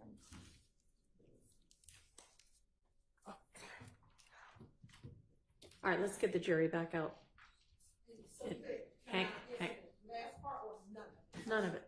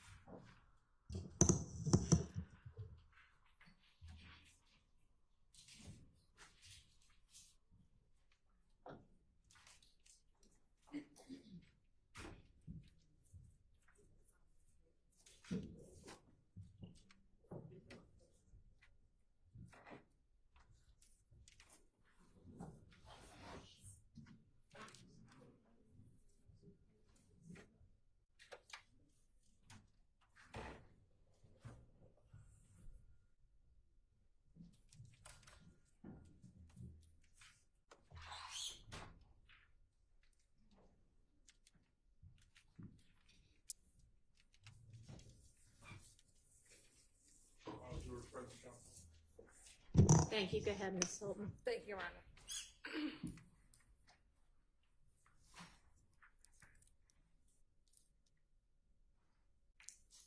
Now, Mr. Copeland, you've told the jury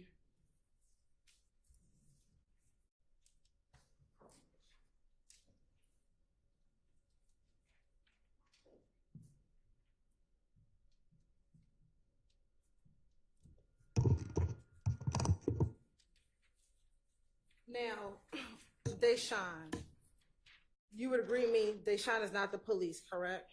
Can you say that again? Deshawn, she's not the police, right? Right. Okay. She's the mother of your child, your daughter, correct? Correct. And in 2015, and through 2019, when you were in custody, she was taking care of your daughter, correct? Can you say that again? In 2015, she was taking care of your daughter, correct? Correct. All right.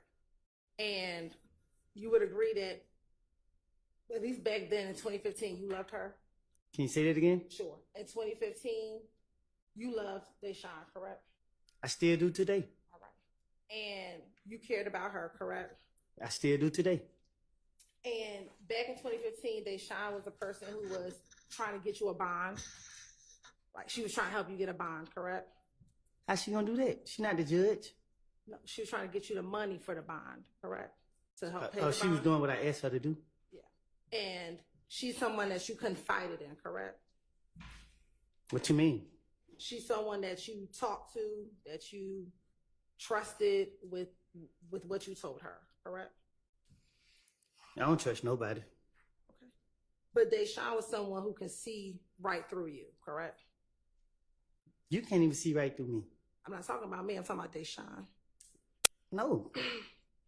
Deshawn isn't someone that you could finesse, correct? Say that again? Deshawn is not someone that you could finesse, correct? She not somebody I can confess. Finesse. And what make you figure that?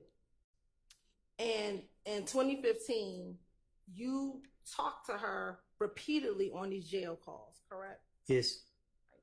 And you talked to her about what you felt. I talked to her about what I felt. Yes. Your feelings. All right. You talked to her about your interviews with the police. I'm listening. You talked to her about what you told the police, correct? Mm-hmm. I talked to her about what I wanted to tell her. And you told her everything that you were feeling back in 2015, correct? No. All right. Cause I didn't. No.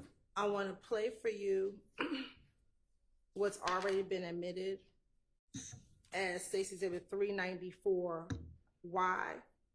and I'm only going to play from 7:50 to 11:24. Right now? Yes.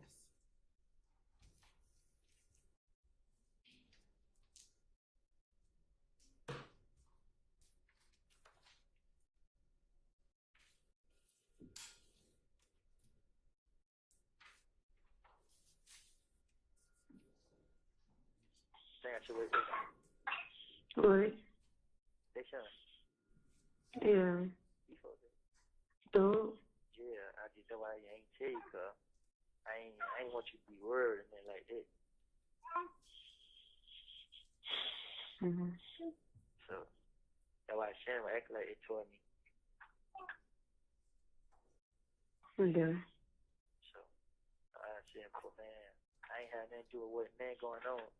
Before I let you meet take me with my family, man, I just go out like a sucker. Yeah.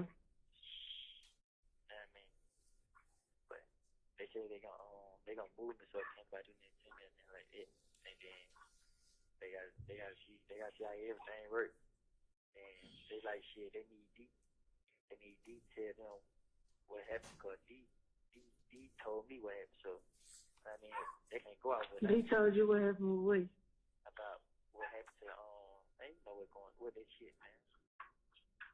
Talking about what? Yeah. Mm.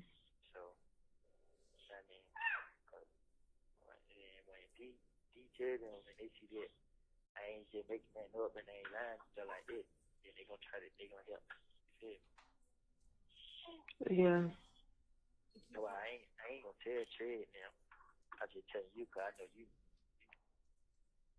So there, did you tell Deshaun that D just has to tell them what he told me? Can you say that again?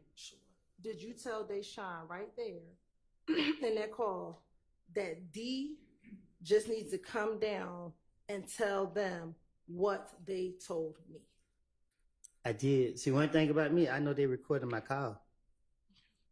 And that was after they locked me up. I knew they was playing me in the interview. And did you also tell her that once D comes down there, then they'll believe that what I tell them is the truth? Because that's what I was expecting. So what's up? You know what I'm saying? You know that tell me. Trey, no, everybody gonna know. Yeah. I mean, so they just me and your secret. We gotta take them to the grave. Yeah, that's all right. Yeah, why you trip with Devo? I ain't telling you all this.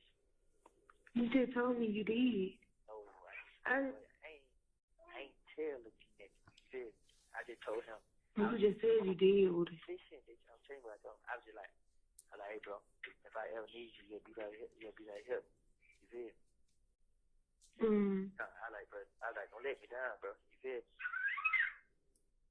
You just said you told him. Wow. Cause you. Listen, bro. I only told you. Yeah. I only told you. You the only person I told. Woody, which one you gonna say? Cause why'd you lying? You're not listening to me, bro. I told you what I told him. Listen, I just asked him like, hey, bro, would you ever be there? Would you ever be able to You just switched the whole thing up. No, you're not. I just told you. I let him know, like, I just let him know, like, bro, if I was to come to you with a situation, would you help? And he was like, yeah, bro. I like, you sure, bro? Cause I helped him when he came down here. You feel? So one thing I know, when these folks come in here, he not gonna lie. You know what I mean? He don't want to play with these people, bro. You had nothing to do with it.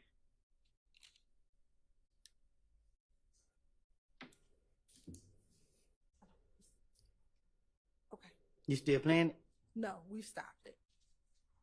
Now I want to play for you what's been tendered and will be admitted as State's Exhibit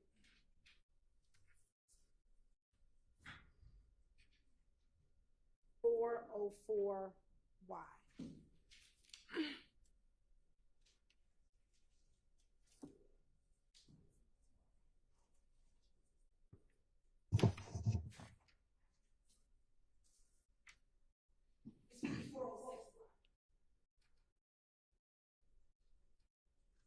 Y'all need to listen to it?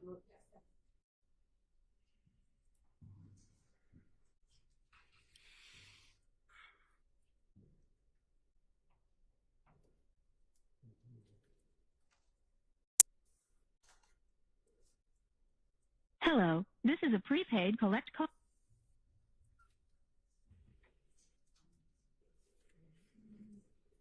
Hang on a second. We'll try our backup system.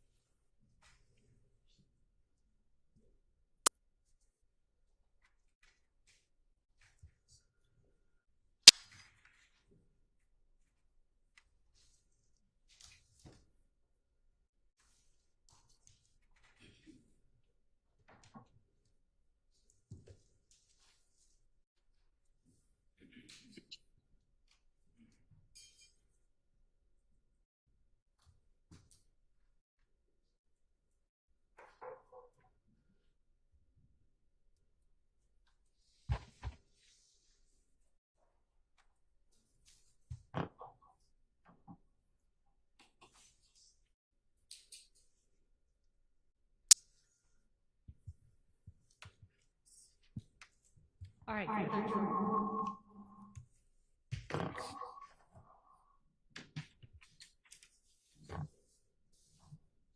Just try it. You can hear it.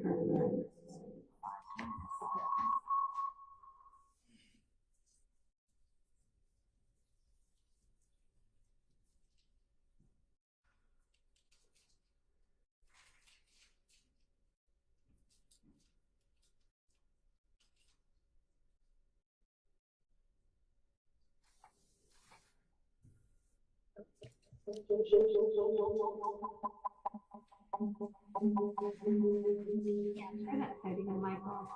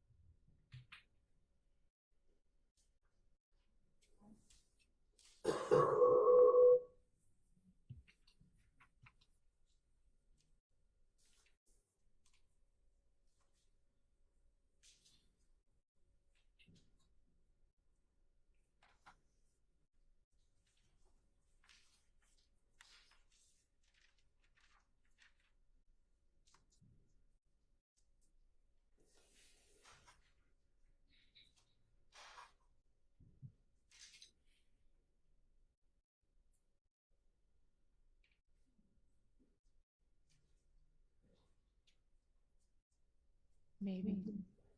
Okay. All right, Miss Hill. Nope.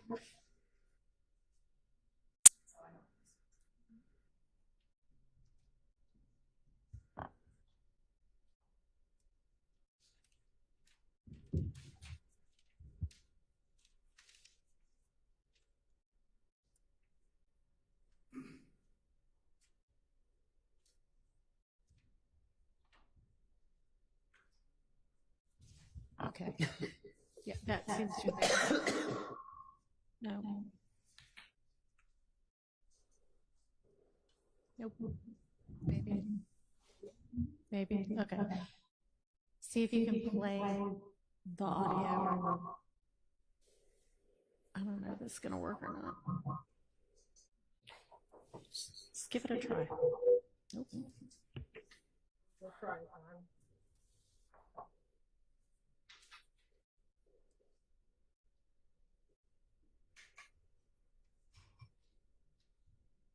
This is a prepaid collect call from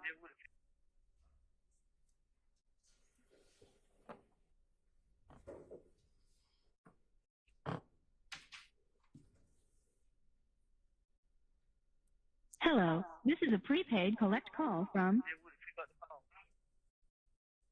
an inmate at Fulton County Jail. Can you hear it, Mr. Cook? Can you hear it? Yeah, I can hear you. We're there. Echo.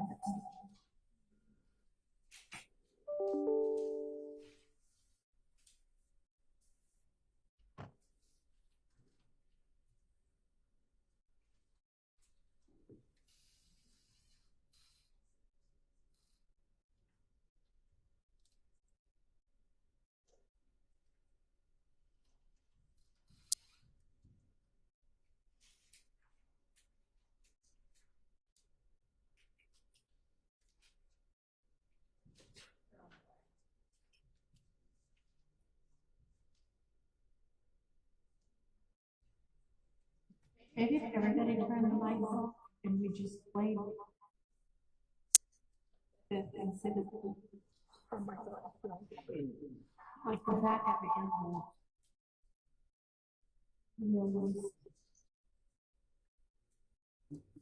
All of our myself. Nobody else. I choose another.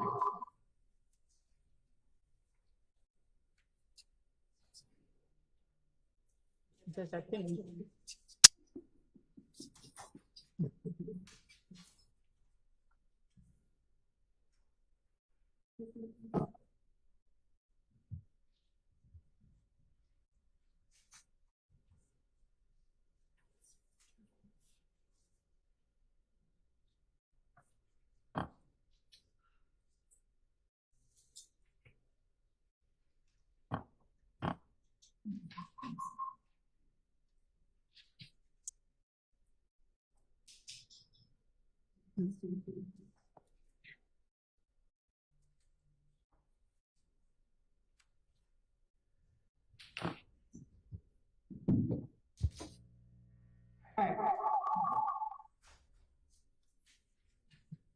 We're gonna try to do this sporadic. First, turn off the backup system. Clearly, doing it right. And maybe our system will work. In the meantime, IT proceeds. Maybe they'll have ideas for fixing it. I don't know. I don't know. Clearly, the backup is obvious.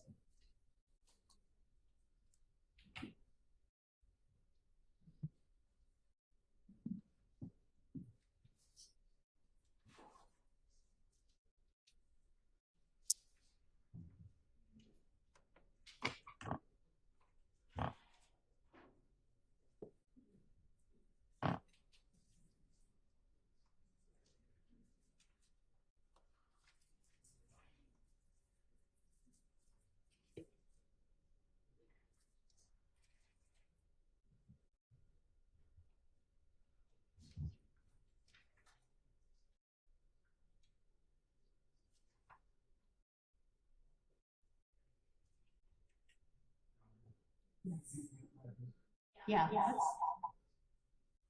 let's just break until we maybe have this fixed.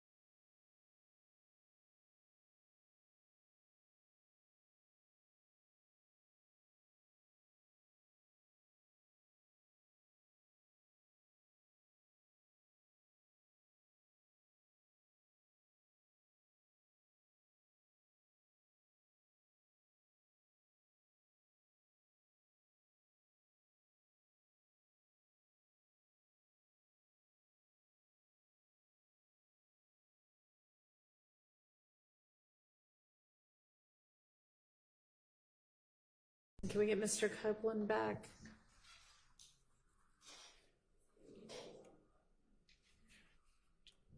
Do we have either Mr. Steele or Mr. Adams on the others?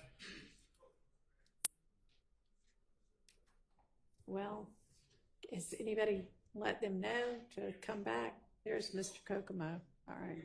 All right. There he is. You have everybody else.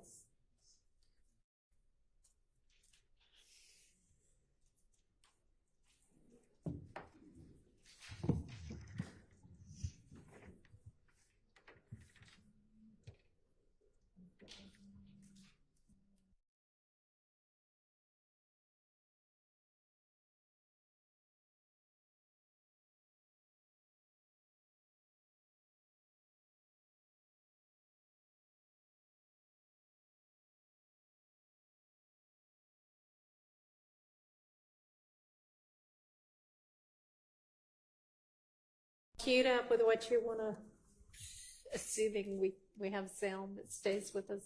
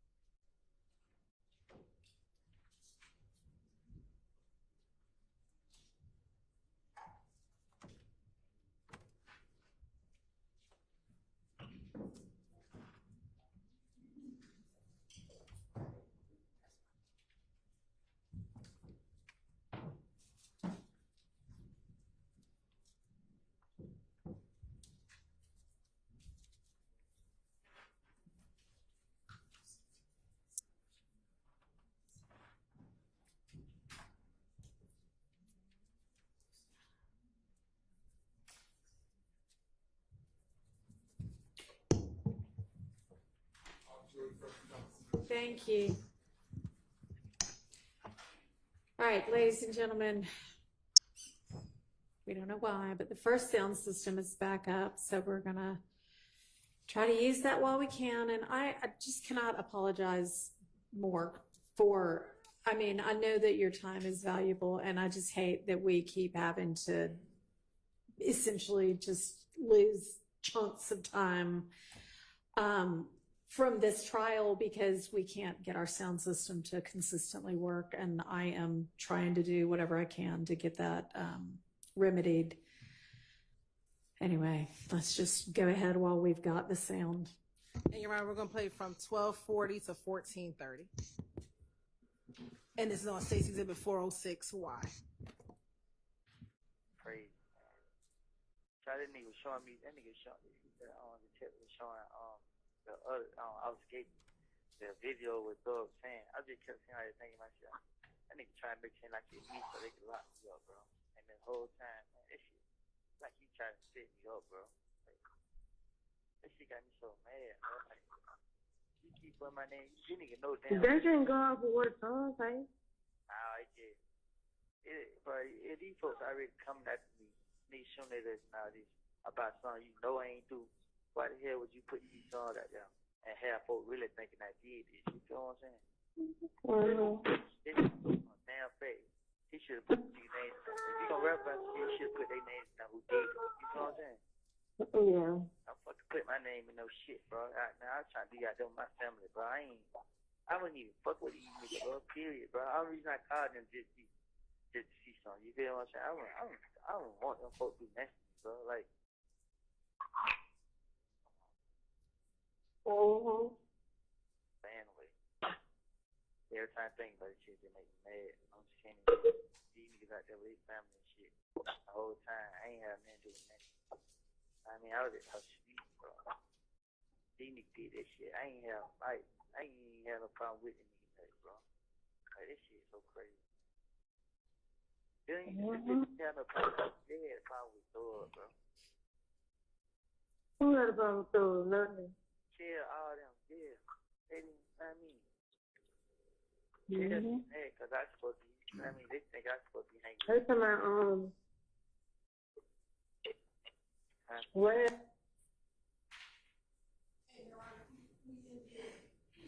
1428. Now, Mr.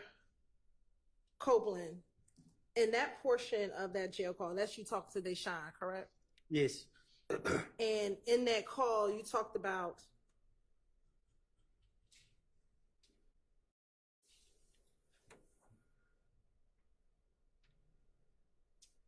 the fact that Thug put you inside of a song, correct? Yes. And you didn't like the fact that that song had been released at this point because people are thinking that you did something, correct? Yes. And that's what got you upset, correct? That's what it say. And were you upset about that? That he put your name in a song? You sure right about that. Okay. And when you said these N-words are shooting at us and all this is about something you know I ain't do, what are you talking about?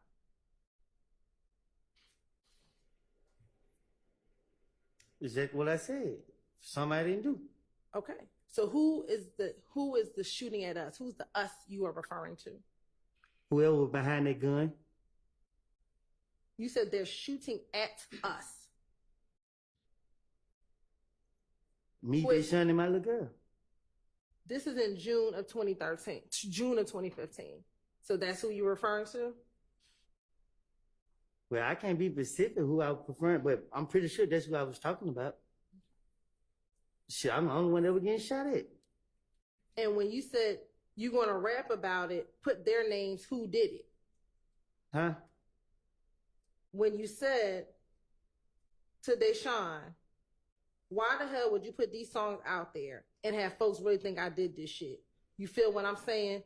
This N-word, this N, know for a damn fact. He should have put these N name in it.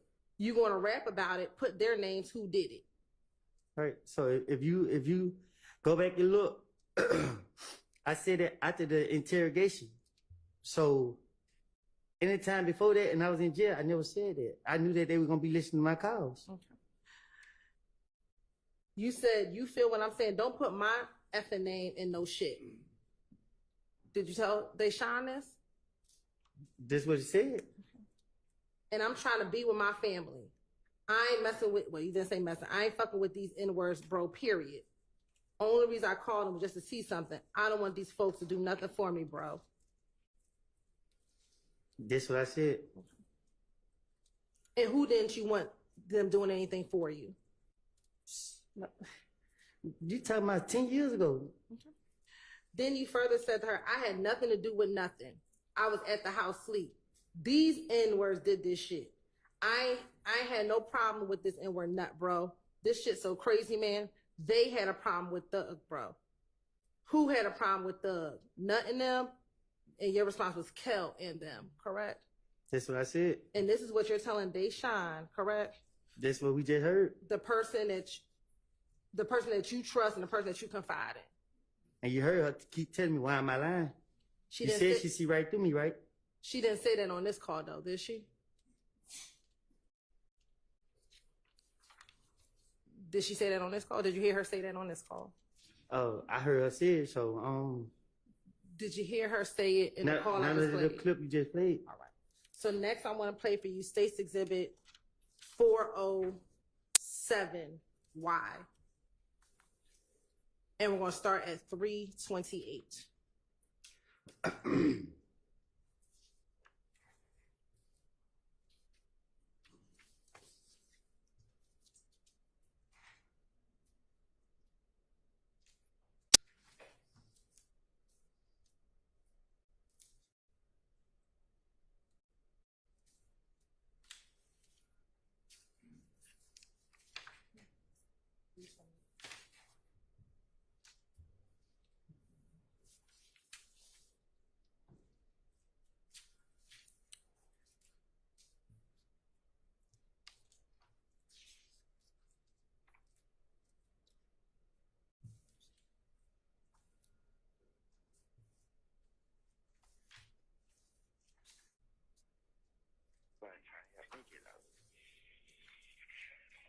I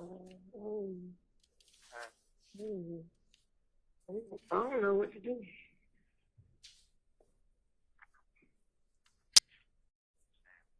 Crazy. I don't know what they say. What did you say? I don't know. I ain't called back. I was talking about what the I was forgetting something. I ain't talked to her. Mm-hmm. I know she's a freeze for all right. Mm-hmm. You hear me? Oh, yeah. And then they thinking I'm doing everything for love. So they thinking in me. You know what I'm saying? So they like, yeah, I can get about 25 years. They don't even have no evidence. Huh? No proof. They don't have no proof or no evidence. No, the fed different.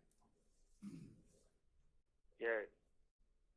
Yeah, I hear you, but they don't have no proof, no evidence. And you know you want to do it, then why you stressing yourself out? No, it ain't about it. It's about everything them niggas doing, man. Like, they thinking of me, then, you know, he already put my name in those songs and stuff. Talking about what I do. I mean, he making these folks thinking me who doing it. You know what I'm saying? Like, this shit is on another level. You know what I mean? This shit ain't got nothing to do with it. It ain't got nothing to do with it when home getting killed. It ain't got nothing to do with it. It got something to do with all them houses getting shut up, all them guns, all that. You know what I mean? I ain't got nothing to do with none of this shit. You know I wouldn't just hang with them. You feel me? But I just got to prove that I ain't had nothing to do with none of this. You know what I mean? Yeah. That's why I was trying to tell you. Don't tell nobody. I mean, I don't care. I ain't told nobody. Huh? I ain't told nobody. Yeah, I know that. I know. Shit crazy, man. I told her. Why you should told? You told me what? What? What you say? Why you infiltrate one $50 they both gave you down there? I can't hear you. Why you didn't just infiltrate the brand of $50 they both gave you on your book? What, to you? To put on your book. Because he ain't came out there yet. He probably trying to see him and say him to put the $50 they both gave you on your book. He's gonna give me some money from himself. Like, he's gonna come up with my own. I just ain't, they trying to kill it, you know, I ain't got a chance to tell nobody. Yeah. You want me to text him? Yeah, catch me. And that's, okay, he come put money on the book. Hold on.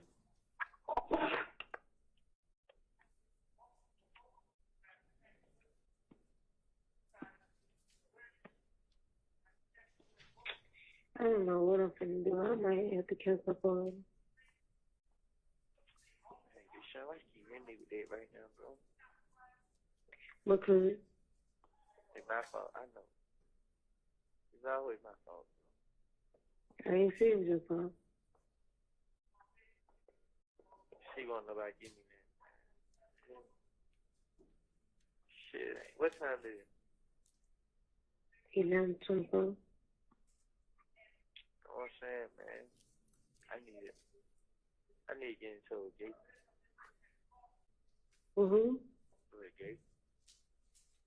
Who? Gate, You know how to get Procedural. You want to try to call on two-way?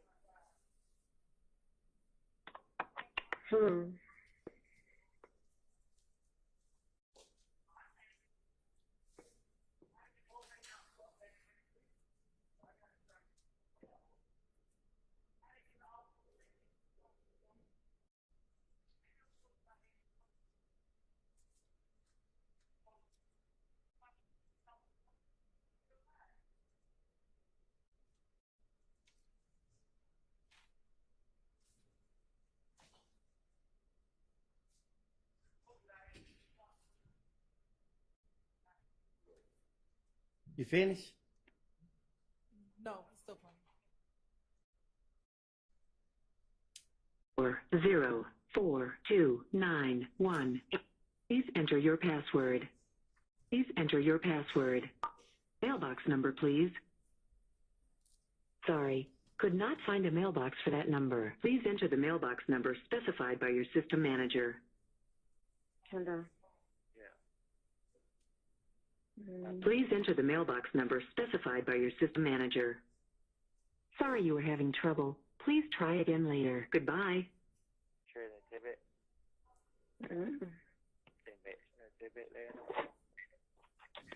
What?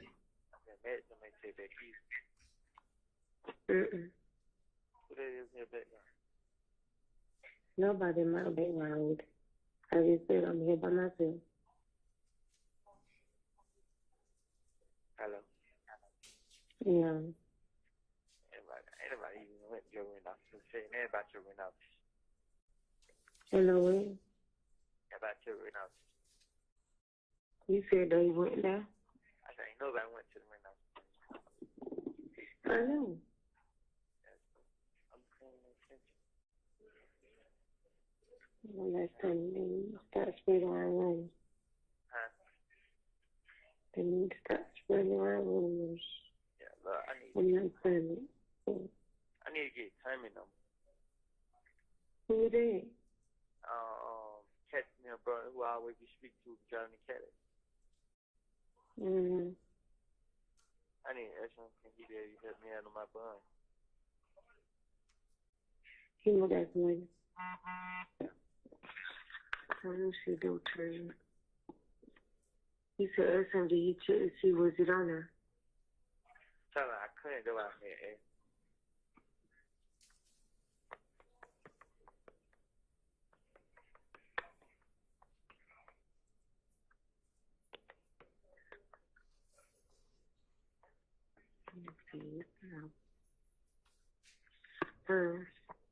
Hello? Yeah.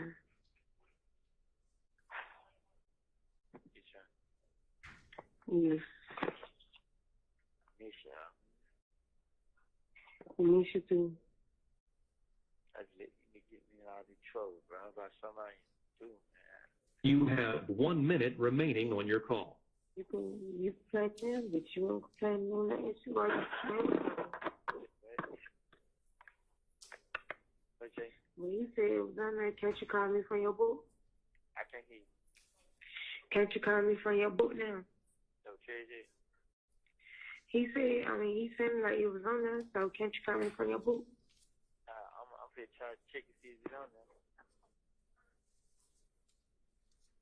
Yeah. Yeah. I love you, okay? I love you too. I need you to be here for me. Hold on, I'm here. I'm finna try to, get my book and call you, right? All right.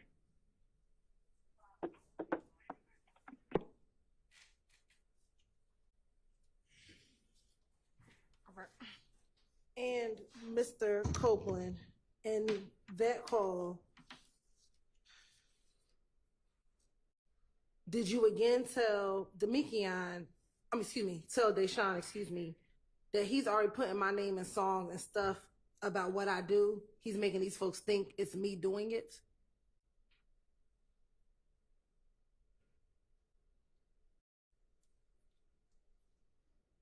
You're staring. Do you have a response? Yeah, Okay. Did you tell Deshaun that? we just heard it. Okay. So that a yes? I said, yeah. All right. And that this shit is on another level. This shit ain't got nothing to do with homes getting killed. It got something to do with all those houses getting shot up. That's what I said. All right. And all them guns Thug got. That's what I said. Okay. I ain't got nothing to do with none of that shit. I was just not just hanging with them. I just got to prove I got nothing to do with none of this. You know what I mean? That's what I said. All right. And then later on in the call, you said, I let these N-words get me in trouble for something I did not even do, man. Do you recall hearing yourself say that? That's what I said. All right. Now, these are 3 jail calls that we played. all of these were between you and Deshaun, correct? That's what we heard. And on June 10th, you told Deshaun, not say June 10th, on that first call, you told Deshaun again that when D comes down and tell them, they will see that you're not lying, correct? You testified to this jury that Demekion never told you about Nutt's murder, correct? That's what I said. Okay. So which one is it? Is it what you told Deshaun on his jail call, the woman that you love, or what you telling this jury here today? What I'm telling the jury today is that Ladie never told me that. Okay. But that's not what you told the mother of your child in a jail call back in 2015. And you heard her telling me to stop lying. So she know that how I am. Did you hear her say stop lying in the call I just played for you? She said, what are you telling 2 minutes? Like, just stop. You heard her, man. She get no different treatment from nobody else. I'm not trying to drag her in nothing I got going on. And what were the houses that you were referring to when you told her these houses getting shot up? Whatever houses that were being shot up. Okay. And do you know which ones you were talking about in this particular? No, I do not. Okay. And what guns were you talking about? None. So why would you tell her that? Because I'm in jail. Like I don't know. Isn't it true, Mr. Copeland, that when you talk to Deshaun, she's not the police? She's not anyone you have to finesse? That you told her exactly what was happening back in 2015? Miss Hilton, you heard her say out of her mouth, why am I keep lying? I did say this, why am I switching my... You doing it to yourself, just stop. In these last two calls,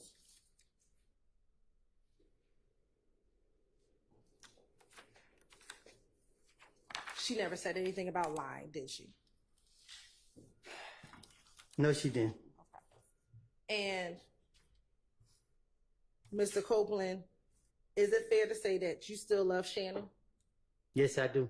Okay. You still love Thug? Yes, I do. And you don't want anything, and you don't want your testimony to hurt them, correct? It's not about hurting them. I told you I lied. It's the truth. I lied. I have no further questions. All right. Does anybody have recross? Go ahead. Good afternoon, Mr. Copeland. I'll be brief. Okay.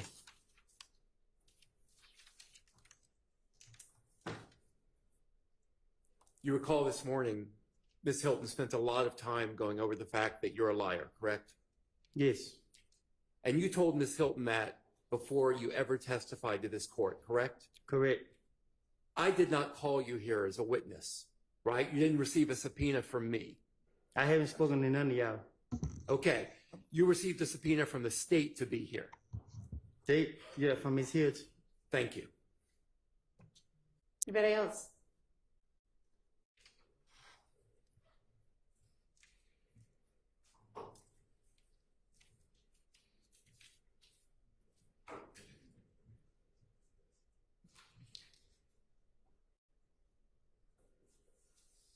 Mr. Copeland, good afternoon. Good afternoon.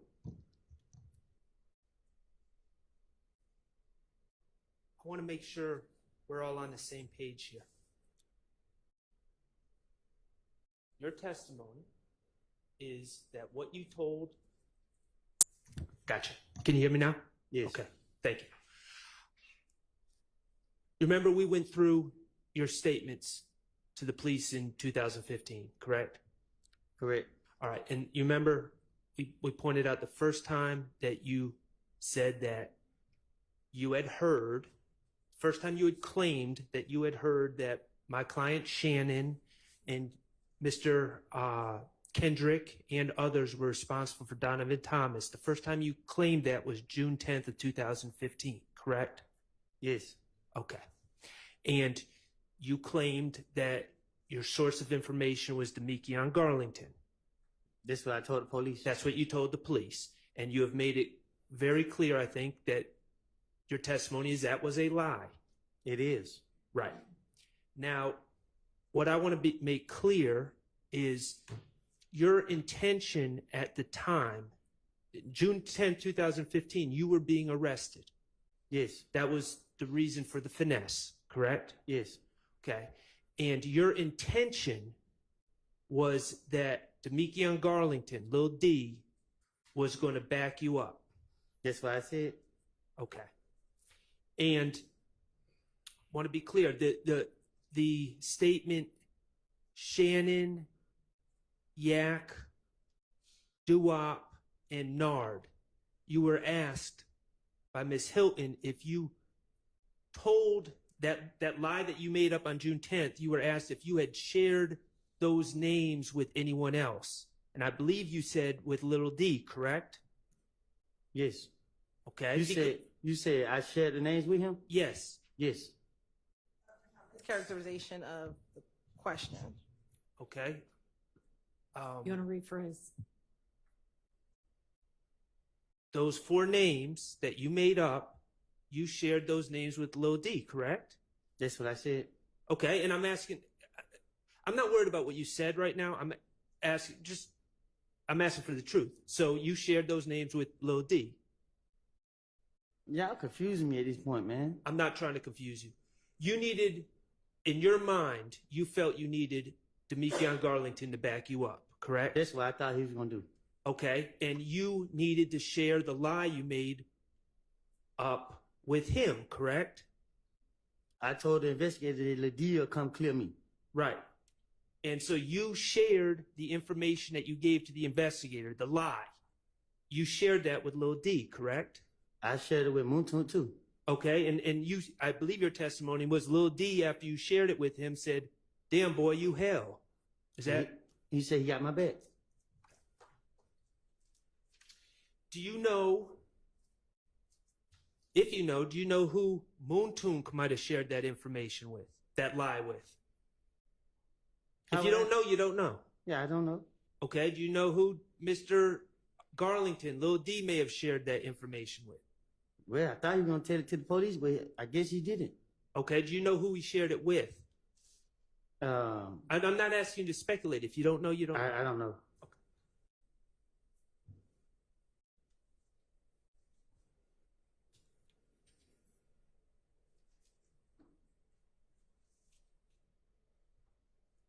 Okay. We just played some jail calls from 2015. Correct? They just did. Yeah. I guess. All right. And that was 394 Yankee, I believe, was the exhibit number. Every time you speak on those jail calls from jail, every jail you've ever been to, they play a recording in the beginning. A lady's voice comes on in the beginning, right? Your call is being recorded. Right. You know your calls are being recorded, correct? Right. You knew in 2015 your calls are being recorded, correct? I knew before I even went to jail. That's common knowledge, correct? Right. Okay. And obviously, if you're being recorded, you can control what you say on the recorded line, right? Right. So you can say things like, Lil D told me this or that, right? I can say whatever I want to say. Right. What you can't control is what the person you're talking to says. Like when Deshaun said, "You're a liar, you're lying, you switched it up." That's the part you can't control on the jail recorded calls, right? Well, you know that. Talk about recordings. Let's move to meetings with the district attorney. You talked about several times the district attorneys, members from the district attorney's office coming to meet you in jail and in prison too, right? Federal? Not federal. Okay. But state. State jail and state prison? County jail. County jail. Okay. Rice Street. Fayetteville. In Fayetteville. Okay. And Verito came to Rice Street. Okay. Viverito had a, when we say Viverito, we're talking about Investigator Viverito. Yes. She had a cell phone, you said. She did. Okay. Now you didn't have, you're in jail. You don't have the ability to record your meetings with the DAs in jail, do you? No. Okay. Do you know if they recorded those meetings? The one in Fayetteville, I thought I caught Verito recording me, and then I started watching her phone. Have you ever heard the recordings of the DAs when they came to meet you? No. Okay, what about in judges' chambers? You ever hear a recording of that? What you mean? A recording, an audio recording of that meeting. You talking when I recorded them? No, I'm talking about June 10th, 2024. You ever hear an audio recording? No. Okay, so the state has been playing recordings of phone calls you're making from jail, right? I don't understand. The state has played phone calls, recordings of phone calls you've made from jail. We just heard some, right? Yes. Okay. But do you know where the recordings of the state meeting with you, those meetings are? Objection. Know where those recordings are? Human facts, not evidence. Sustained. Okay, let's talk about the warrants for the murder of Donovan Thomas. Okay, you acknowledge that you were charged with the murder of Donovan Thomas, correct? They charged me. Right. And when you say they, let's talk about that. When you say they, you're talking about Detective Thorpe, correct?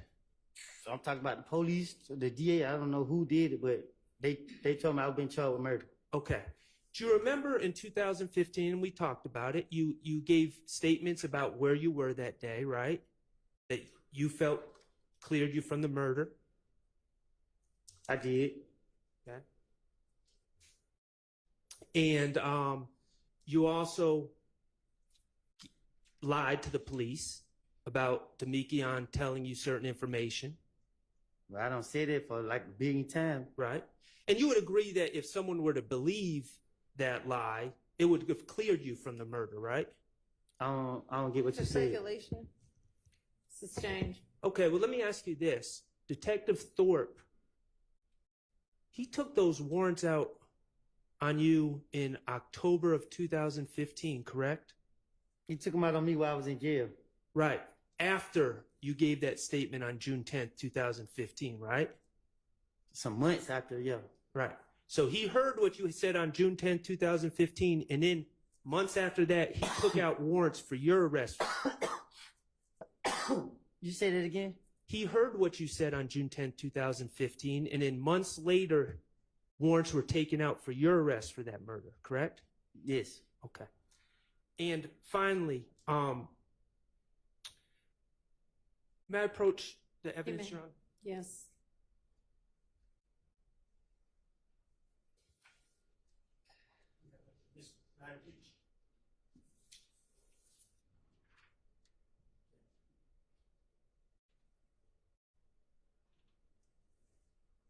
Mr. Kokomo, could you play that prior testimony? Do you remember testifying about do you remember when I stood up there and talked to you about your pending charges that were dismissed? Yes. Okay. Could you play that clip, Mr. Kokomo? Do I gotta listen to it? If you would. You're right. He said he remembered it, so I would. Is there some reason we need to hear it again? Can you just ask him about it? Okay. I can. Okay, let's do that. And you remember I was standing right there and reading the sheet? Yes. Okay. I was reading the sheet and you were agreeing with me, correct? Correct. Okay. And I never said that Fonnie Willis signed the piece of paper, did I? You said who name is that? Okay. Mr. Kokomo, could you publish 27D?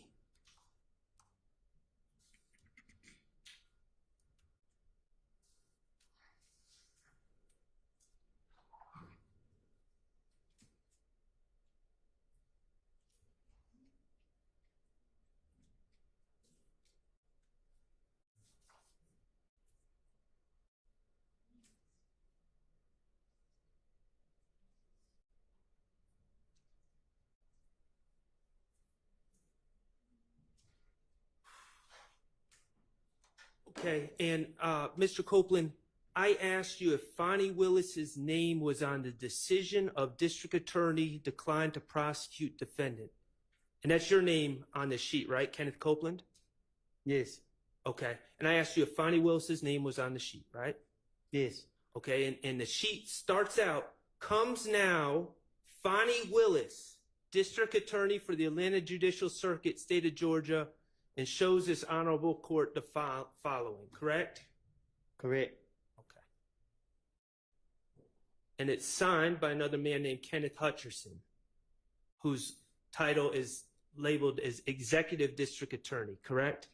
That's what she just showed me. All right. And you know Miss Fonnie Willis to be the elected district attorney of Fulton County, correct? I think she's like the head person. The boss. Yeah. Mr. Hutcherson's boss. Let me ask you, this was from 2021, right? When you were first charged with this false statement and false report of a crime. It was 2021, right? When I was in jail. Yes. Okay. Who was the attorney that got this case dismissed for you? Who was your attorney on this case? You? I was? You told me? Did you ever hire an attorney on this case? No, I'm saying you told me. Okay. Well, let me ask you, what advocating for yourself did you do that convinced the district attorneys to dismiss this case in January 2024? What did you do to get them to dismiss it? Sustained. Mr. Copeland, you've said in your testimony that you've been the police have constantly sent you to jail for things you didn't even do, right? Right. The state has prosecuted you time and time again for things you didn't even do, right? Yep. People are picking on you, right? Yep. And then in January 2024, your case just got dismissed and you didn't even do a darn thing to make it happen, huh? You told me, I didn't know. All right, thank you. Any other recross?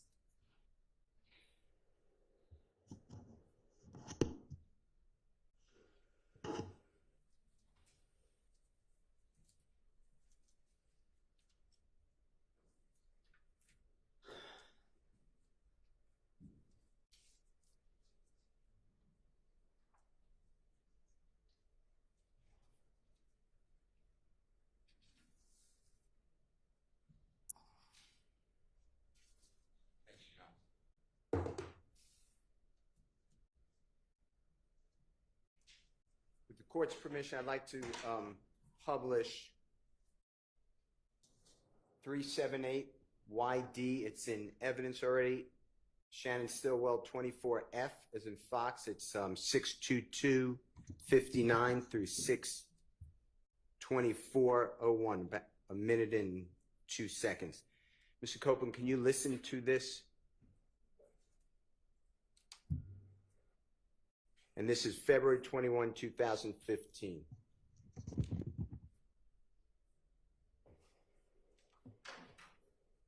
If you need better headphones with the court's permission, we have other ones if you need it.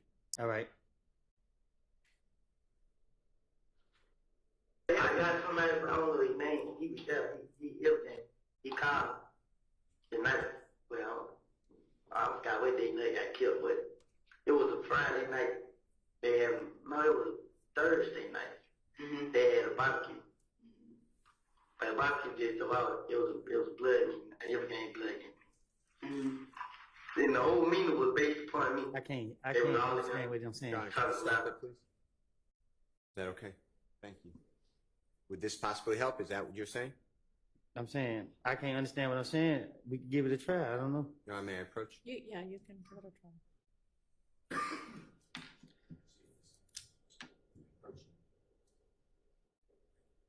And keep your knee.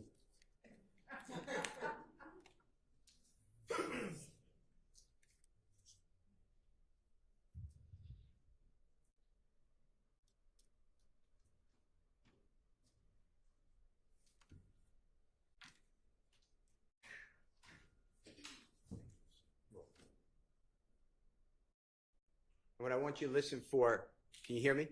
What I want you to listen for is any mention of this conversation about you being killed with Mo, that conversation, any mention of Jeffrey Williams, okay? All right.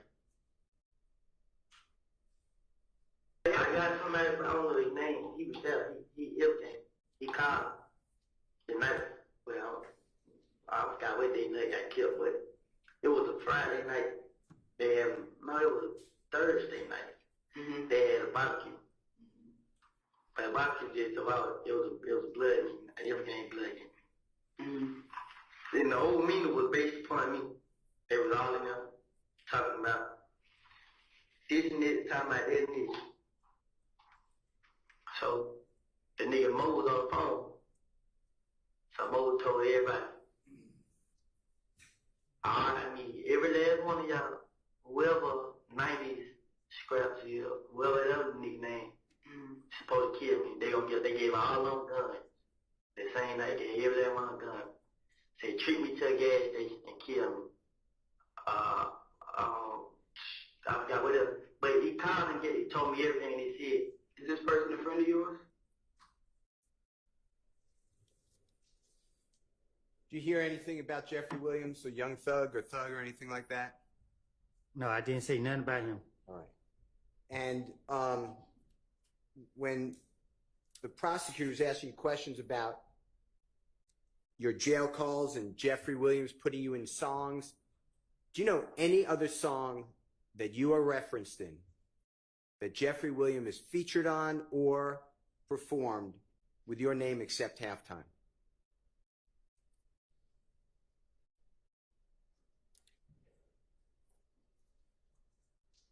You said do he got any other songs with my name in it? Yes, sir.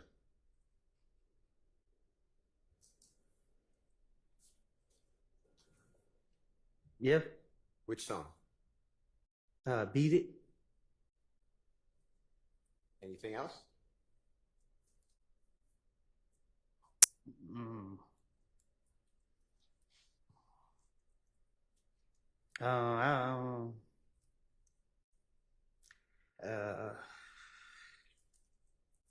I don't know. Okay. All right. And then when you were questioned by the prosecutor about Monday, June 10th, 2024, coming from DeKalb County Jail to the chambers of Judge Glanville, you remember those questions? Yes. With all of your time, Judge Glanville was there at that meeting, right? Yes.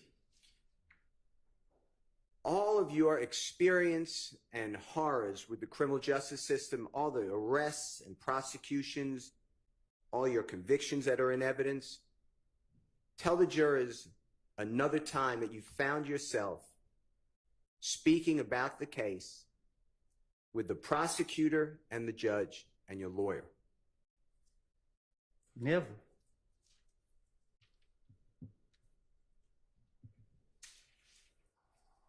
You said that you were coerced and pressured. Do you remember using those type of terms to testify? I am.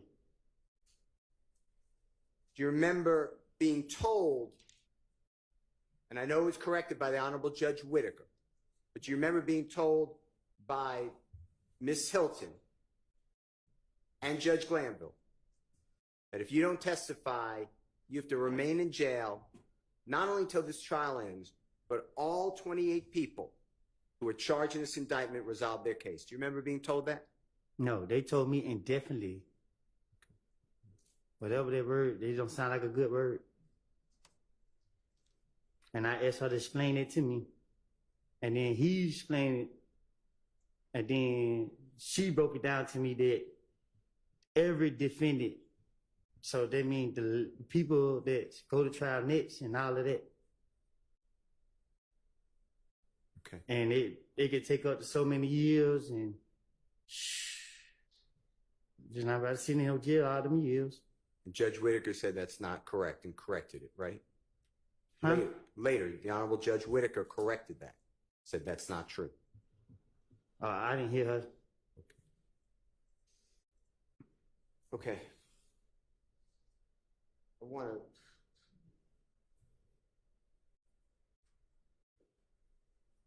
to ask you, and if you need those, if those help, the headphones, I want to talk with you about the jail call. It's stage 295Y, as in yesterday, starting at 350, Your Honor. That's wrong. It's a little later. It's 407 to 420. I wonder if you can focus, if they help you, if it's they swear to God we killed Nut, so they going to stay on you, and at 411 they swear we smoked Nut. If you could listen to this.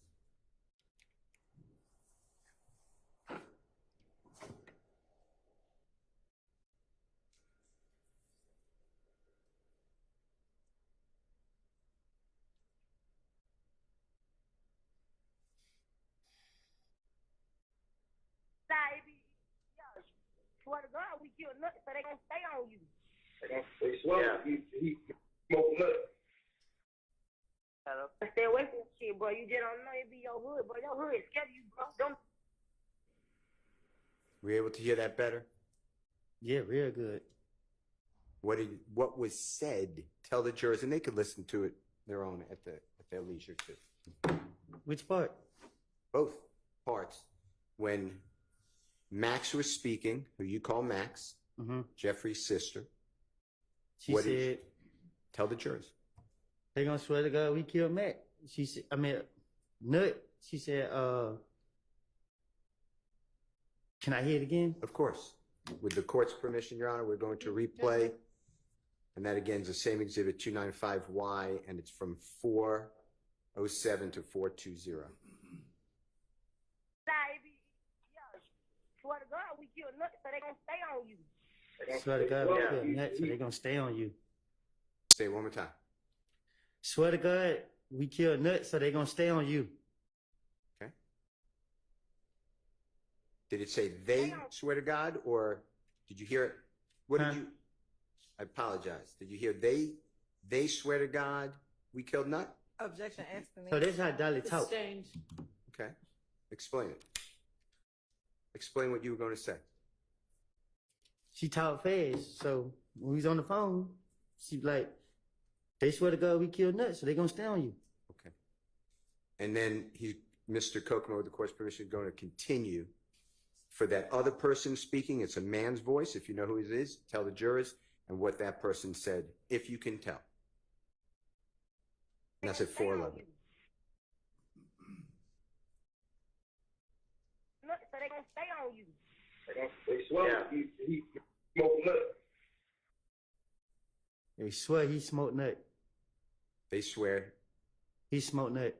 He smoked Nut. Okay. All right, Mr. Copeland. Now, you said, you can take off the headphones if you want to. You said multiple times that you were raised in a situation where law enforcement, you believe you had to lie to them. Do you remember saying things like that? Yeah, I'll have to. Yeah. And some people don't have that experience. Law enforcement assists them. Was that your experience growing up in your area? Yeah, when I grew up, the police used to run in from my house and beat my uncles up and kicking our door. So my whole life, up until my mama died. So yeah, we didn't like the police. And when you get in that interrogation room, you said earlier, it's not about the truth. You remember saying that? I'm listening. Is it about just getting out of there? Yeah, that's the purpose of going in the interrogation room, to finesse your way out. And do you know people, other people, do you personally know, who lied to the police in the interrogation room? Shit. Sustained.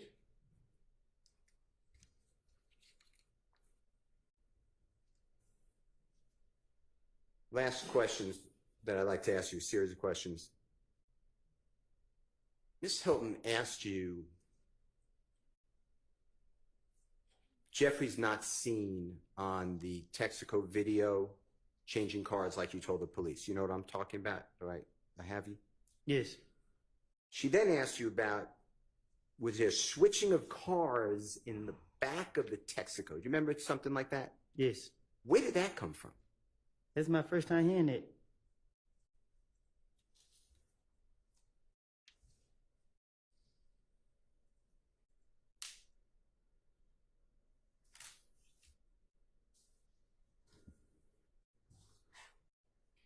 To verify or support your statement, Ms. Hilton asked you the following items.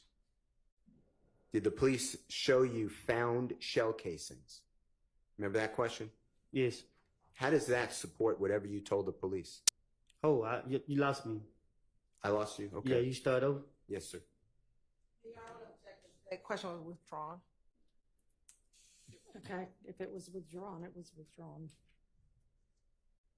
Did the police show you rental car records from Hertz? Do you remember that question? Yes. How does Jeffrey renting a car for you put Jeffrey into a murder? They did it. We talked about the surveillance video of the Texaco and about the back, in the back of it, so I'm skipping that one. How about Duke? You know who Duke is? Which one? Martinez Arnold? Yes. Javaris Bradford or Tuda, do you know who that person is? No. Ms. Hilton asked you about, did the police show you a jail call from Martinez Arnold and conversation with Tuda or Mr. Bradford? How does that implicate Jeffrey in a murder? Your Honor, objection. Mr. Still invading the province of the jury. Well, speculation, so sustained. Okay, the way Ms. Hilton asked you, don't speculate. How does that support anything you told the police? Sustained. I mean, that's not something he can answer. Telephone calls on the jail phone recorded from Shannon Stillwell. Did the police share it with you? That was her question. Yes. Let me ask you a different verification or corroboration. Corroboration is a bad word. It just means it verify. You know what verify means? Yes. Okay. It verifies your story to the police. How about Detective Gaither speaking with Miss Quarterman, Deshaun Quarterman, and you told the police Deshaun Quarterman knows all about this, right? I did. Well, I don't. In one of your statements. You said I told the police that she knows. Yeah. Okay. How about the police ever recording a call with Deshaun Quarterman saying, tell us what you know? That ever happened? Did the police ever show you that? I don't think they ever questioned her. Okay. How about this? You have your cell phone, or the police have it, June 10, 2015, right? You got arrested with your cell phone at your home, right? Yes. How about give you the phone and the police are recording and you call Jeffrey Williams and the police can listen? Did that happen? No. Thank you, sir. All right, Thank does you, anybody Your Honor. else have questions? Follow-up questions? No, everybody? All right, Mr. Copeland. Is he released or just excused? He'll be excused for right now, Your Honor. So he's excused, he's not released. Of course it doesn't. Okay. Mr. Copeland, you are excused. It is, what do I you mean? guess, possible that you might be called back, but until you hear otherwise, you don't have to come back here again. It's not over with? Well, your testimony for right now is over with. The trial is not over with, but you don't need to concern yourself with the rest of it. But as I understand, he's still under subpoena. Yes, Your Honor. Okay. And Mr. Engelberger, thank you again for your willingness to step in here for us, for the court. I'll tell you when. You may be, and obviously stand by as well. because he's not released, but yeah, we would let you know and give you all both some heads up if he's to be recalled. Thank you.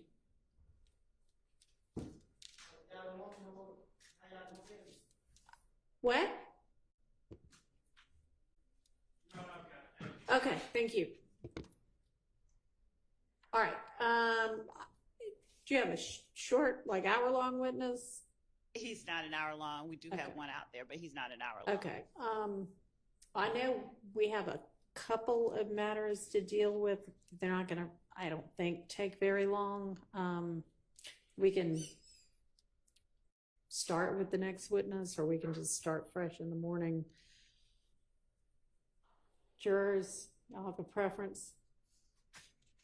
The morning. Okay. All right, I'm gonna release y'all for the evening. If you could stick with us for just a second, and with the reminder to not discuss the case with anybody. Don't allow anybody to discuss it with you. Don't observe in any way, and try to avoid in every way any kind of accounts from anybody or any place about the trial. And we'll see y'all in the morning. Okay.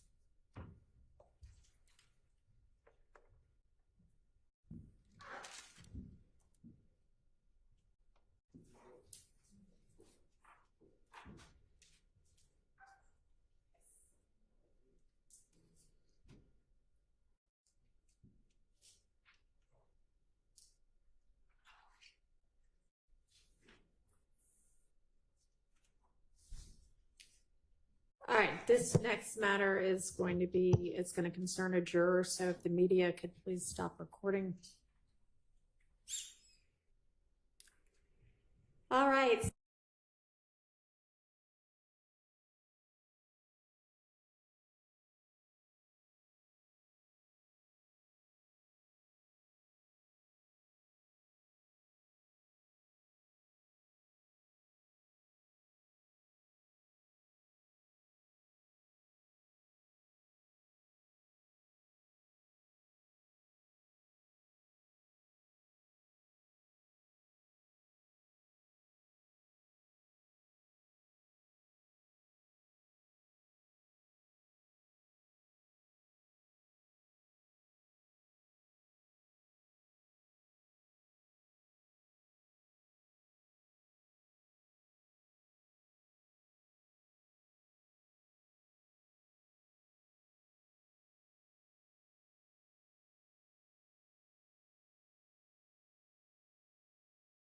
He can be here tomorrow. He did tell me that he was letting the court know his schedule, but he did apprise the court, I believe, in Dublin. Wherever else he needs to be, that he's going to, and once he's here, he's going to need to stay here until we're finished with that witness. He understands that, right? I believe he does. We spoke outside at Okay.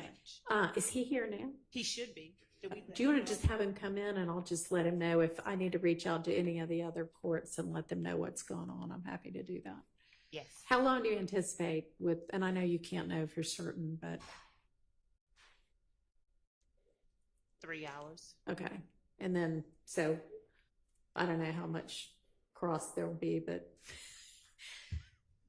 probably, I mean, lawyers are notorious for underestimating how long everything takes. So I'm going to say we might be with him for most of the day. And then if you throw in a couple of sound issues, which seem to be pretty regular as well, we're probably talking about all day with him. Although have your next witness lined up just in case. Yes, Your Honor. Okay.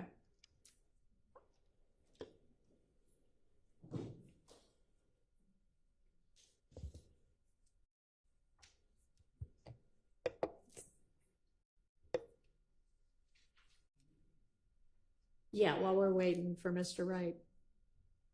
Your Honor, I may have missed it. The state earlier, I thought, announced that there was 2 interviews of Mr. Sledge, and I think that was in an email. Isn't that what we were talking about this morning? Yes, and we said we were going to verify. We just haven't had the opportunity, but we're going to verify. We'll email everyone this evening. Okay, well, y'all were, I thought, going to talk about that at lunch, but I'm fairly certain that the defense only has 1 interview in the discovery. can somebody kind of go ahead and sort that out before we leave here? Good afternoon. So I think that we're going to see you and your witness tomorrow. And I appreciate you being here. You know how it is. You never know exactly when the next person is going to get called, but your witness will be first thing in the morning, 9 a.m. The estimate is somewhere between 3 hours, and I'm thinking more like the whole day, but who knows? Hopefully it'll just be tomorrow in terms of your scheduling, but obviously if I need to reach out to any other judge who expects you, just let me know that, and obviously our chambers will coordinate. Yes, sure. Okay. I'll direct them to your All right. Okay. And if there's anybody that you think needs to be apprised in advance, just let us know that, and we'll go ahead and do that as well. Okay. Yes, sure. All right. So we'll see y'all in the morning, 9 a.m. Yes, sure. Sharp. Thank you.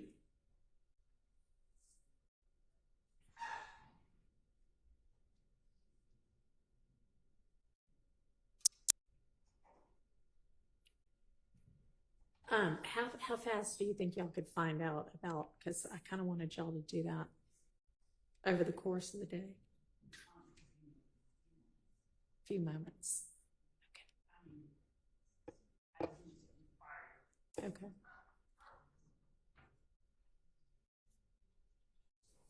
Judge, while we're waiting on that, I want to reiterate, I don't know whether this has been covered, but I do want to reiterate my objection to the admission of any guilty plea agreement or guilty plea transcript against anyone other than the witness on trial. I mean, the witness in the witness stand.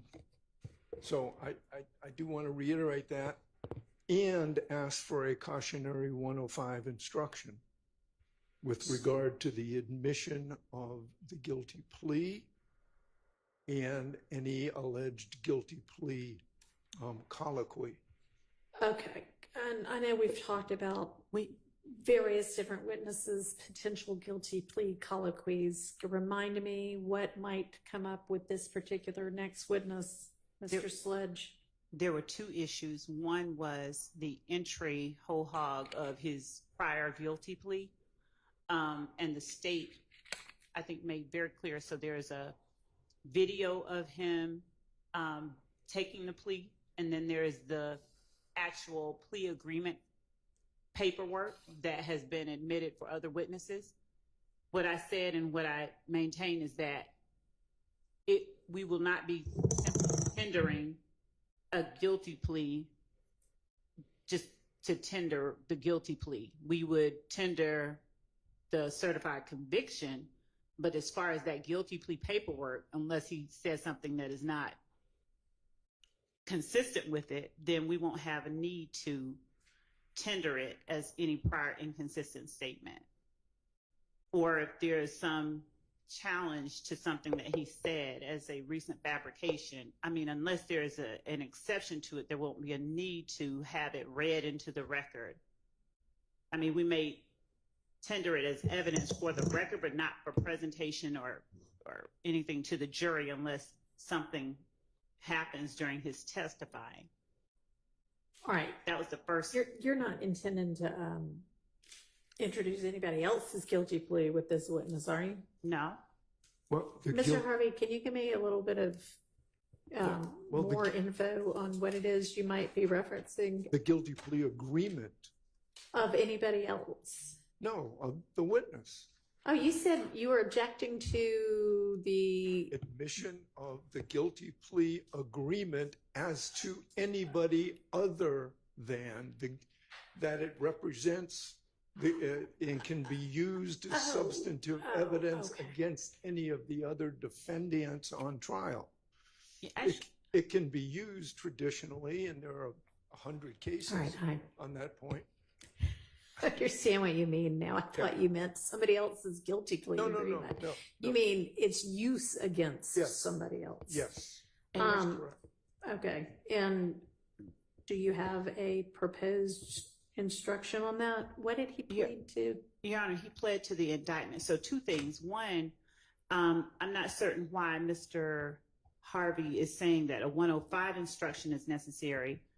As it relates to this particular witness, he will be on the stand testifying, and his testimony would be admissible, especially as it relates to count one, as to all of the defendants. If he says something on the stand inconsistent with what he has said previously, then that prior inconsistent statement would be substantive evidence against all of the defendants, if that comes to it. But I don't know that it will come to that, so I can't really speak to, All right, yeah. Okay. So, I mean, just have something ready, and it may just depend upon what the circumstances are. Well, the rule is as follows. One person's guilty plea or conviction may not be used as substantive evidence of the guilt of another. The evidence, however, a co-defendant's guilty plea is admissible at trial, provided that, quote, the evidence serves a legitimate purpose and the jury is properly instructed about the limited use they may make of it, close quote. That's United States versus Deloach at 34 Fed 3rd 1001 at pinpoint 1003, as discussed in United States versus Clay.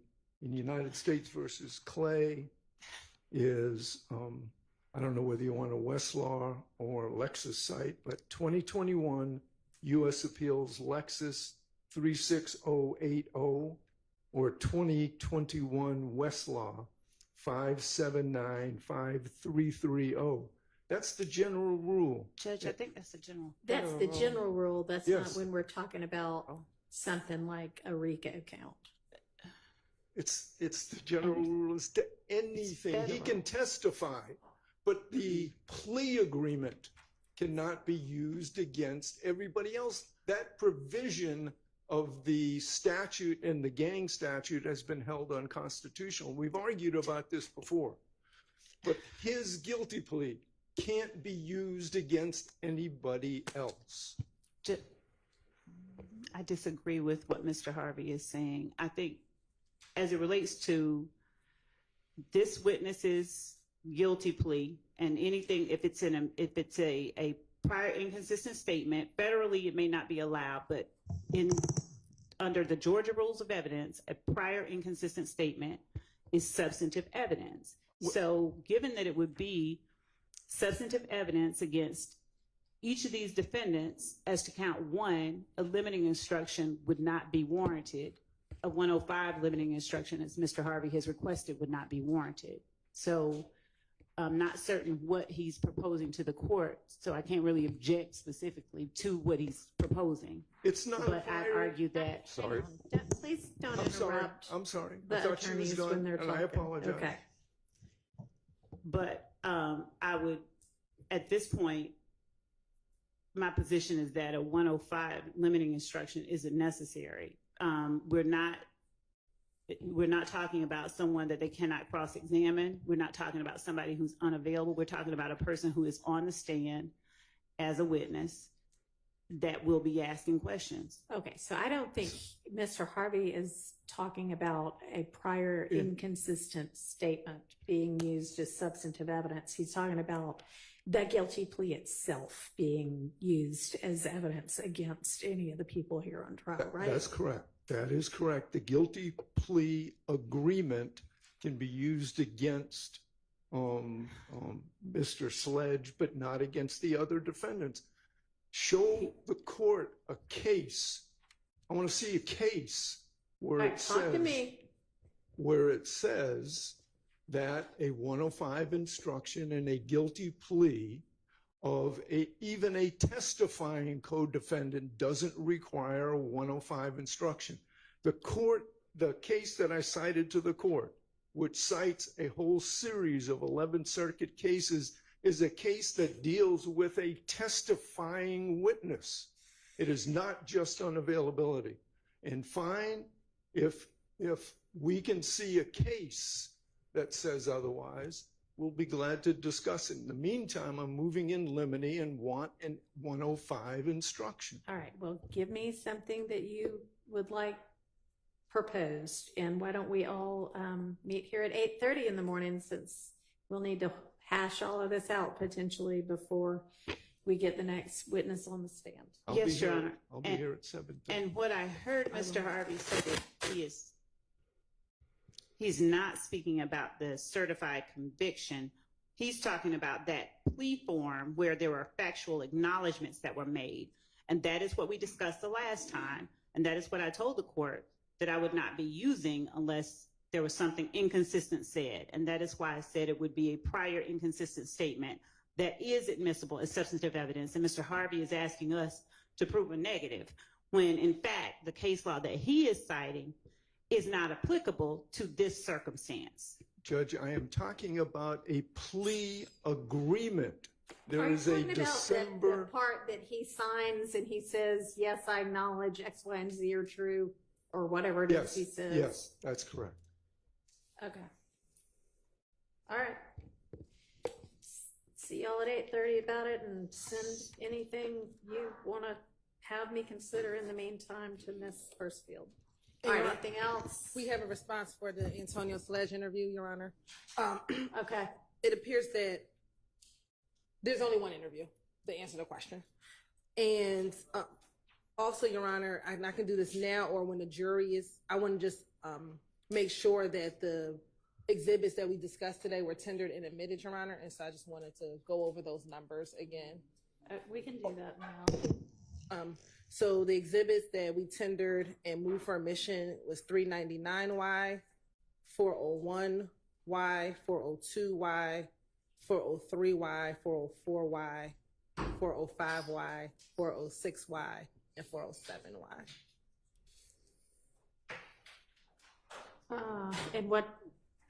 And you think those were all admitted?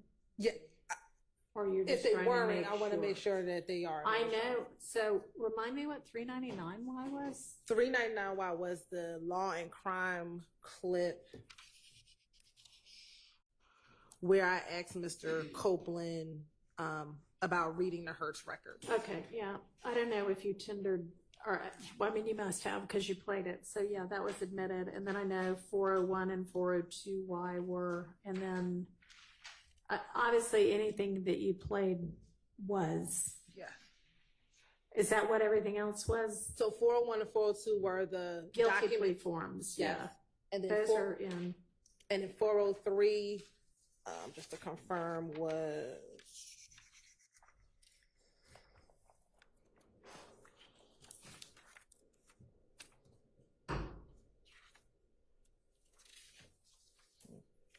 go back. 405Y, I can start there, was the video clip of Mr. Steele and Mr. Copeland and the portion of the We Killed Nut call. 406Y was the June 16, 2015 jail call. 407Y was the June 13, 2015 jail call. Okay, those are in. And then I just need to look and see what 405.